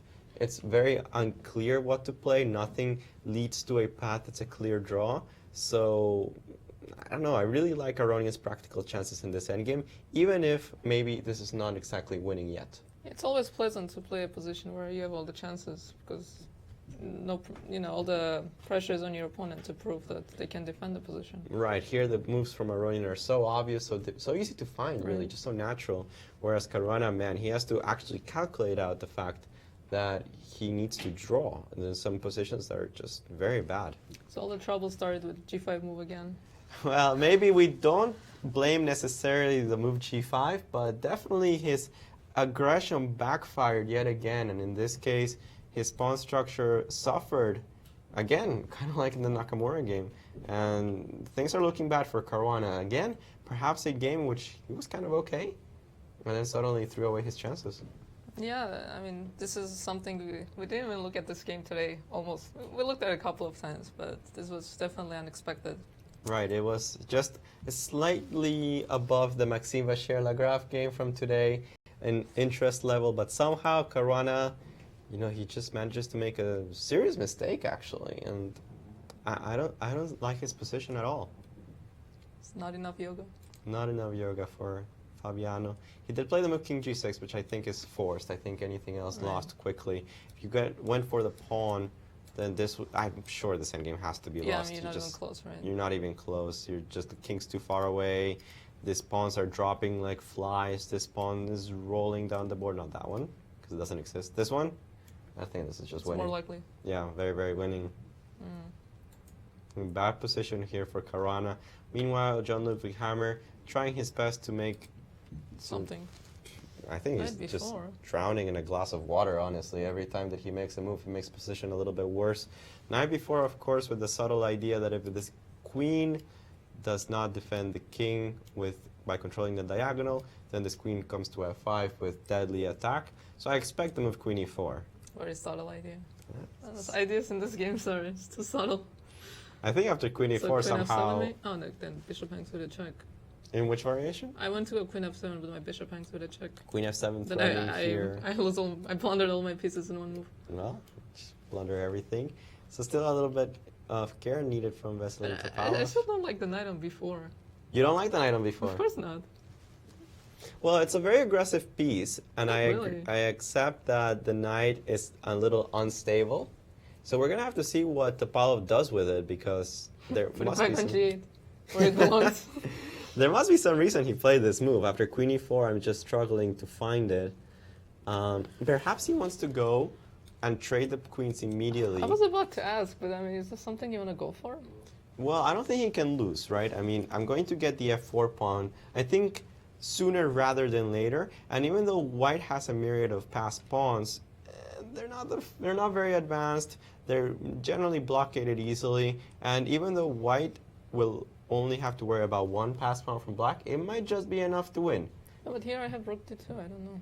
Rook d2, I perhaps can go away with the cheeky rook takes f4, since I defend the bishop. And no good discovery. You have no good discovery, attacks with this rook on So I can this play one. d3 with another subtle thread. That's not even a thread. Yeah, it doesn't seem like you can really do much in this it's too position. Perhaps the endgame is something to go for. I don't think there's any chance that black loses that endgame. And I see a couple of ways where if white goes wrong, he could lose. So why not go for a riskless endgame, push your opponent around a little bit. If he defends, fine, it's a draw. If not, well, let's play on. Okay, we're gonna take a little bit of a break. We'll be right back.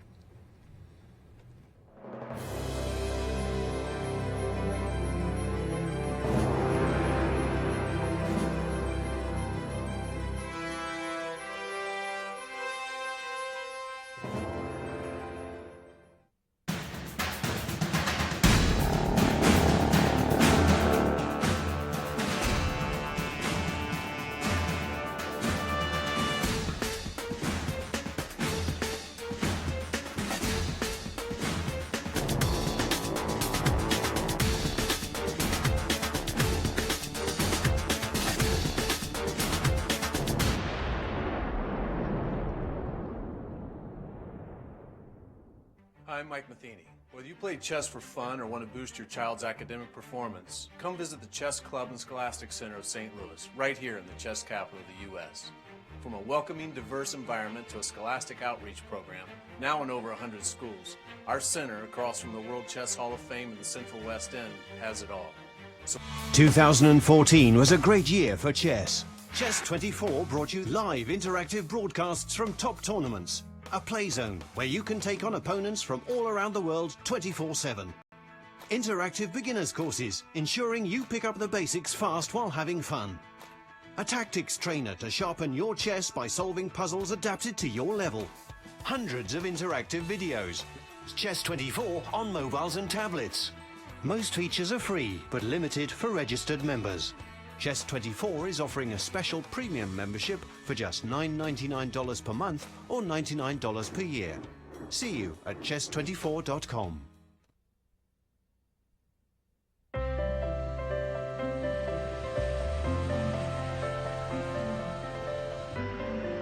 You could fly to Venice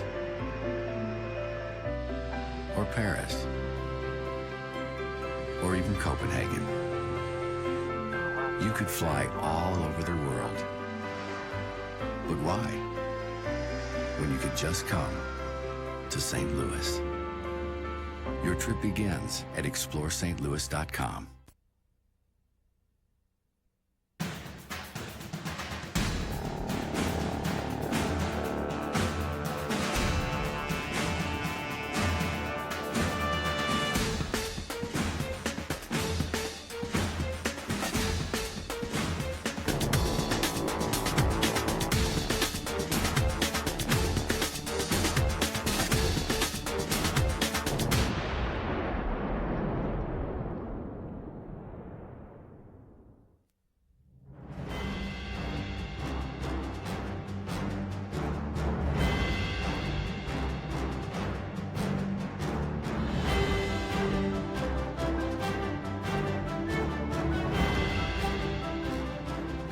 Welcome back to Norway Chess 2015. We have just a couple of new moves here in the games as they are slowing down after the first time control. And I think a lot of players are taking stock at what happened to their position. And some of them, they can't be very happy with what they're seeing. Well, it's hard to make a move. But I guess let's talk about f4 in Magnus's game. I think that's actually a good point to go back to. In Carlsen's game, after the move f4, which we saw in time pressure, Grischuk has 18 seconds to reply to this move. And you have to make the choice between, it's actually an ugly choice, between taking on f6. Or f4, you mean? Or going f6. Sorry, f4 or going f6 yourself. Yeah, that's not... It's not pretty. It's If not you a go pretty f6, then my bishop might go the diagonal, or no? Like play... Bishop c2 no, then here, and you want to checkmate me? No, but you're going to take my pawn now. Yes, it's not so easy, but still after a simple Actually, no, pawn takes because I c5. can take and then go bishop e6. But you have to be a little careful when you move this bishop away that I go bishop c6. Yeah, I don't want to lose my queen. No, you should wait until I go bishop d3 so I can win my queen. Because I know that the idea of bishop c4 is bishop d3. We're not trying to be subtle here. Not a lot of subtlety in today's games. But yeah, this is an ugly decision, and I think pawn takes f4 loses instantly. Okay, so f6, so process of elimination. That's actually a very good way to make decisions sometimes. Right, but I think that Grischuk just didn't know if the endgame was lost. That was the problem. He only had 18 seconds left. There's nobody but himself to blame about that, by the way. I mean, nobody told him that he had to do that. And really? well, I think himself tells himself. So I have to get in time pressure today. He looks at his clock, like, I have too much time. I just wasted somehow. Well, I mean, here, wait. So what's going to happen after f6? So we know it takes f6, I think after pawn takes e5, this is just very unpleasant. You have to take with the pawn. I'm pretty sure the bishop endgame is completely lost because I get to the e-pawn too quickly. Right. So you have to take with the pawn. And then queen g6. Queen g6 looks good. I like it. This endgame with the bishops. That's even a worse version of what. It's an even worse version than what he has right now. Yeah. He has his last, so this is even worse version of what he has. Somehow we managed to get to a worse version, and well, this is probably just what losing. to do here? Now I'm a little curious about Magnus's last move. I just see it.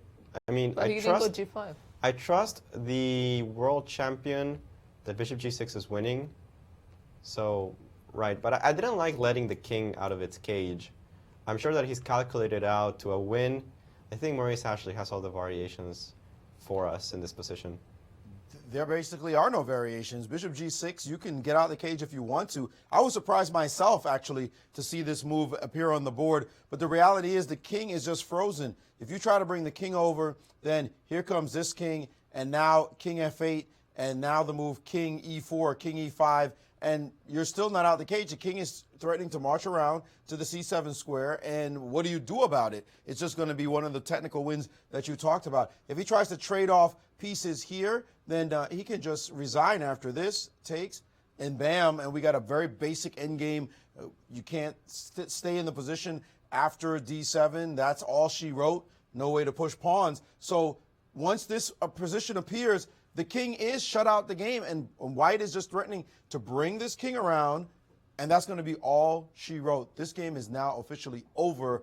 Black can resign now with a good conscience after the move bishop to g6, and I think that Grischuk is full aware of his plight, and I would not be surprised if he reached over the board right now and shook hands with Magnus Carlsen. I think they both know it's over. I think Grischuk, you're right, might resign any moment.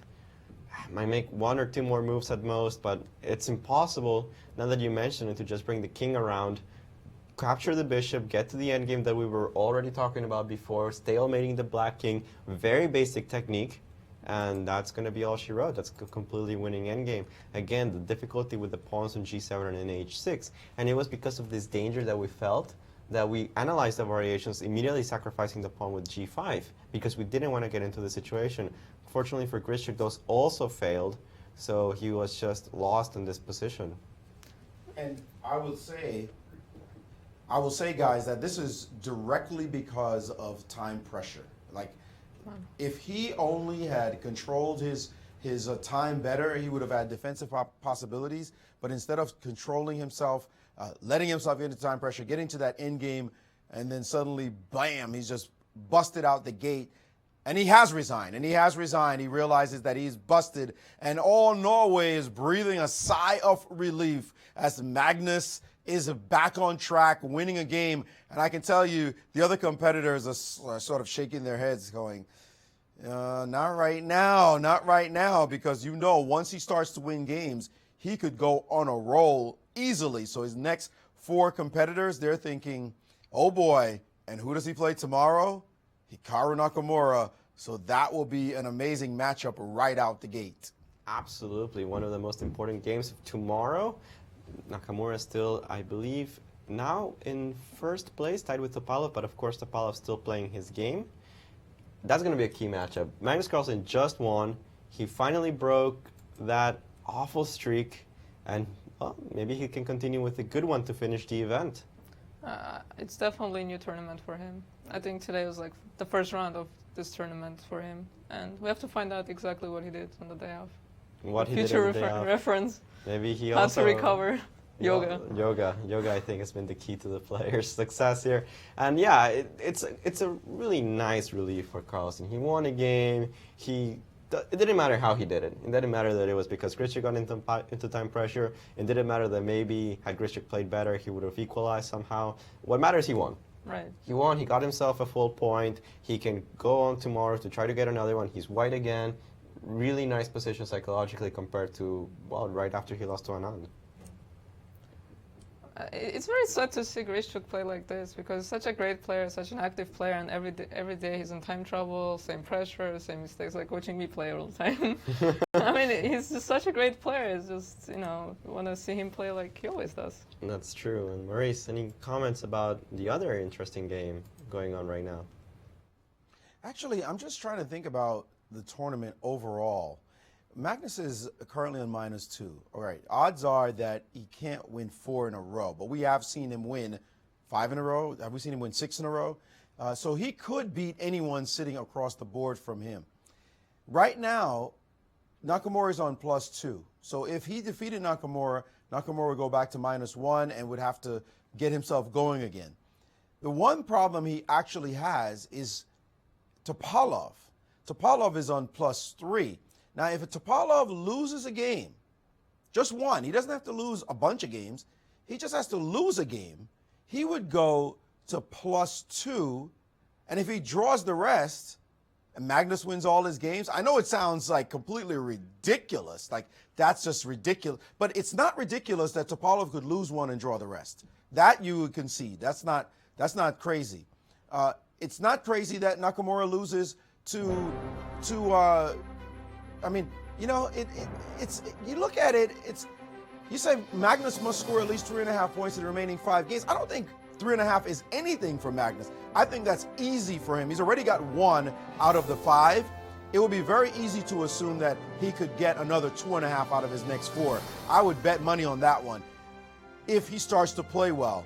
Topalov does not have to lose all his games if Magnus goes on a Magnus streak, which we have seen. All he has to do is lose actually 1 game and draw the rest, and Magnus will catch him. So, okay, it's a far-fetched idea at the moment. I know, Alejandro, you'd probably take the bet if I were to offer it to you right now, and you'd be right because it's just so fanciful. But it's not completely out of belief right now because when you think about it, Magnus has won a lot of games in a row before. And we'll see how he does tomorrow. He still has to win 1 game at a time. He can't control his destiny completely.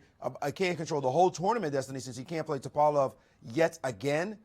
But I will say, you know he wants those points, those Grand Tour points. He wants the Grand Chess Tour. He wants to at least be within striking distance of whoever wins this tournament so that he can come to the Sinquefield Cup here in St. Louis and also the London Chess Classic, poised to win the whole tour.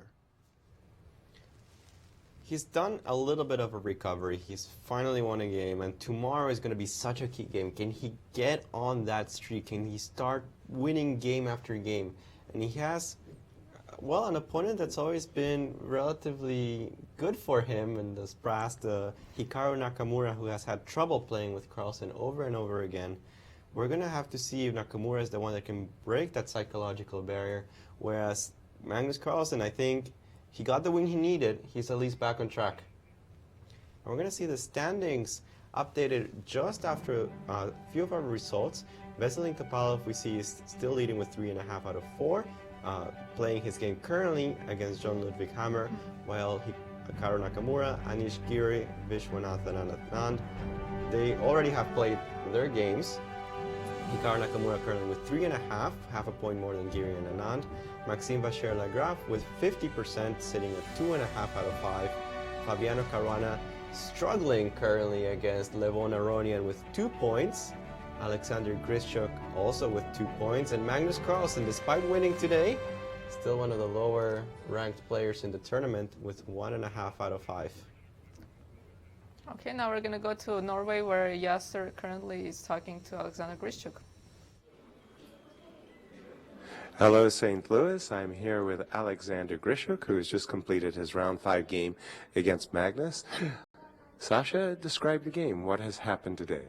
No, I had an absolutely fine position, and then we played, okay, it was some forced sequence. This was bishop d8, c4, bishop b6, and I thought I will be absolutely fine there. Maybe actually I didn't see the way for him to make a draw easily, but I missed bishop d5, which of course is a very strong move. And after that, I just played embarrassingly bad.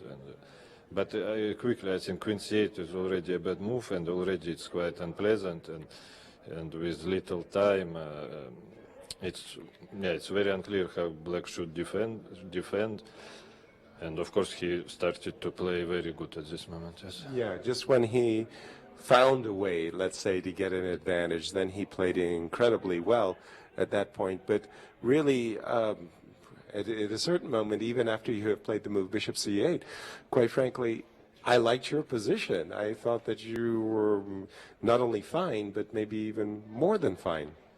Yes, but I mean, okay, there is, of course I'm fine, that's not a question, but I think white is okay as well, so it's about equal. And okay, this bishop d8, bishop b6, it looked very tempting. I mean, if I manage to exchange the bishops, then I'm really slightly better maybe, but this c4, c5, no, I'm sure it's still a draw after bishop d5, but I could not find how. Very good. Thank you very much, Alexander Grischuk. So that was Alexander Grischuk talking to us after a very disappointing defeat. Oh, I can only imagine how painful that was. On the other hand, the sense of relief here at Norway is so palpable from the Norwegian television.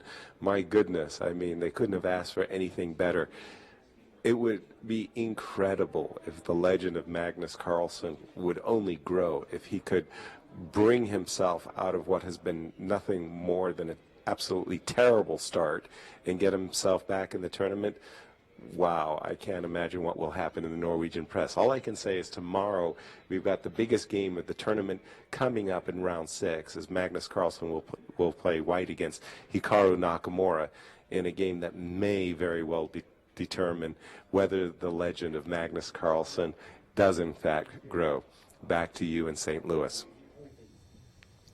Well, we have some interesting insights here because, well, just as we were seeing Alexander Grischuk, man.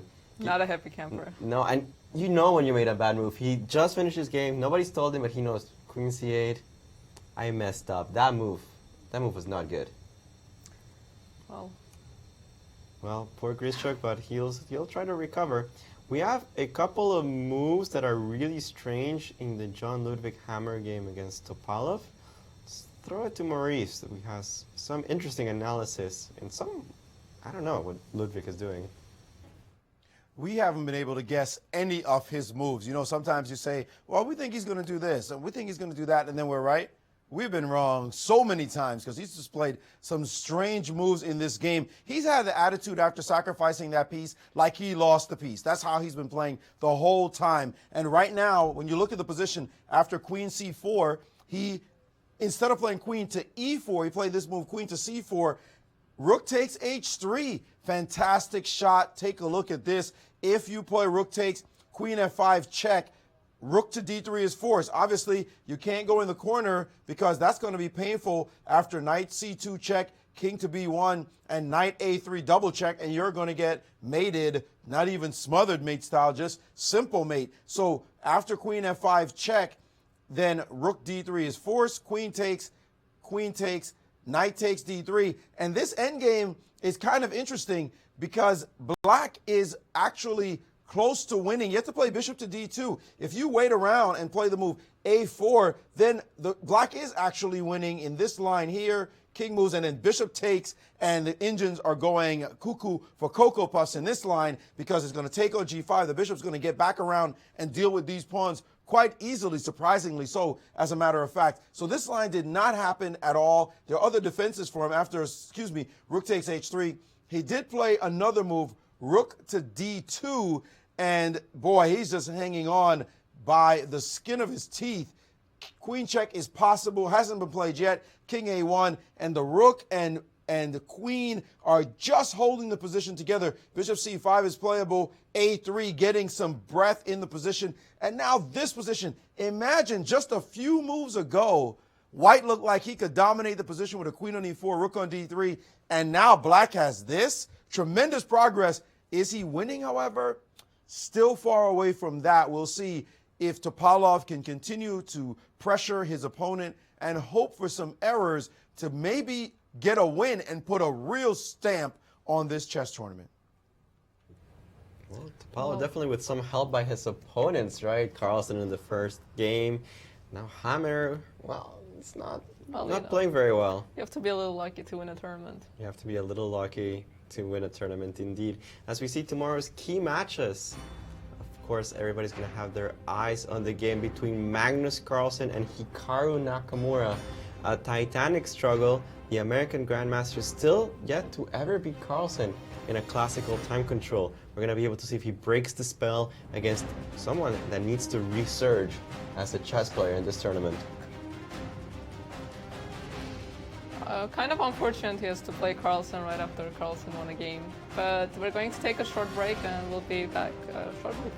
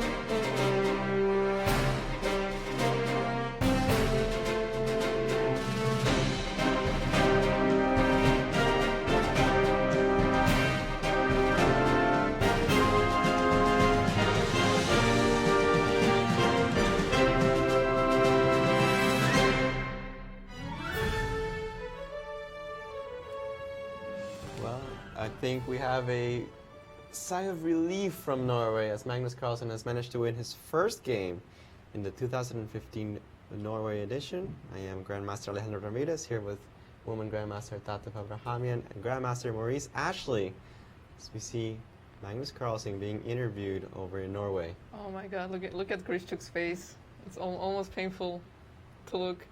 That's what happens when you lose a game in which you were so sure you were doing well. It's not a game where you can say Magnus Carlsen clearly outplayed Grischuk. It feels more like Grischuk got into time pressure, he lost. But man, I don't think it matters how he did it. Carlsen must be thrilled of finally winning a game. Of course. I mean, it's definitely a big day for him. Tomorrow he's playing Hikaru, which historically is a good opponent for him. So I don't think Hikaru is probably not the best time to play Magnus, now that he's winning. I think he would have liked to play him today. I think instead of Grischuk, if Hikaru could have gotten that 5th round, I think he would have gotten better chances. But man, going against Carlsen when he just won, he's on fire, he's going to have to be very careful. That being said, Hikaru Nakamura's had a really good tournament so far, showing really good chess. Never really been in problems in this tournament so far. I mean, Topalov had a little bit of an edge against him, but I don't think it was anything that special. And besides that, he's managed to always be really, really focused. We have 2 games remaining, and what can you tell us about them? And the other Norwegian player does not look happy either. He definitely looks like he's given away his advantage.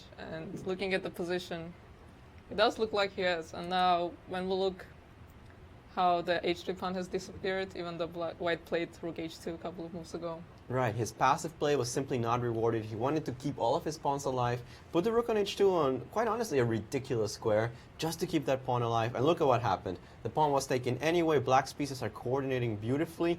This king on a1 feels very unsafe. And this is just Topalov's game. Nothing can go wrong for him from now on, save for a big blunder. I think that it's John Ludwig Hammer that has to be very careful about surviving just the next few moves. You can tell from his body language that he's not happy. He's definitely not happy, and I think he'll feel emotionally very disturbed if he played such a nice opening, outplayed his opponent in the beginning, sacrificed with a lot of tempi and initiative, and then suddenly you find yourself in this position, not so much because something went wrong, but because you just made a bunch of bad moves. You just played passively. You didn't continue with the plan. Yeah, it's very strange. Why it'd be interesting to hear what he says about his decisions.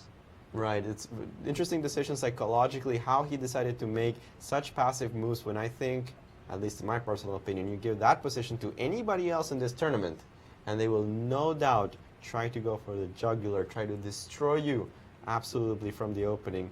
A lot of different counter chances have been given, and the only other game that we have remaining is the one between Levon Aronian and Fabiano Caruana, soon to be American chess player and part, of course, of the American chess Olympic team.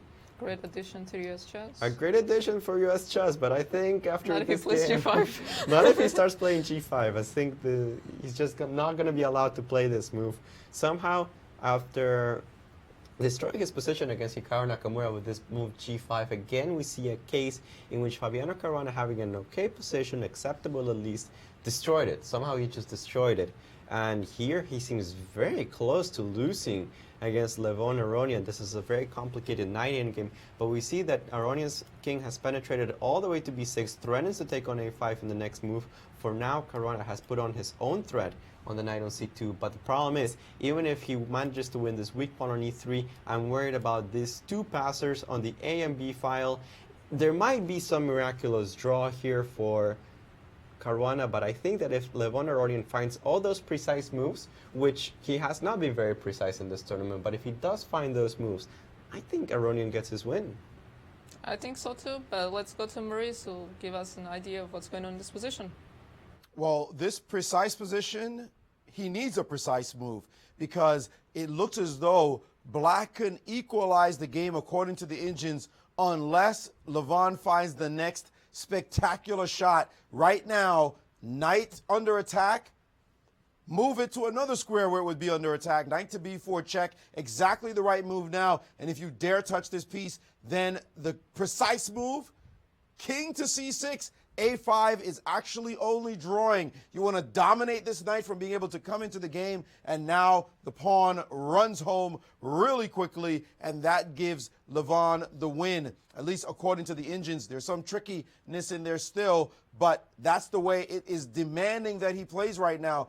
Anything else after king d3 doesn't seem to cut it. The move knight to d4 allows knight to d5 check, and the engine's already saying that this position is close to equal for black. Again, to our human eyes, this looks like maybe there's a way to get these pawns running home, but the engines are saying no because of the extra tempi, especially after the knight has to move king to c3, and it's not so easy to make progress with those pawns.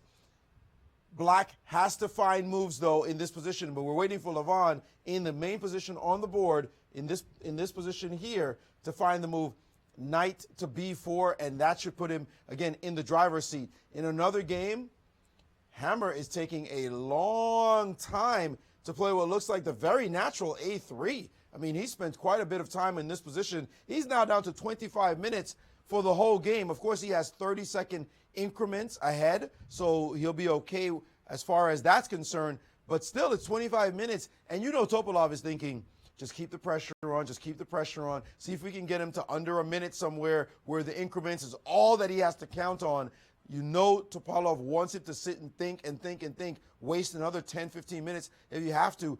A3 seems like the move that should have been played 15 minutes ago, but he is still deep in thought. He must be really frustrated having played so passively to now have a position that is still ultra passive and being hunted by one of the world's best players.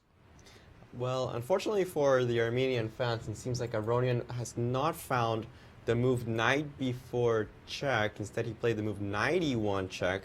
Although visually, to me, that still looks really good. I'm not entirely sure how you defend. There must be some kind of almost miraculous defense here for the engines to be saying that this move is wrong. Of course, knight b4 is mind-blowing.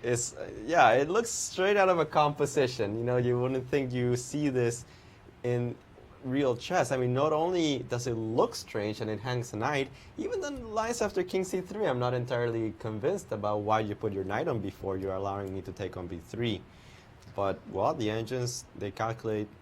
Well, king a5, you're just limiting the block knight, perhaps? Like king a5. Knight, the king takes and b3. King b5, and your knight cannot go to d5. I think it's just restricting the knight. Idea, right? I guess is the idea. But even here after knight e4, I'm not...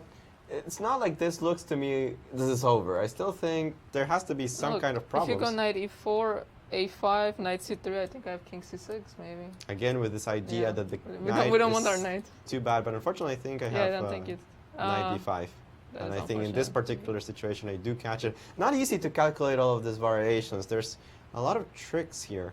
But Levon already decided knight e1 check, which is what I thought was quite natural. Knight e1 check, and I thought that after king takes on a5, on e3, sorry, which is not necessarily forced, but definitely the most logical move right now. Then after king takes a5, these two pawns I thought were a little too much for black. We're going to have to see how Caruana decides to deal with it. A very complicated position still. Caruana might be able to save it if he finds some sort of miracle defense, but visually this looks quite bad. I think we have Maurice with some more analysis specifically of the situation. As we see there in Norway, the players leaving from being interviewed was Carlsen and Grischuk.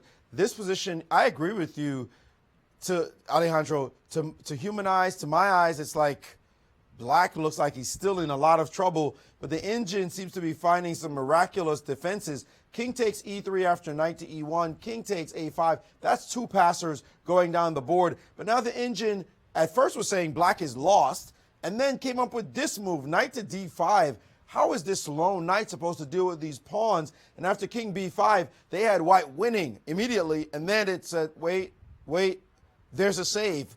Hidden in the morass of variations for black, black can somehow make it out of this alive with the move king to d4. So this is just a huge, interesting moment in the game, but we will get back to this because Yasser Seirawan has the man of the moment, Magnus Carlsen in Norway. Hello, St. Louis. I'm here with world chess champion Magnus Carlsen, who has won his first game in the 2015 Norway chess. How was today's game, Magnus?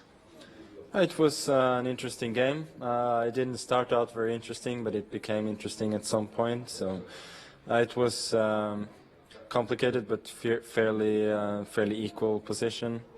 And then I got one chance to get the initiative, and I took it. And after that, it became increasingly difficult for him to defend himself. And whenever you're playing with the initiative on the board and on the clock, you're the time trouble, you're playing 2 against 1, and that's not easy for the opponents. Clear. Magnus, it seems to me that I could break your tournament into 2 parts if you'd like. You're playing very well with white, in fact, but very poorly with black. Has it happened where you've lost the touch with the black pieces? Well, there's been 2 particularly difficult black games, and I've played very poorly in them. So, that combined with very pointed play from my opponents, that's made it difficult. So normally I should not lose those games with black, but even with those games, by normal standards, I should have had about 50% now. So that would have been bad, but not a disaster at all. So, no, I mean, I think even today I played some inaccurate moves, but it's better, and I'm feeling okay. So there's no reasons why I should keep on playing badly.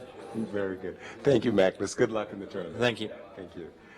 World chess champion Magnus Carlsen sharing with us his thoughts on both the event as well as his victory today. Again, a great sense of relief for Norway that Magnus has scored his first victory, setting up what should be a fantastic round tomorrow. I can't wait for another amazing round from the 2015 Norway chess. Back to you in the studios in St. Louis.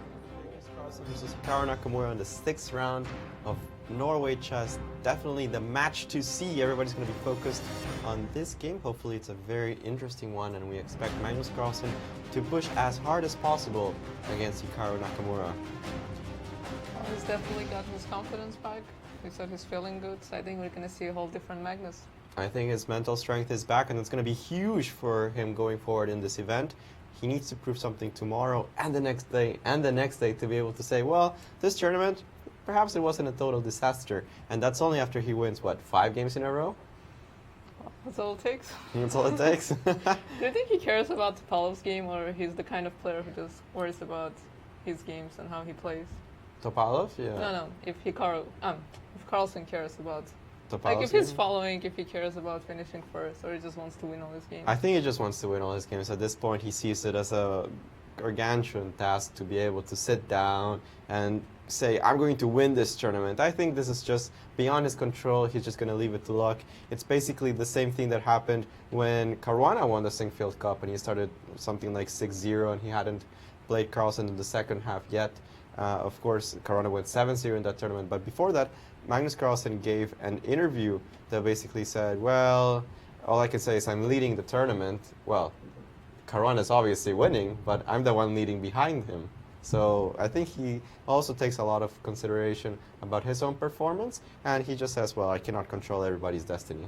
Yeah, I think that's a great approach, because the only thing you can control is how you play, and no, he has nothing. Because he already played Topalov, so there's nothing he can do. He already played Topalov, there's nothing he can do about that. And well, although we talk a lot about his recovery, he's still at the bottom of the board. He doesn't have as many points as many of the other players. So we're going to have to see how this tournament continues. Yeah, it's only 1-1 game. I mean, we're talking about his recovery, it's just 1-1 game. Definitely, perhaps we're giving him too much credit. Maurice, some thoughts about the games going on? Well, certainly he's playing against the U.S. best for some time, although Caruana may argue that he is the best in the U.S., although Naka did one-up him in this tournament so far. So that matchup is always exciting. They also have a war of words that seems to always be going on in Twitterverse, as it seems that Naka always has something to say about Magnus. So it's not just the situation in the tournament, it's the fact that Nakamura and Carlsen seem to just have this kind of off-the-board rivalry as well. Even in this tournament, Nakamura said, you know, Magnus, his chess is boring. What can I say? So we'll see how Magnus feels about that, considering that he's beaten Naka, 12 times already? That's a pretty devastating number. But Nakamura has been playing well lately, extremely well this year. As a matter of fact, you might give him Player of the Year honors, considering how well he has performed this year so far. And it's all about not losing, he says. So if he doesn't lose to Carlsen tomorrow, he'll consider that certainly a moral victory, although he'd certainly like to take a bite out of the champion, since it seems like everybody else has been so far until Grischuk this round, of course. We should also point out that although Nakamura is one of the leaders, we talked about the fact that Carlsen cannot play Topalov anymore. But Topalov's not the only person ahead of him. He cannot play Anand anymore, and he cannot play also Giri anymore. So all those guys are in front of him. They're at the top of the leaderboard as well, and he can't control any of their destinies at all. So all he can do is play his games. Even if he wins 5 in a row, he's got to hope all of them don't do well. It's going to be a tall task to come back and even talk about tying for first in this tournament. We have a shot of both of the games that are still going on. We see in both the black pieces are thinking. Caruana with a very difficult task of calculating this complicated knight endgame. He apparently has a miraculous draw that we're going to show you momentarily, but finding it is definitely not easy. Here's a position where logic does not prevail. What prevails is hard calculation, absolutely mathematical evaluation of the position, and you have to calculate it out. Something that's very difficult with so many different possibilities and variations, despite the low amount of pieces. Yeah, I mean, knight endgames are very tricky, especially if you've done any studies, you know how they are. So I think it's going to be very hard to calculate everything because there's so many possibilities, so many tricks. But I don't think Hammer's task is any easier. Absolutely. Even with no knight tricks. I agree with you, and there's only not just knight tricks in this position. His king's weak. It seems like Topalov is putting the pressure all over the board. He has found the move a3, which we considered he should have played a long time ago. And after knight d3, he quickly played the move rook to d1, which seems to be the best way of holding on to the position. And here, Topalov has an interesting choice of moves. I really like this idea of putting the king on h7, and then bringing the bishop to f8, followed by bringing it to g7, kind of a fianchetto situation, and putting more pressure on the queen side. I really would like to regroup like this, not only because I feel like bishop would be very strong, but because the king on h7 feels very safe with the bishop defending it. I think that's the way I would go about it. The computers, I believe, were saying something Maurice was telling us about knight takes c1. And I'm not so sure I'm fond of this idea of exchanging a knight that seems so aggressive at the moment for a bishop that's so passive, but perhaps the greedy computers can see a way of gaining the weakened f4 and g5 pawns. That would spell doom for Hammer in this position because, well, he's down a piece after all. He needs his pawns to survive in order to create compensation. Right, and if you lose the f4 pawn, the g5 pawn is yours, and then you have a passed pawn. Yeah, I guess that's it. That's how chess works. Yeah, well, maybe after king h7, finally on move, what move are we on? 47, the king will feel safe. Well, for the first time. Kind of safe. Relatively. A little bit safe. Maurice, any thoughts about this position here that we're looking at between Norway's, I believe, second best player behind Magnus Carlsen? Well, actually, the challenge for the Indians is not actually winning material at knight takes c1, but the fact that White himself is threatening to save that bishop and plunk it on the square c3. If we take a look at that, if you were to play a casual move like king h7, bishop to d2 will follow, and after bishop to f8, bishop to c3. Now, this is a straight pawn sacrifice, but a pointed one. Why? Because after the move queen takes on f4, trade off queens, and now play the move a4, and suddenly White is saying, wait a minute, you got to pay attention to me too. Now, this you might feel there's a way somehow of bringing all the black pieces to deal with this menacing threat on this side, maybe by bringing the king back, and if after a5, maybe somehow bringing this rook back to h7, swinging it around to this side. maybe that'll be enough. But the Ninjas are saying, no, with you now mainly paying attention to this half of the board, white is back in business, able to fend off these threats. So dangerous waters for white to be sure, but it's not clear that black can prove anything in these lines because the bishop is now threatening to come into the game, and that is what Topalov no doubt was studying in that position, and that is why he actually did play knight captures on c1. Going into that endgame, we will see if he can make anything of that position, as Hammer is expected to capture back on c1 quite quickly. Topalov would love to win this game to put some distance between him and the rest of the field. Definitely, that'll be a huge victory for Topalov. He'll be 1 point ahead of Hikaru Nakamura. A very impressive 4.5 out of 5 score. We're not going to say running away with the tournament just yet, but it definitely would feel like it. So what's going to happen after rook c1? I think he has to take with the rook, because if you take with the queen, I don't know. I'm starting to feel worried about this pawn on f4. I don't like the loss of the tempi. I think you have to take with the rook. Right. So do you have bishop e3? Then I'm not so sure you have bishop king e3 again. because, again, Queen you have some c7. problems perhaps with the king, and I'm worried after queen c7 check. Right. You don't have queen f7 as easily because of the move queen e5 check, although perhaps even this is playable as after the move king h7. Yeah, rook c7. You don't have the move Why not? rook oh, c7 I don't because have the rook h1 checkmate, since the queen is somehow covering the a2 square. That's one way for the game to end. That is one way for the game to end. But I don't know. I don't feel too confident about putting the bishop on e3 and let it go of the defense of the king. If it works by calculation, then of course this is the correct move. It's just a feeling that I have right. No, I agree. that this bishop should stay somehow on the 7th rank to defend against the threats. It's still a complicated position. We saw that Hammer took on c1 with the rook rather quickly. And even though Topalov is favored in this position, it's not a clear win just yet. He has a lot of hard work to do before he can claim anything more than an advantage. And I think Hammer will try to put as much resistance as he can. Let's look at the leaderboard. So Veselin Topalov is tied with Hikaru Nakamura, but he's still playing, so there's a good chance he will be at least half a point ahead of Hikaru. At least, yes. And then Anish Giri and Vachier-Lagrave and Anand trailing half a point behind Hikaru. Maxim Vachier-Lagrave. It's a lot of names. 2.5 points, and of course Levan Aronian still playing, the hopeful, the one that I'm rooting for.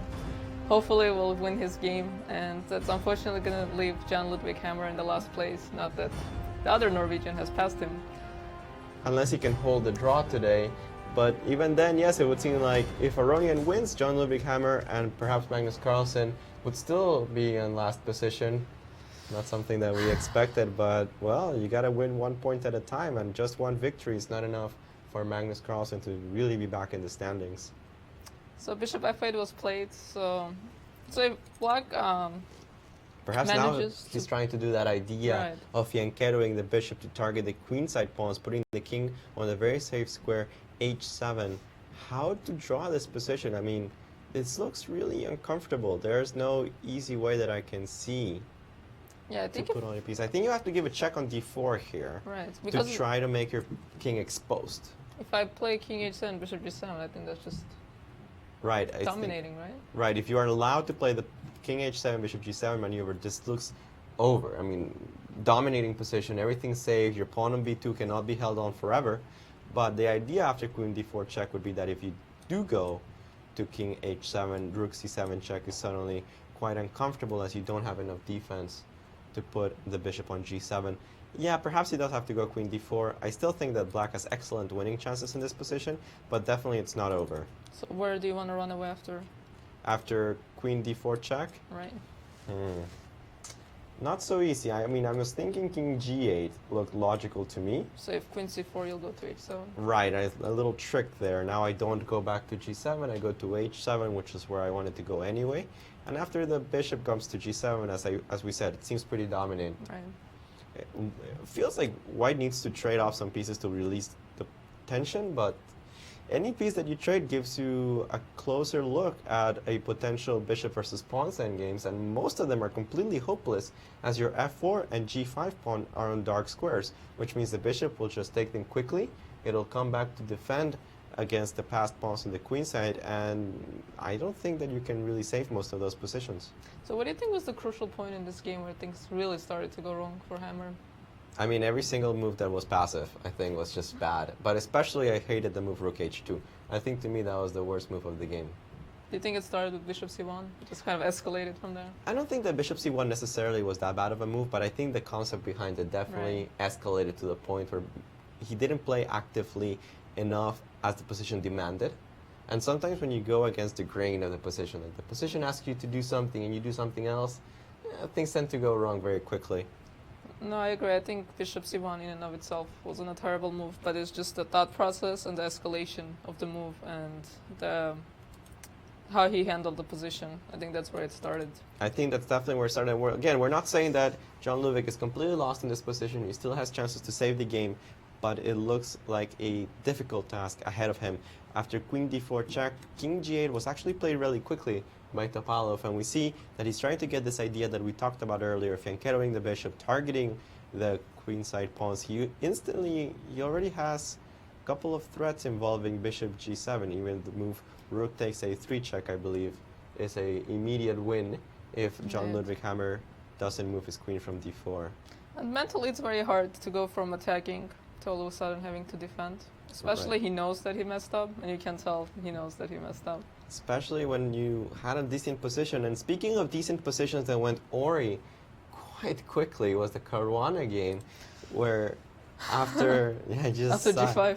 G5. Well, we did see the check on E1. Caruana did take on E3. King takes A5. But Maurice was telling us this almost miraculous save, right? With Knight D5 being played. But Caruana still played the move King D2, which I think should lose to King B5 if I use my Grandmaster powers of analysis. After King B5, King takes E1.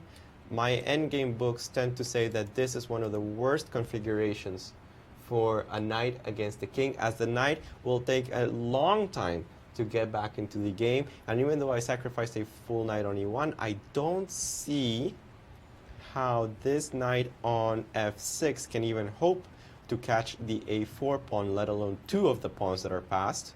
This is the same motive we saw after Knight B4. But in an easier manner, I think, because after Knight B4, there were so many things to calculate, and in that one, you put the knight on pre instead of just leaving it there, which I think psychologically is different for us. Of course, computers don't care. Computers think everything's the same.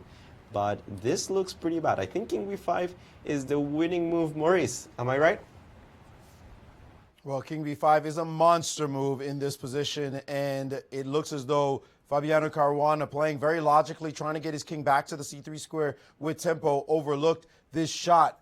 King B5 is very powerful here, and so King D2, King to B5. He definitely cannot take this knight on E1 because of the King C6 move. So Knight D5, the move he should have played, this comes back to bear in the position. But take a look at these funky king moves. King C4 attacking the knight, knight to B6. Now King C5 tracking that knight again, and now Knight D7 check, King to C6. Just constant harassment of this knight. And after the move Knight E5, well, continue with King to D6, and now there's no more check with Knight to C4, and that's going to be all she wrote. The knight can't get around to this side very well, and what can you do? The stupid knight, as we call it, when there's squares, the knight has to find. It's not so easy to maintain the defense of squares it wants to, because whenever the knight moves, of course, it gives up the defense of the squares it once held. So now this nice triangulation of this knight has led to this position, which would be tremendous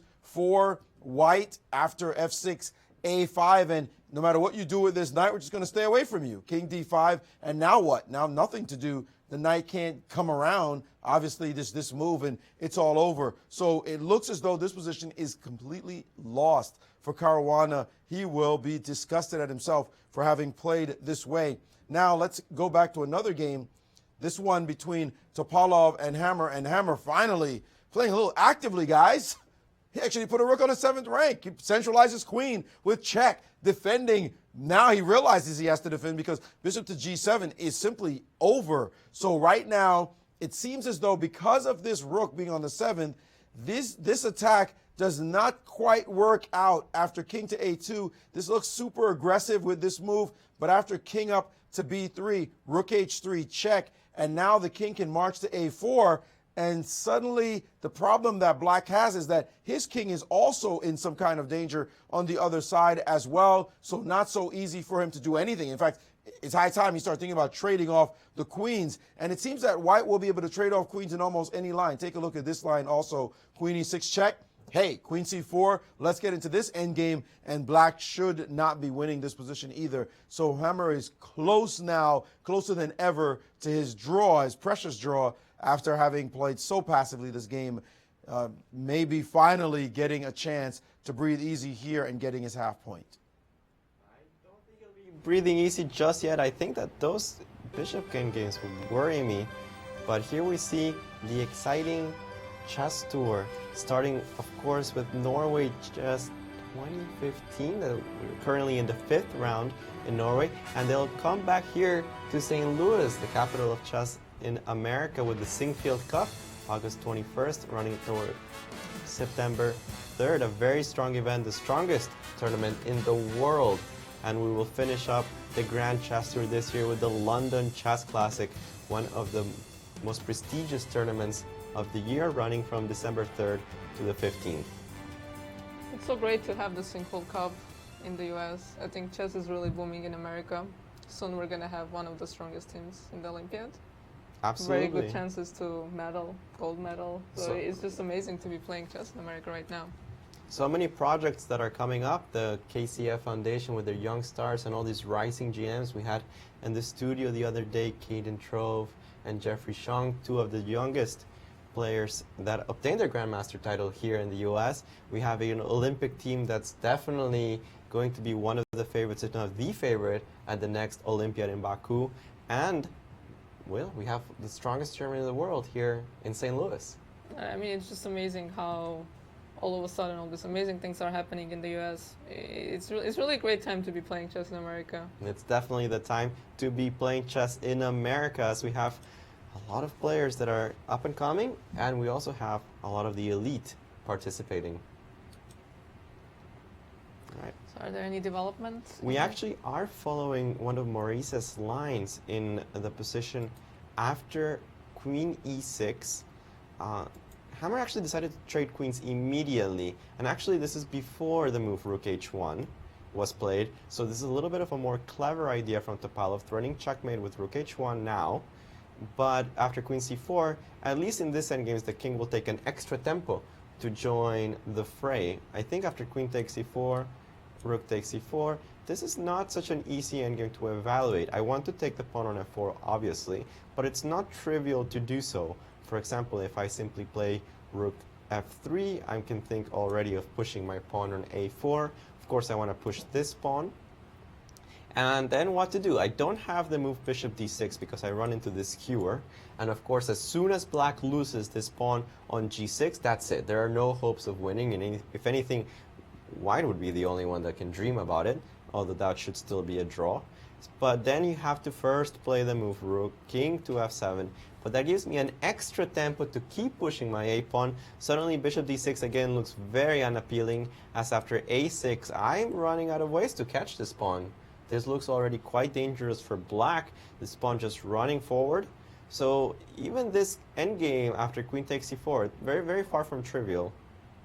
So how should black proceed? Maybe bring the king to f5 somehow? I don't actually know. He might want to try to, yes, get the king to f5. It looks like a very logical square. And he has to worry about a lot of things. I mean, this pawn is just a little too fast. I want to see how Topalov intends on controlling it, because even though this bishop should usually be pretty good at stopping the pawn, there's the problem that this rook on c4 is actually really well placed. Not only is it defending the pawn on f4, which is an important job, it also takes away the c5 square from the bishop, which means that if I ever get my pawn to a6, how exactly is black supposed to stop it? There are a lot of practical problems in this position, and of course we're going to be going into towards this type of endgames because, well, there's no choice. The queen is pinned to the king. Topalov cannot actually avoid trading queens. He's just going to see how he can maybe try to push for a win, although I suspect, and I have to agree with Maurice, I think this is more logically closer to a draw than it is to Black winning this position. Not a draw just yet. Topalov will put on some pressure as he tries to win the game, but I think if John Ludwig Hammer continues his defense, he might just be able to pull it off. Do you think he will? I think he will. Actually, I think that Hammer will draw, and I think that Aronian will find this king b5 move, because he's really good at studies and he loves showing them to everybody. He will win the game, and if I'm not mistaken, that will put Magnus Carlsen again in the last position. No break for Magnus. No break for Carlsen. Wins this game, still dead last. Well, that's what happens when you lose so many games in one event. Really? Yeah. That's what happens? I don't know, I wouldn't know. Let's make a couple of moves in this position. It's actually interesting. In the game between, and we do have actually a couple of moves. They exchanged the queens. We have already that on the board. Topalov taking his time after that, trying to figure out how I can put pressure. It just feels like there's something, but then you look at that A pawn and you start getting scared, actually. That pawn on the A file is really, really fast. I don't like the rook f3 move because then my rook cannot go to 8 range, stop the pawn. So maybe we should just leave the rook there. You don't like the move No. rook f3 because it cuts off the ideas of returning the rook to either the 7th or 8th rank in order to catch the pawn. Problem is, I'm not so sure how you continue if you don't do that, though. So if I go king f7. King f7. I want to put a piece on f5. I want to put my knight there like 20 moves ago. That's true, and Topalov actually didn't do it. a4. So bishop d6. Bishop d6 looks quite logical, but then of course I'm worried about the further advance with a5. So king e6. King e6, and now an interesting choice. I don't really want to push this pawn too far without any protection, because if it's not actually queening, it might become weak. On the other hand, rook a4, perhaps to support the pawn is interesting. I don't know. What do you want to do? Rook a4? Rook a4 in order to push the pawn even further, but I'm not so sure if I should play that first or so after. if I go rook h8? Rook h8, I wanted to play the move rook a4. And again, I'm not so clear about this type of positions. You have to watch out in some cases, for example, after rook a8, rook a8, b4, king d5, for example. No, I can take. Oh, you want to take on f4? You're just that brave that you allow me to get a pawn? Oh, I don't have bishop e3. You don't have bishop e3 but I have because bishop c7. you have this check. And bishop c7, I'm a little scared about rook Oh, no, c6. I don't have bishop e6. And you don't have bishop e6 again because of the check. So as we can see, there are still a lot of resources for white in all these different variations. It's not a very clear endgame. It's definitely not clear-cut. Topalov does have the winning chances, but how he proceeds, well, we're going to have to see. Hammer, I think, has to just push his pawns. That's a defensive idea. You push the pawns and you pray. If it doesn't work, well, too bad. But what else can you do? It's always nice when you have one idea. Yeah, when you have no choices, sometimes you just do what you got to do. And in this case, it's push the pawns forward, not even calculate about it. Okay, let's take a break. We'll be right back.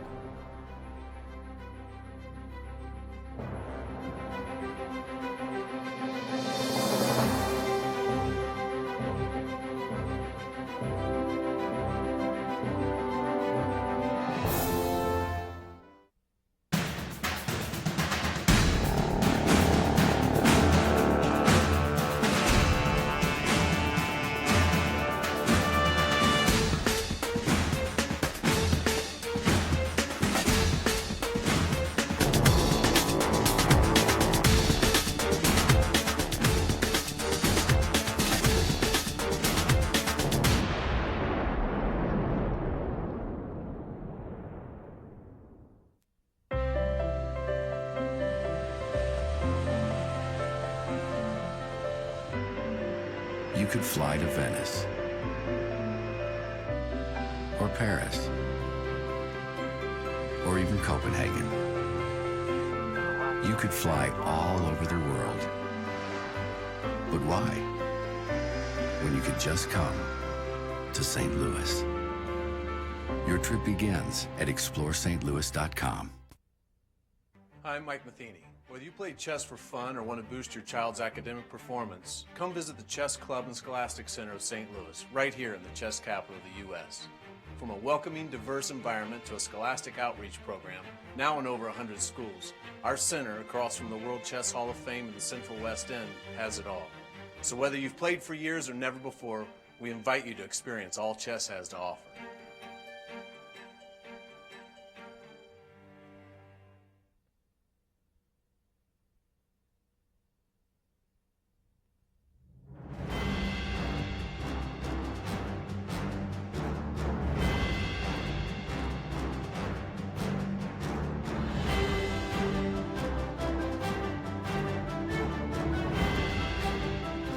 Back here at Norway 2015 with the 5th round, almost at its closing now, even though we have two interesting games. The results still unclear, I think, at least in the Hammer game, whereas in the Caruana game we have a lot of moves, and we'll take a look at how that's going to affect the position. After the moves here, knight f3 check, we have an interesting endgame. We had already thought about the move king b5, trying to control this knight, and we thought that was actually quite interesting, and we thought, okay, this has to be winning. Right. But apparently the knight f3 check move, I think, should still be sufficient. After king c3, b4 was played, knight d5, and b5, pushing the pawns forward, saying this knight is controlling this pawn. It's completely unclear to me what black's next move is to try to survive. He played a very quick king b3 with the idea that b6 would, of course, be a huge blunder, because of the move knight takes b6, simply taking both pawns. Tricky knight endings. Tricky knight endgames, as you were saying earlier. But I'm guessing when I bring my knight into the game, this should somehow end in a win. Oh, you can maybe try with knight d2? Knight d2 check might be possible.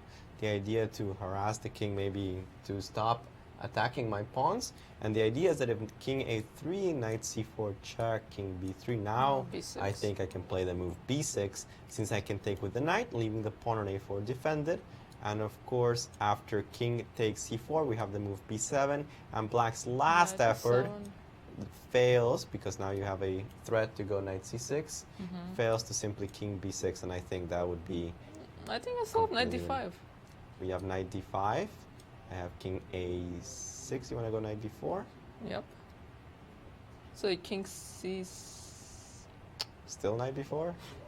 The idea is that after king a7, you have the move knight e7, correct? And you're still threatening that double attack. Wait, I wanted to do something clever. Well, that reminds me of an old study that goes king b8. And sometimes in these positions, this idea is winning because you run out of checks. And I think it might be the case in this position. I have the move king c7 coming up. Can I bring my king? Oh, I can. And if you I have to go king c5? You can go king c5 if you want, and I go king c7, already knight c6. Seems completely forced. And I think just pushing the other pawn should win. That's a pretty beautiful... It's a really pretty idea of this king a7, king b8, but it might not be the only way of winning, to be fair.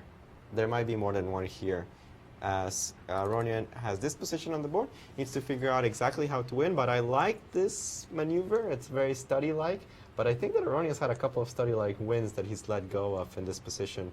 That being said, the win is still there. It's for him to take.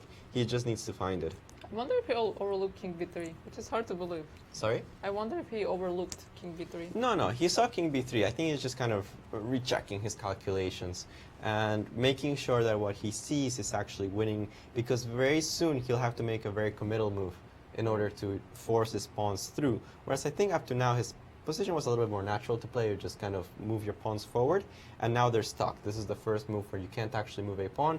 He needs to obviously play his knight somewhere, and just exactly where is where he's deciding. He has two tempting options, both knight d4 check and knight d2 look interesting. So I think he's just making sure that this wins. I think the only logical options, no? Otherwise I just push my pawn. Yeah, that seems about right. If you don't check, it seems like black just pushes his pawn and there's nothing to be worried about. I think knight d2 will be played. Maybe knight... Let's see what other choices we have. So I have this... I have the idea of playing maybe knight e5, knight d7, but that gives you a lot of temping. Knight e5, f5, knight d7, trying again to push the pawn. Now I'm trying to lose. Not losing the knight. Well, you don't lose, actually. I think you're time, easily right? on time, as after b7. Oh, because I can queen with a check. You queen with a check if I just push, that's correct. Important detail that this is check on b8. So instead of that, I think you have to give up the knight, But this knight easily controls this pawn. There's actually no danger here. I simply go to e3 and f1, and that's all she wrote. Once I get to the f1 square, this king and this pawn will win easily. So yeah, this looks completely winning. No, a lot of options. Did he make a move? It seems like everything he plays is winning. I haven't found anything that lost yet. Well, maybe he'll find something. Maybe he'll find something that draws. The only way that draws. So what did we look at? We looked at 95, 92, or about 94? 94 should also win somehow. Okay. See, it's like limited number of legal moves, so it's easy to calculate. That's true. But when you have so many tempting options, you tend to just choose the worst one. It's something that happens to every chess player, where you're given a series of options, and Caruana said it actually only a couple of days ago when he played MVL. Yeah, I had two choices, and of course, because I'm me, I chose the worst one. It's a little Well, we got some moves also in the hammer game. We left off the position here after the trade of queens. After king f7, a4, logical, you gotta push those pawns. Rook b3, actually, Topalov said. Rook b4, nice idea, right? Well, I don't know, actually. If you play rook b4 here, is this endgame winning? We also have to calculate this one out. Let's see if I could take, not to mention I can ignore your rook, right? I don't think I have to take But it. I don't think you want me to put my rook behind your pawn. Yes, the problem with playing something along the lines of rook check is that after king e6, not only is this pawn hanging in many variations, the fact that the rook gets to control the square a4 seems very dangerous. So let's see, if I take your rook, and I of course go a6 in order not to lose my pawn, then bishop b5, b4, I don't see why I wouldn't gain the free tempo here. The bishop should go somewhere on this diagonal. It doesn't really matter where it goes. Let's put it on a7 for now. Maybe we'll see later if it matters or not. After We'll have to count. king b2, king e6, king c3. I don't think you have any choice of zugzwanging me, any chance of zugzwanging me after this, because I can always go king d3. Oh, maybe this is actually an idea to zugzwang me in this diagonal. But you know what I will do? I Wanna won't. play it? Well, I can do that, but also I'm not gonna play b5, so my king can come around from c4. Maybe also an interesting idea. So maybe play f5 immediately here in this kind of positions. Well, it's black to move after this. Maybe bishop b6, f5. That seems like a draw somehow. I don't know. It's still very unclear to me in this position. It's too much to calculate. It's a lot of calculation late in the game, and imagine it's difficult for the commentators to calculate it. John Ludwig Hammer had a really tough game today. Imagine all the calculations he's doing at the moment there on the board. Well, actually, now he's just making only moves. He isn't Right. making only moves, but I mean, It I don't works, think it you want to works. go walk into a loss when he can maybe put some resistance somewhere else. So I think that Topalov is calculating this idea of rook b4, but I just have the feeling it's insufficient. One of those grandmaster hunches, but of course, if it was a real game, I would sit down and calculate it out until I was sure if it worked or not. And you know who can calculate this out rather quickly? I'm gonna go with an engine. Maurice, do you have any updates here for us? Well, the position seems to still be fairly equal. Slight edge for black is what the engines are saying. So it looks as though it should be fine for Hammer if he keeps defending and defending and defending, but it's clearly black who's trying to win the game. Now, an important point you made, Alejandro, this game has been going on for quite some time. They've had to calculate all these moves. Remember, they just had a rest day yesterday. So you come into today and you would like to have maybe a quick win. That would be nice. If not a quick win, then a quick draw, something along the line of Anish Giri's game against Vachier-Lagrave. Remember how long ago that ended? Those guys have been already ate. They're rested. They're probably watching TV, watching maybe some golf, or who knows. I guess, yeah, it's the finals of the U.S. Open.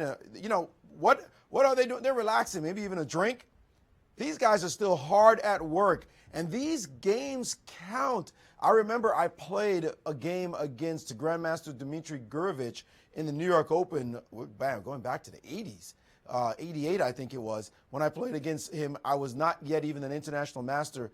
Boy, there were no time controls, sudden death time controls. So I ended up playing an 8-hour game. We started at 6 in the evening, and we were still at it at 2 in the morning in a queen and pawn endgame. I lost the game. It was miserable. It was only us in the tournament hall, and a good friend of mine, Willie Johnson, was hanging out, just gamely giving me support. I ended up losing the game. The only solace I had was it drained so much out of Dimitri that he had a horrible tournament after that. Having played for 8 hours until 2 in the morning, had to wake up the next day to play another game right away. Remember, it's 2 games a day we play here in those Swiss tournaments in the U.S. So he just ended up just a ruinous tournament for him. Beating me wasn't worth it. It probably would have been easier to draw early or at least win quickly. So I felt good about that, of course. The fact is, these guys are expending a lot of energy to play this one game. And especially if it ends in a draw, you know how frustrated the player Topalov would be to draw this game.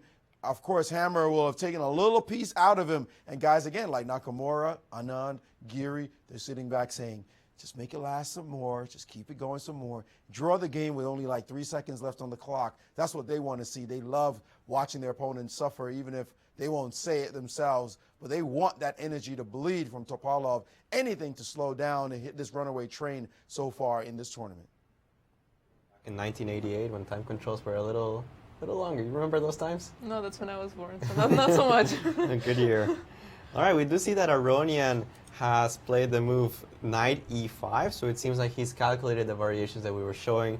One of the many ways that we found of winning this position, seems like after knight e5, the Armenian will take the full point.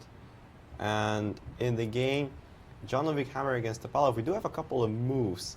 Instead of the move rook b4, which we're calculating going into this bishop versus pawns endgame, which I thought it was a draw, it seems like Topalov agrees with me. Rook b4 was not played. Instead of rook b5, and of course the rook belongs behind the pawn, a very common idea in any rook endgame, even if your opponent is up a bishop. And here after bishop g7, there's a threat on the pawn on b2.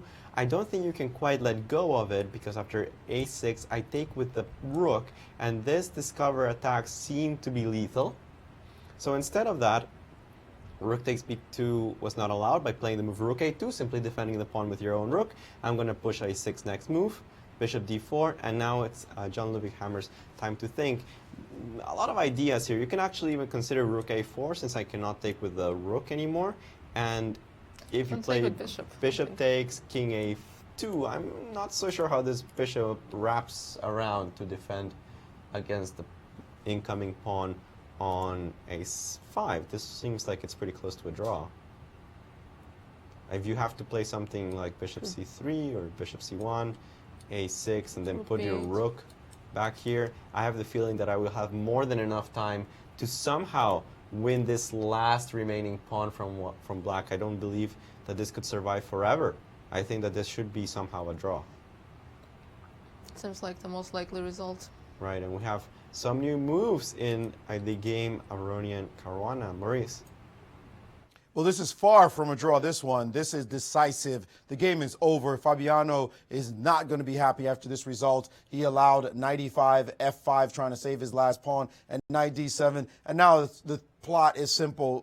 Push the pawn to b6, move the king, push the other pawn, win this knight. This pawn is going nowhere anytime soon. Fabiano is close to resignation. I would not be surprised if he isn't resigning in the next 3 or 4 moves. Maybe just not yet. He has to keep looking, but he is certainly feeling the pressure of these 2 devastating pawns. He's going to go down to another sorry defeat in this game for playing just poor chess to let himself get in this position. You see him there totally focused and concentrated, trying to figure out what he needs to do to save himself. He will drop back to 50% he'll drop below 50% with a loss and a really terrible continuation to this tournament after having started out so brilliantly. We love the way he played that round 2 against Magnus, but that's going to be his only win in the tournament so far. And after that nasty loss in round 3, he is now looking really bad yet again. He cannot be pleased with this result.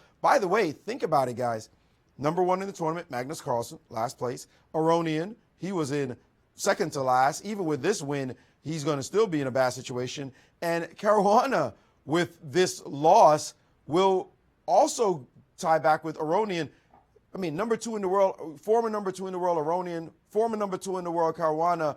What's happening here? It's like they're playing flip and see who can do the worst while the lower-rated players are doing the best. Incredible how this has happened in this tournament. Very unpredictable result. Of course, we could assume that guys like Topalov and Anand and Nakamura would be near the top, but not that those other guys would be at the bottom. Incredible tournament so far shaping up here and in Norway chess. And I think it's just the sheer strength of the tournament. You see how much rating there is between all these players. And, well, you say that Caruana is, well, having a really bad tournament, but, I mean, it's difficult. You play so many elite players in a row. Aronian, he's consistently been at the top for the past, 10 years? Very difficult opponent to play against, especially with black. And even though I do feel that Caruana had good chances in this game to, well, not lose, at least hold, he always was under pressure. And Caruana having a horrible tournament, he started the tournament as number 2 in the world. He is currently on -1 once he resigns in this position. I'm sure that he will pretty soon. And he's still having a better tournament than Magnus Carlsen. Well, last time he played in this tournament, he went 7-0. Well, that's true. Maybe he'll make a comeback with the Singfield Cup. Actually, Caruana has his hands full. He will be playing another super tournament after this one. Only a few days afterwards, he will be traveling to the city of Dortmund in Germany to play the classical Dortmund Classic, which is one of the elite events of the year. Not quite as strong, of course, as any of the Grand Chess Tour events, actually not by a long shot, but still outside of that, one of the stronger tournaments. Is he going to play in World Cup? He Probably not. Don't think he will play in the World Cup. The main advantage for players to actually participate in that event would be that they can qualify to the candidate cycle, but since Caruana has just recently won the Grand Prix Series, he is already qualified to the candidates tournament along with America's Hikaru Nakamura. So I don't expect to see either of them at the World Cup. But, well, the prize fund is still pretty large, so he might show up. It's a nice tournament. Definitely a nice tournament. That's going to be celebrated in Baku, Azerbaijan, in September, late September, right after the Singfield Cup. So some moves have been played in the Topalov game. So he did go for the rook a4 move that you were suggesting. Yeah, after rook a4, I thought it was quite logical because bishop b2 forces this awkward bishop back, and a6 was played. And I don't see any move but to put the rook on b8. Maybe I can first go rook a1 check and only then put my rook on b8, but I don't think it really matters. You can force my king back by one tempo. Well, why not? Why not? You might as well do it, right? Of course, there's no king a3 because now I'm really worried about discoveries. Even though I wonder if there's actually any decent discovery here. Well, now I wouldn't move by rook b8 at least. Yeah, you just win a tempo with rook b8 at the very least, right? So we expect king a1, rook b8, and, well, this endgame I wouldn't say is a dead draw yet, but I have the feeling that it should be somehow. How are you going to hang on to your pawns? Which pawns? The ones on f4 and g5? Those pawns. Not so sure what I'm going to do just yet. Oh, maybe you can put a rook on the 6th? Well, there's a lot of things I can do. I can definitely try to put a rook on the 6th rank. I like the idea of playing rook c4, rook c6, defending the pawn from the 6th rank, while at the same time pressuring the pawn on g6 and threatening in certain cases rook f6 check followed by f5. And even if I lose all of my pawns, as long as I eliminate the black pawn on g6, that would be a theoretical draw. Not one that I want to see because rook against bishop versus rook, despite the fact that it is a draw, is usually played out until the bitter end simply because, well, the defense is not always so easy, and I've seen many grandmasters lose that position. So all these moves have been played up until this point, so we're very good at predicting today. Oh, we're good at predicting, yeah. I guess that's why they hired us. So rook c4 was played in this position? Right. So we're finally predicting Ludwig's moves. All right. Well, it had to happen at some point. Rook b8, rook c4 was played. Topalov has this question that needs answered. Where am I going to put the bishop? You could reroute it to b2 to control the long diagonal, but I don't see any juicy targets in the diagonal. I think it's pretty empty. I expect the bishop to go to e3 instead. I still think this should end in a draw somehow. Yeah, I think if I put my rook on the 6th, you don't have a way to make progress, because I can defend my pawn from f6, rook f6.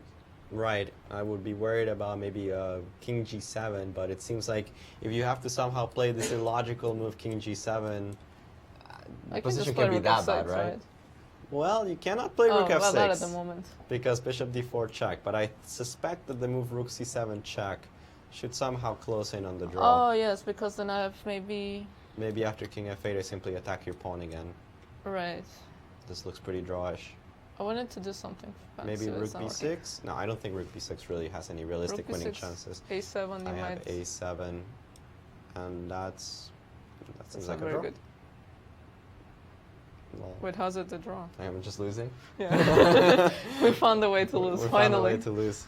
Well, Some moves have been played in the Caruana Lemon's game? game. Yeah, Oh. well, I think Oh, after we saw this move? f597 we saw this Oh, we position. saw this position. and Well, Caruana is 5 minutes, so it's going to be over soon. So it'll be over in the next 5 minutes. I don't think that we're going to see too many moves being played here. Caruana knows he's lost. Aronian knows he's completely winning. He's not even calculating. He just left the board.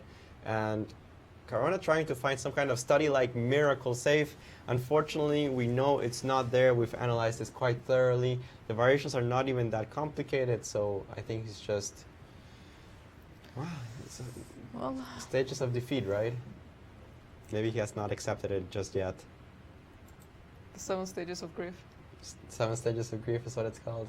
Yeah. Definitely not a good He's in position. denial. He's in denial So at it's the 5 moment. minutes to get through all of them. Well, it seems like after 97 the game is simply over. Sad day for Caruana, who, Quite. man, he had like no problems at some point and destroyed his position But, very quickly. I mean, I think it was a nice game by Aronian. He just put pressure and his opponent collapsed at some point. Just couldn't handle the pressure, right? Well, you could say partially that is one of the reasons that Caruana at some point decided to panic and play g5, g4. Definitely hats off to Aronian to playing a game that kept the pressure, kept it interesting, kept the tension, allowed his opponent to make mistakes. It didn't just go into a dry draw.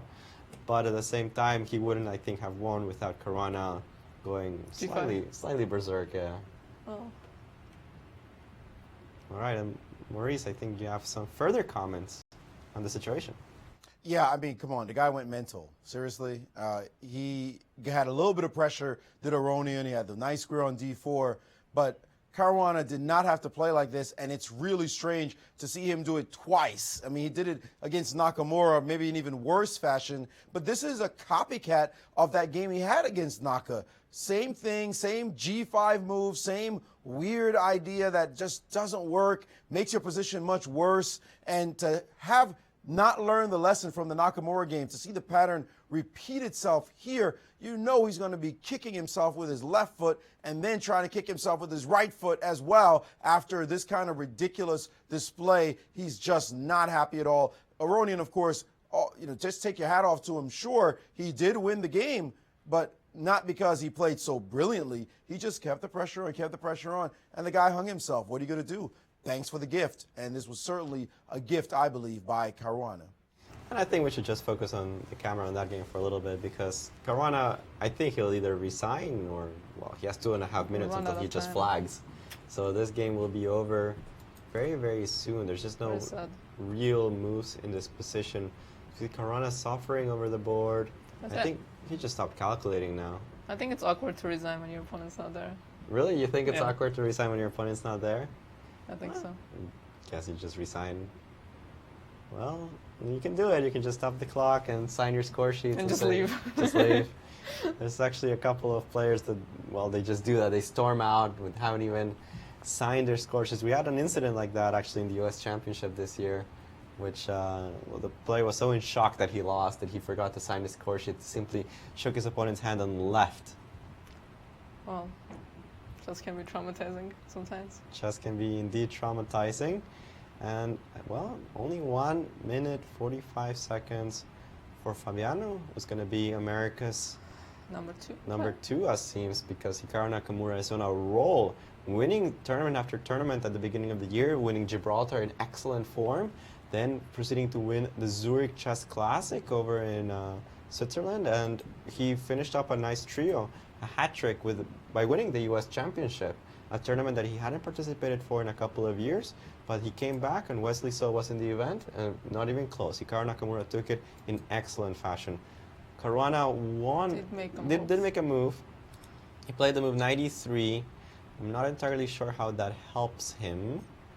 After b6, 93. you have to check, right, and take my pawn. B6. Well, he could check, but I can just go king b5, and you still can't take my pawn. I can also go king a6, and I don't think you can take my pawn here either, because the knight should be able to retreat easily on time. But now I wanna. Did I win a tempo because your king's not protecting the pawn? No, you lost it by moving the knight. You actually lost the tempo because you played knight e3, knight c4 instead of just taking on b6. I mean, my knight was on d5. So you take and I take. No, but now your king is not protecting the pawn, but I think you're still on time. Easily on time. f4, king b here. You don't want to push your here, pawn. and then easily. Yeah. That's it. Well. So b6 was played, knight c4. So I think both king a6 and king b5 should win, right? Yeah, I don't think there's any doubt about that. Both legal moves here win for Aronian, so I think he's in pretty good shape. It's always nice when your legal moves win. Yeah, nice choice there. But of course, there's actually, I don't think there's any danger. I don't see any real tricks that can arise in the position after king a6. The pawn is too close, right? It's just way too close. So after knight d6, a5, there's just too much in the position. I don't think that we can see anything happening here. I can see something happening. Is this real life? This is real life. Well, we see John Ludwig Hammer. Actually, he played the move rook c7 So check. I think this is going to be a try, king back, rook c6, and just repeat. It might be, yeah, I don't think that this is going to be anything. I agree completely. After rook c7 check, the king must retreat to the 8th rank, and I can just keep putting my rook on c6. I just don't see anything in this position. Yeah, this should just be a draw within the next few moves. I don't think, unless the engine finds some kind of tricky way of getting out of the situation, you're going to lose your pawns. And once you lose your pawns, it's over. Yeah, king g8 was played.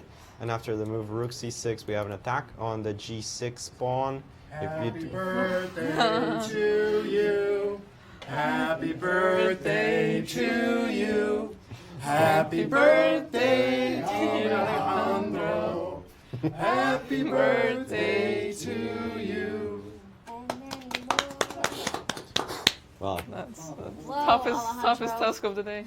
Yay. Happy birthday. Thank you, guys. Well, 27 years old. Thank you, Joy Bray and Tony Rich from the St. Louis Chess Club. Of course, always a pleasure to be here working for the club, capital of chess in America. As Kasparov described it, the temple of chess. And I really enjoy my time here. It's not just about chess. I think the people that make it work is just so nice to be around. Because they bring you cupcakes. They do bring me cupcakes. Oh my. I guess I'm going to have to eat this. You have to eat it. I have to eat it. This looks really good, though. We're going to have to wait until the break before I finish this guy up. But thank you, guys. Well, it's been a nice time here in St. Louis, and I think we're just about wrapping up today in what's been a pretty interesting long round. So again, some move played in the... King b5 was played. King b5 was played in the Aronian game, and here after king c6, I think. And then knight c5 with a check. No, king goes to b5. So knight yeah, c4. king c6 looks very logical. So knight c4. You can play knight c4, and I think I should have a choice of wins. I can't believe that I don't. King d5 should be good, no? No, king d5 is king a little b5 strange. I might take and then play king b4. Right, maybe king c5 in this position a little more accurate. You're Yeah, not afraid I like the move king c5, yes. King c5, I can take on a4. Can I go knight a5? You cannot take on a4. You can just take your knight. But if you go knight a5, I go king b5, and the idea is that knight b7, check on c5, wins your knight, or well, exchanges the knight, and of course my pawn is too far advanced. So that'll be kaput. Maurice, we're going to come back to you with a special presentation. Well, Alejandro's not the only one celebrating today. It's a Father's Day. Happy Father's Day to Rex. Here's yours. I'm a daddy also, so I'm going to take a piece of this. Rex, you can't have it all. Okay? Go right ahead. This looks pretty good. Rex, today is a special day, of course, here in St. Louis with Father's Day, with Alejandro's birthday. Oh, my goodness. And of course, round 5 of this tournament. How are you liking it so far? How's it shaping up? You know, I'm getting exhausted from watching the end games these guys have to play through. This has got to be excruciating for them. And by the way, you're a great son. Thank you for this. Thanks, Dad. And make sure you leave me in the will, okay? I will, indeed. And this tournament so far, looking at how Carlsen has played. He's finally come back. Are you betting that Carlsen comes back and maybe makes some noise in this tournament? I think he'll win another game, but he has no chance of even ending up in the top 3, I don't think, because these other guys are in great form. These guys are playing some great chess, the fellows that he has to play yet. And what about Fabiano? I mean, Fabiano looks like man, he's coming to the United States, but he's not exactly representing us that well. No, he's got to be disappointed with this here. But, you know, as Tony La Russa used to say, sometimes you got to tip your hat to your opponent and acknowledge how they played, and I think that's the case here. Topalov played not Topalov, but Aronian played a great game. Right, Aronian pretty solid. And Nakamura, the other American, playing extremely well up to this point. Hasn't lost a game yet. Right. What do you think are his chances against Carlsen tomorrow if you're a betting man? Who has white? I believe Naka has white in that game. I would bet that we're going to see the unprecedented event that Hikaru will win. Really? Unprecedented. Really? Wow, that's a serious statement. Naka winning after Carlsen. And if I'm wrong, you get your money back. Well, thanks for that generosity. You're welcome. Well, indeed, it's a very exciting tournament. Thank you so much for your generosity in making events like this happen, and we look forward certainly to your namesake, the Singfield Cup, later in the year. Me too. Rex Singfield, we're enjoying a bit of cake here on Father's Day, guys. I hope you are enjoying it as well at home. This is freaking delicious. This is unbelievable cupcake. I'm afraid that for the American fans, that's actually not true. Nakamura will be black tomorrow against Carlsen. So we're going to have that problem for Hikaru. Rex has changed his mind. He says it's going to be a draw with Hikaru being black. It's a little optimistic. Well, we do have a result. Levon Aronian has officially won his game, and that leaves us with only one game in the round left. Of course, a very tough loss here for Caruana. It's going to be hard for him to recover. He's not as streaky of a player as Carlsen is, even though, of course, Caruana is famous for his 7-0 in the Singfield Cup. He doesn't usually win that many games in a row, and I think he's gonna need it if he wants to go back into the top places. Still can't be too sad about beating the world champion, right? I think he'll be okay with that part, but I know that Caruana sees the tournament as a whole, and I don't think he's going to be too pleased seeing back on some of his games where they just feel completely lackluster. Well, he's white tomorrow, right? So he won't get the chance to play G5, so tomorrow. It's a whole nother day. Don't count him out. G5 is still legal even when you're white. Can't be that bad. G5 is white. That comes from an attacking Sicilian player. We'll show you the standings after this game. So Vasilin Topalov still leading while his game is in progress, which looks like it's going to end in a draw. So it's going to be in first place with 4 points, and Hikaru Nakamura trailing just half a point behind him. So tomorrow is going to be a crucial game for Hikaru playing Carlsen. And then Anish Giri, Vishwanathan Anand, both full point behind the leader. So Levon Aronian ahead of Carlsen. Everybody's ahead of Carlsen. Carlsen's win didn't help him too much. So now Jan-Ludwig Hammer, if he manages to draw, like once again the last tied for 9th-10th place with Magnus Carlsen. Giving some bad news there on the headset. But yes, absolutely. We're going to see the two Norwegians actually at the bottom of the standings. If Jan-Ludwig Hammer manages to hold a draw, which he seems to me to be very close to doing so, the more I see this position, the closer it seems to a draw, when it's going to be both Jan-Ludwig Hammer and Magnus Carlsen with 1.5 out of 5 at the bottom, tied for 9th, 10th place. Do you think it's extra pressure playing in your own country? Absolutely, and I think I'm going to have to quote Kasparov here, and he mentioned in Twitter recently that chess is not a stadium sport where you don't feel the energy of the crowd cheering for you, and it's not very visual that people are there for you. It's more like you're focused on your game, but outside of the actual game itself, you feel the pressure that you have to prove something. You have to prove to Norway that you're going to play well in your country, that everybody is looking at your games, but nobody is like directly being involved at seeing the well-being of your tournament. Okay, let's go over to Norway, where Yasser is currently talking to Levon Aronian. Hello, St. Louis. We're here with Levon Aronian, who has just won his first game from Norway Chess 2015. Levon, congratulations, and tell us what happened in the game. Yeah, I think I had a pleasant position out of the opening, and then it was a matter of choosing the right plan, which I think I failed to.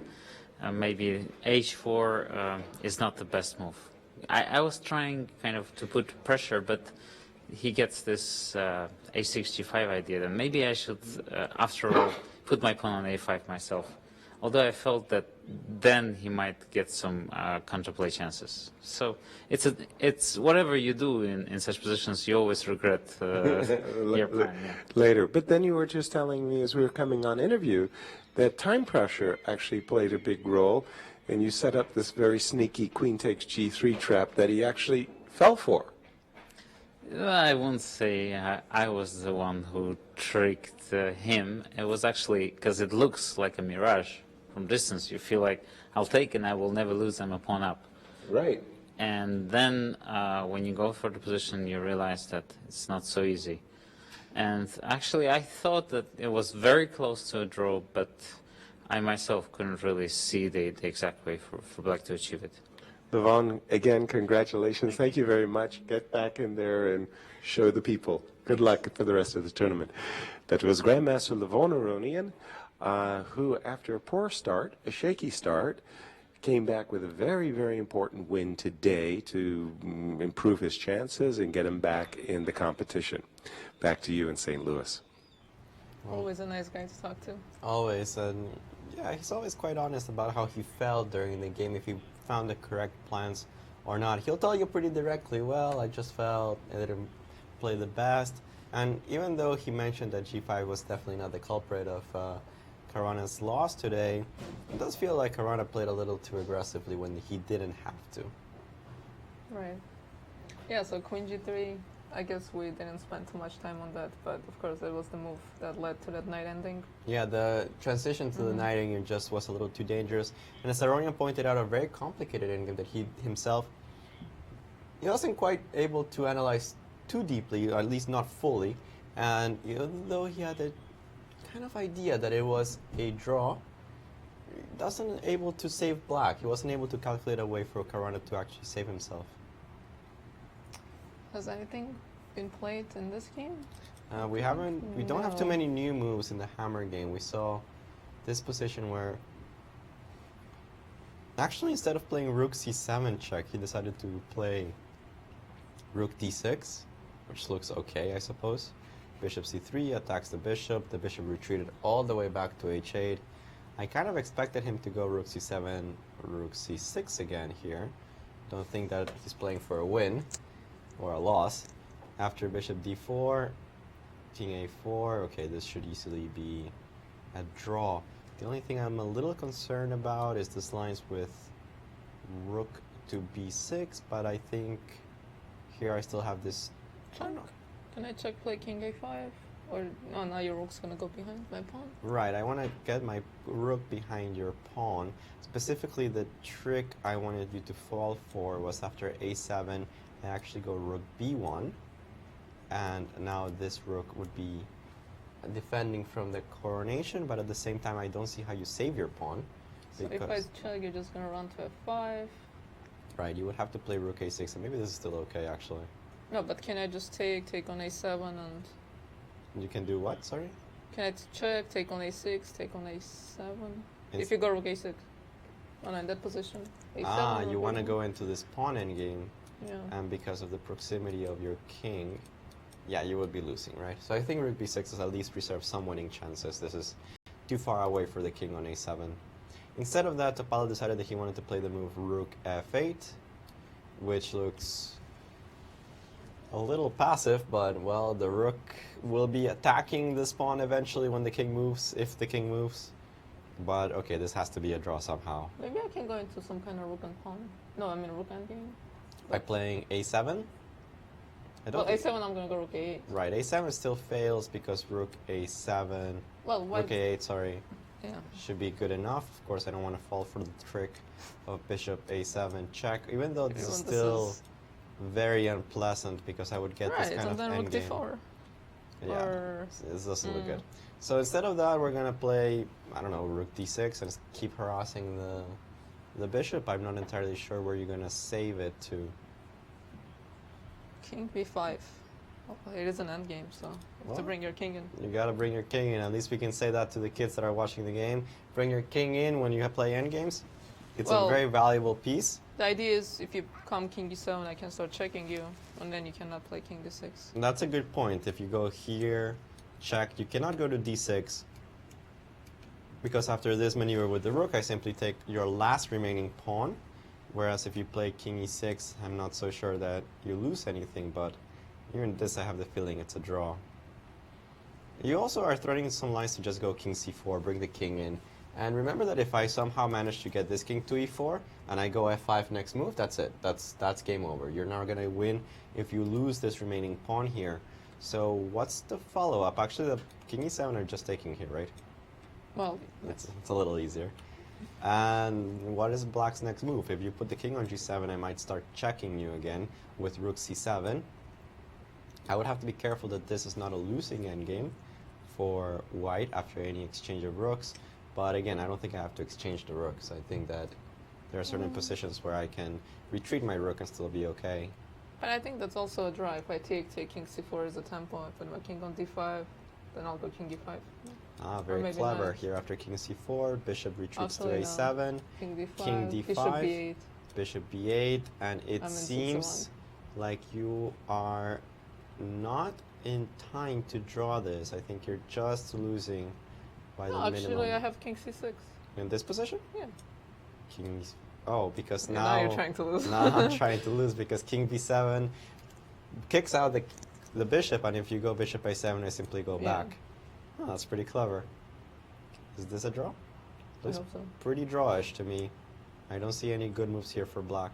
Because, yeah, if you like king g7, king d6, and king d5, just have That's a really king nice d7, idea. f5. You go bishop b8, king c6, bishop a7, you just go back to d5. Pretty instructive endgame, actually. It's all the studies we were doing yesterday. It's all the studies we were doing yesterday, yes. Yeah, this looks pretty drawn to me. So what was the move we looked at? King g7, King and after G7. rook c7 check, rook here takes an important move, winning at C4. tempo.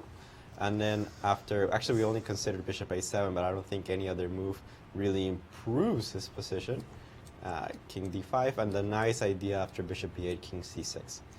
So rook f8 was kind of strange because you're not threatening king g7. And if your threat is to play king g7? I don't think there were any chances, to be honest, so I think he might as well play anything strange. The king b5, I think John Ludwig is going to be confident. We have a couple of quick moves being played. Bishop d4 and check. Oh, so these are the moves we no, we didn't play this. Wait, king g7, King rook g7 and check. And And we're on a roll today. we might have this study-like draw. It might not be the only way to draw this endgame, though. Let's see. Because after rook f7, I'm wondering if I can just play king c6 in this position. King 4? c6. I take, right? What else can I do? Take king f7, king d6. And we have reached basically a similar situation, right? We have to try to find ways to lose now. We found too many ways to draw. That's true. Maurice, any other ways to lose this position? Come on, guys. This is so drawn. It's ridiculous. We shouldn't even be looking at it, but it is what it is. The question now is to project into tomorrow's matchups, and those matchups will, of course, have a lot to do with the standings of today and the rest of the tournament. Topalov, we mentioned, he is the second oldest player in the field behind Anand. And to play this kind of long game, dragging out more longer and longer, this can't be good for his energy reserves. You know, you got to be in top shape if you want to play this kind of high-level chess. And for him to be trying to milk this almost blood from a stone is not a great thing for him, although we got to at least commend his fighting spirit. But look at Hammer there. He's like, dude, I'm not losing this if you paid me money. Forget about it. There's no way he should drop this game, and it's a clear draw now. And Topalov may be a bit frustrated that he didn't win. Let's take a look at the matchups for tomorrow because they're going to be critical. Of course, Topalov has the black pieces again. Back-to-back black pieces, this time against Grischuk who's disgusted at his loss today. So maybe Topalov will be trying to hit one of those tail enders. Meantime, Hammer has another player who lost, Vachier-Lagrave and Giri, who can't be feeling very good.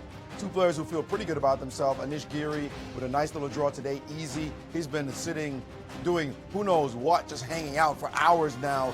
But he's playing against the Aronian, who just won his game. Vachier-Lagrave and Anand, he's also going to be pretty relaxed. Vachier-Lagrave just took the day off. But it's that last matchup, Magnus Carlsen against Hikaru Nakamura, that we are seeing here. That will be a huge result, a huge game today. And I'm hearing that something nutty has happened in the game, and suddenly Black is winning? What is going on? It looks as though Black is winning while I was talking about it. After a trade here, King C4, Bishop to A7, instead of playing, he did play King D5, King to E7, and instead of just drawing with just simply F5, trading off the last pawn, that's about as basic a draw as anybody could play. The most stunning development, King to C6, allowing King Is this real? He actually just, that's unreal. He actually just allowed the Black King in, and suddenly Black's going to take all the pawns. Topalov is going to win this game? That is unbelievable. And look at Hammer. He is in total shock at the moment. He had an easy draw, and he has blown it. F5 is a joke move to find, so easy, and he has blown it. He is now losing the game. The shame of it. Incredible turn of events. What? I'm completely speechless. How did he think that the move King C6 could possibly be good in this position? I mean, the entire point of this scenario right now, it's a mutual zugzwang. You can't play anything here with Black, because the point is that after King S7, F5 takes King E7. You don't have King G6, something that you did have in the other variations. But precisely because he played King E7, he's just losing. Instead, he played this ridiculous King C6 move. He hasn't moved in this position for a while, and he's just lost. He is torturing himself mentally. He knows he just blundered, and he resigns. Oh my God. What that is on earth? And look at Topalov rubbing it in by showing him, yeah, you could have just played F5, obviously. Look at him throw the paper there, disgusted. This is live on TV 2 in Norway. Just a stunning, stunning result. Dead draw, just completely dead draw, the easiest move ever. And Topalov went King E7, probably ready to just end Yeah, the game, probably right? you just King play King E7, shake hands, go home. and you're just waiting for him to trade everything off into the king versus king, and you're done. Let's go home. Incredible. The guy committed suicide 6 hours and 9 minutes into play, and he plays such a move after all that defense. There's nobody else. Nobody could tell him that he could have just played F5. He knows it, and he's going to be storming off there, just absolutely in shock at what he's done, disgusted at himself. We're going to have to John Ludwig Hammer's suicide watch tonight. Well, dude, it's not that bad, but he's just going to pretty bad. It's pretty bad. F5 was look obvious. At the body language. Look at the body language. Of course F5 was obvious. It's silly. It's just unbelievable. It's stupid that he just played like this, and he knows it, and I can't even imagine. I can't even imagine what he's thinking right now. So disgusting. He doesn't want to go out there and face anyone. Like, would you? Would you want to go outside and have a camera stuck in your face right now? I mean, he might punch a cameraman if the guy comes too close. The way he is right now, storming off there, just shocking. We saw Magnus lose in shocking style in round 1. This is. At least Magnus didn't know what was going on. This one might even be worse. I mean, are you kidding me? You're 26-60 and you lose like this? Unreal. Totally unreal. Well, we have painful to watch. Horrible. We have the standings here after the huge blunder. Wow, Veselin Topalov with a full point lead. Two very nice gifts from Norway to Topalov. Magnus Carlsen losing on time. John Ludwig-Hammer with a kindergarten mistake. I mean, you just can't believe he played that move. Hikaru Nakamura follows with 3.5, already 1 point below Vachier-Lagrave and Topalov. Anish Giri and Vachier-Lagrave with 3, 1.5 points behind Topalov after only 5 rounds. And we have to go all the way to the basement of the standings. Magnus Carlsen, 1.5 points, and John Ludwig-Hammer with only 1. And everybody will be watching Magnus Carlsen versus Hikaru Nakamura. Of course, Nakamura trying to keep up with Topalov, but how can you keep up if everybody keeps throwing games at him? It's impossible. Maurice, final comment? Well, clearly a star is following Topalov in this tournament. I mean, losing in round 1, it turns that into a win by some miraculous lack of knowledge on the part of his opponent about the time control. Then in round 3, he's gifted the point with this move, knight to d5 by Maxime Vachier-Lagrave. And then this round, I mean, what can he say?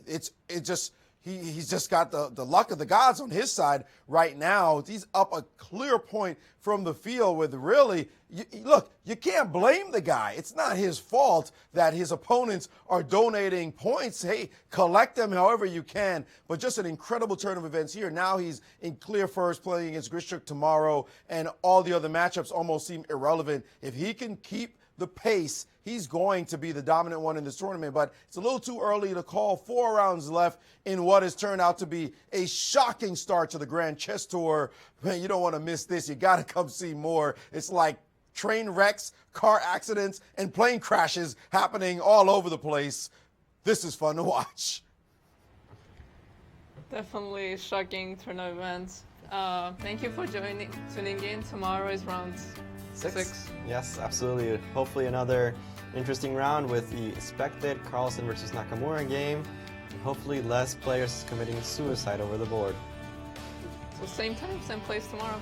Thank you for joining us.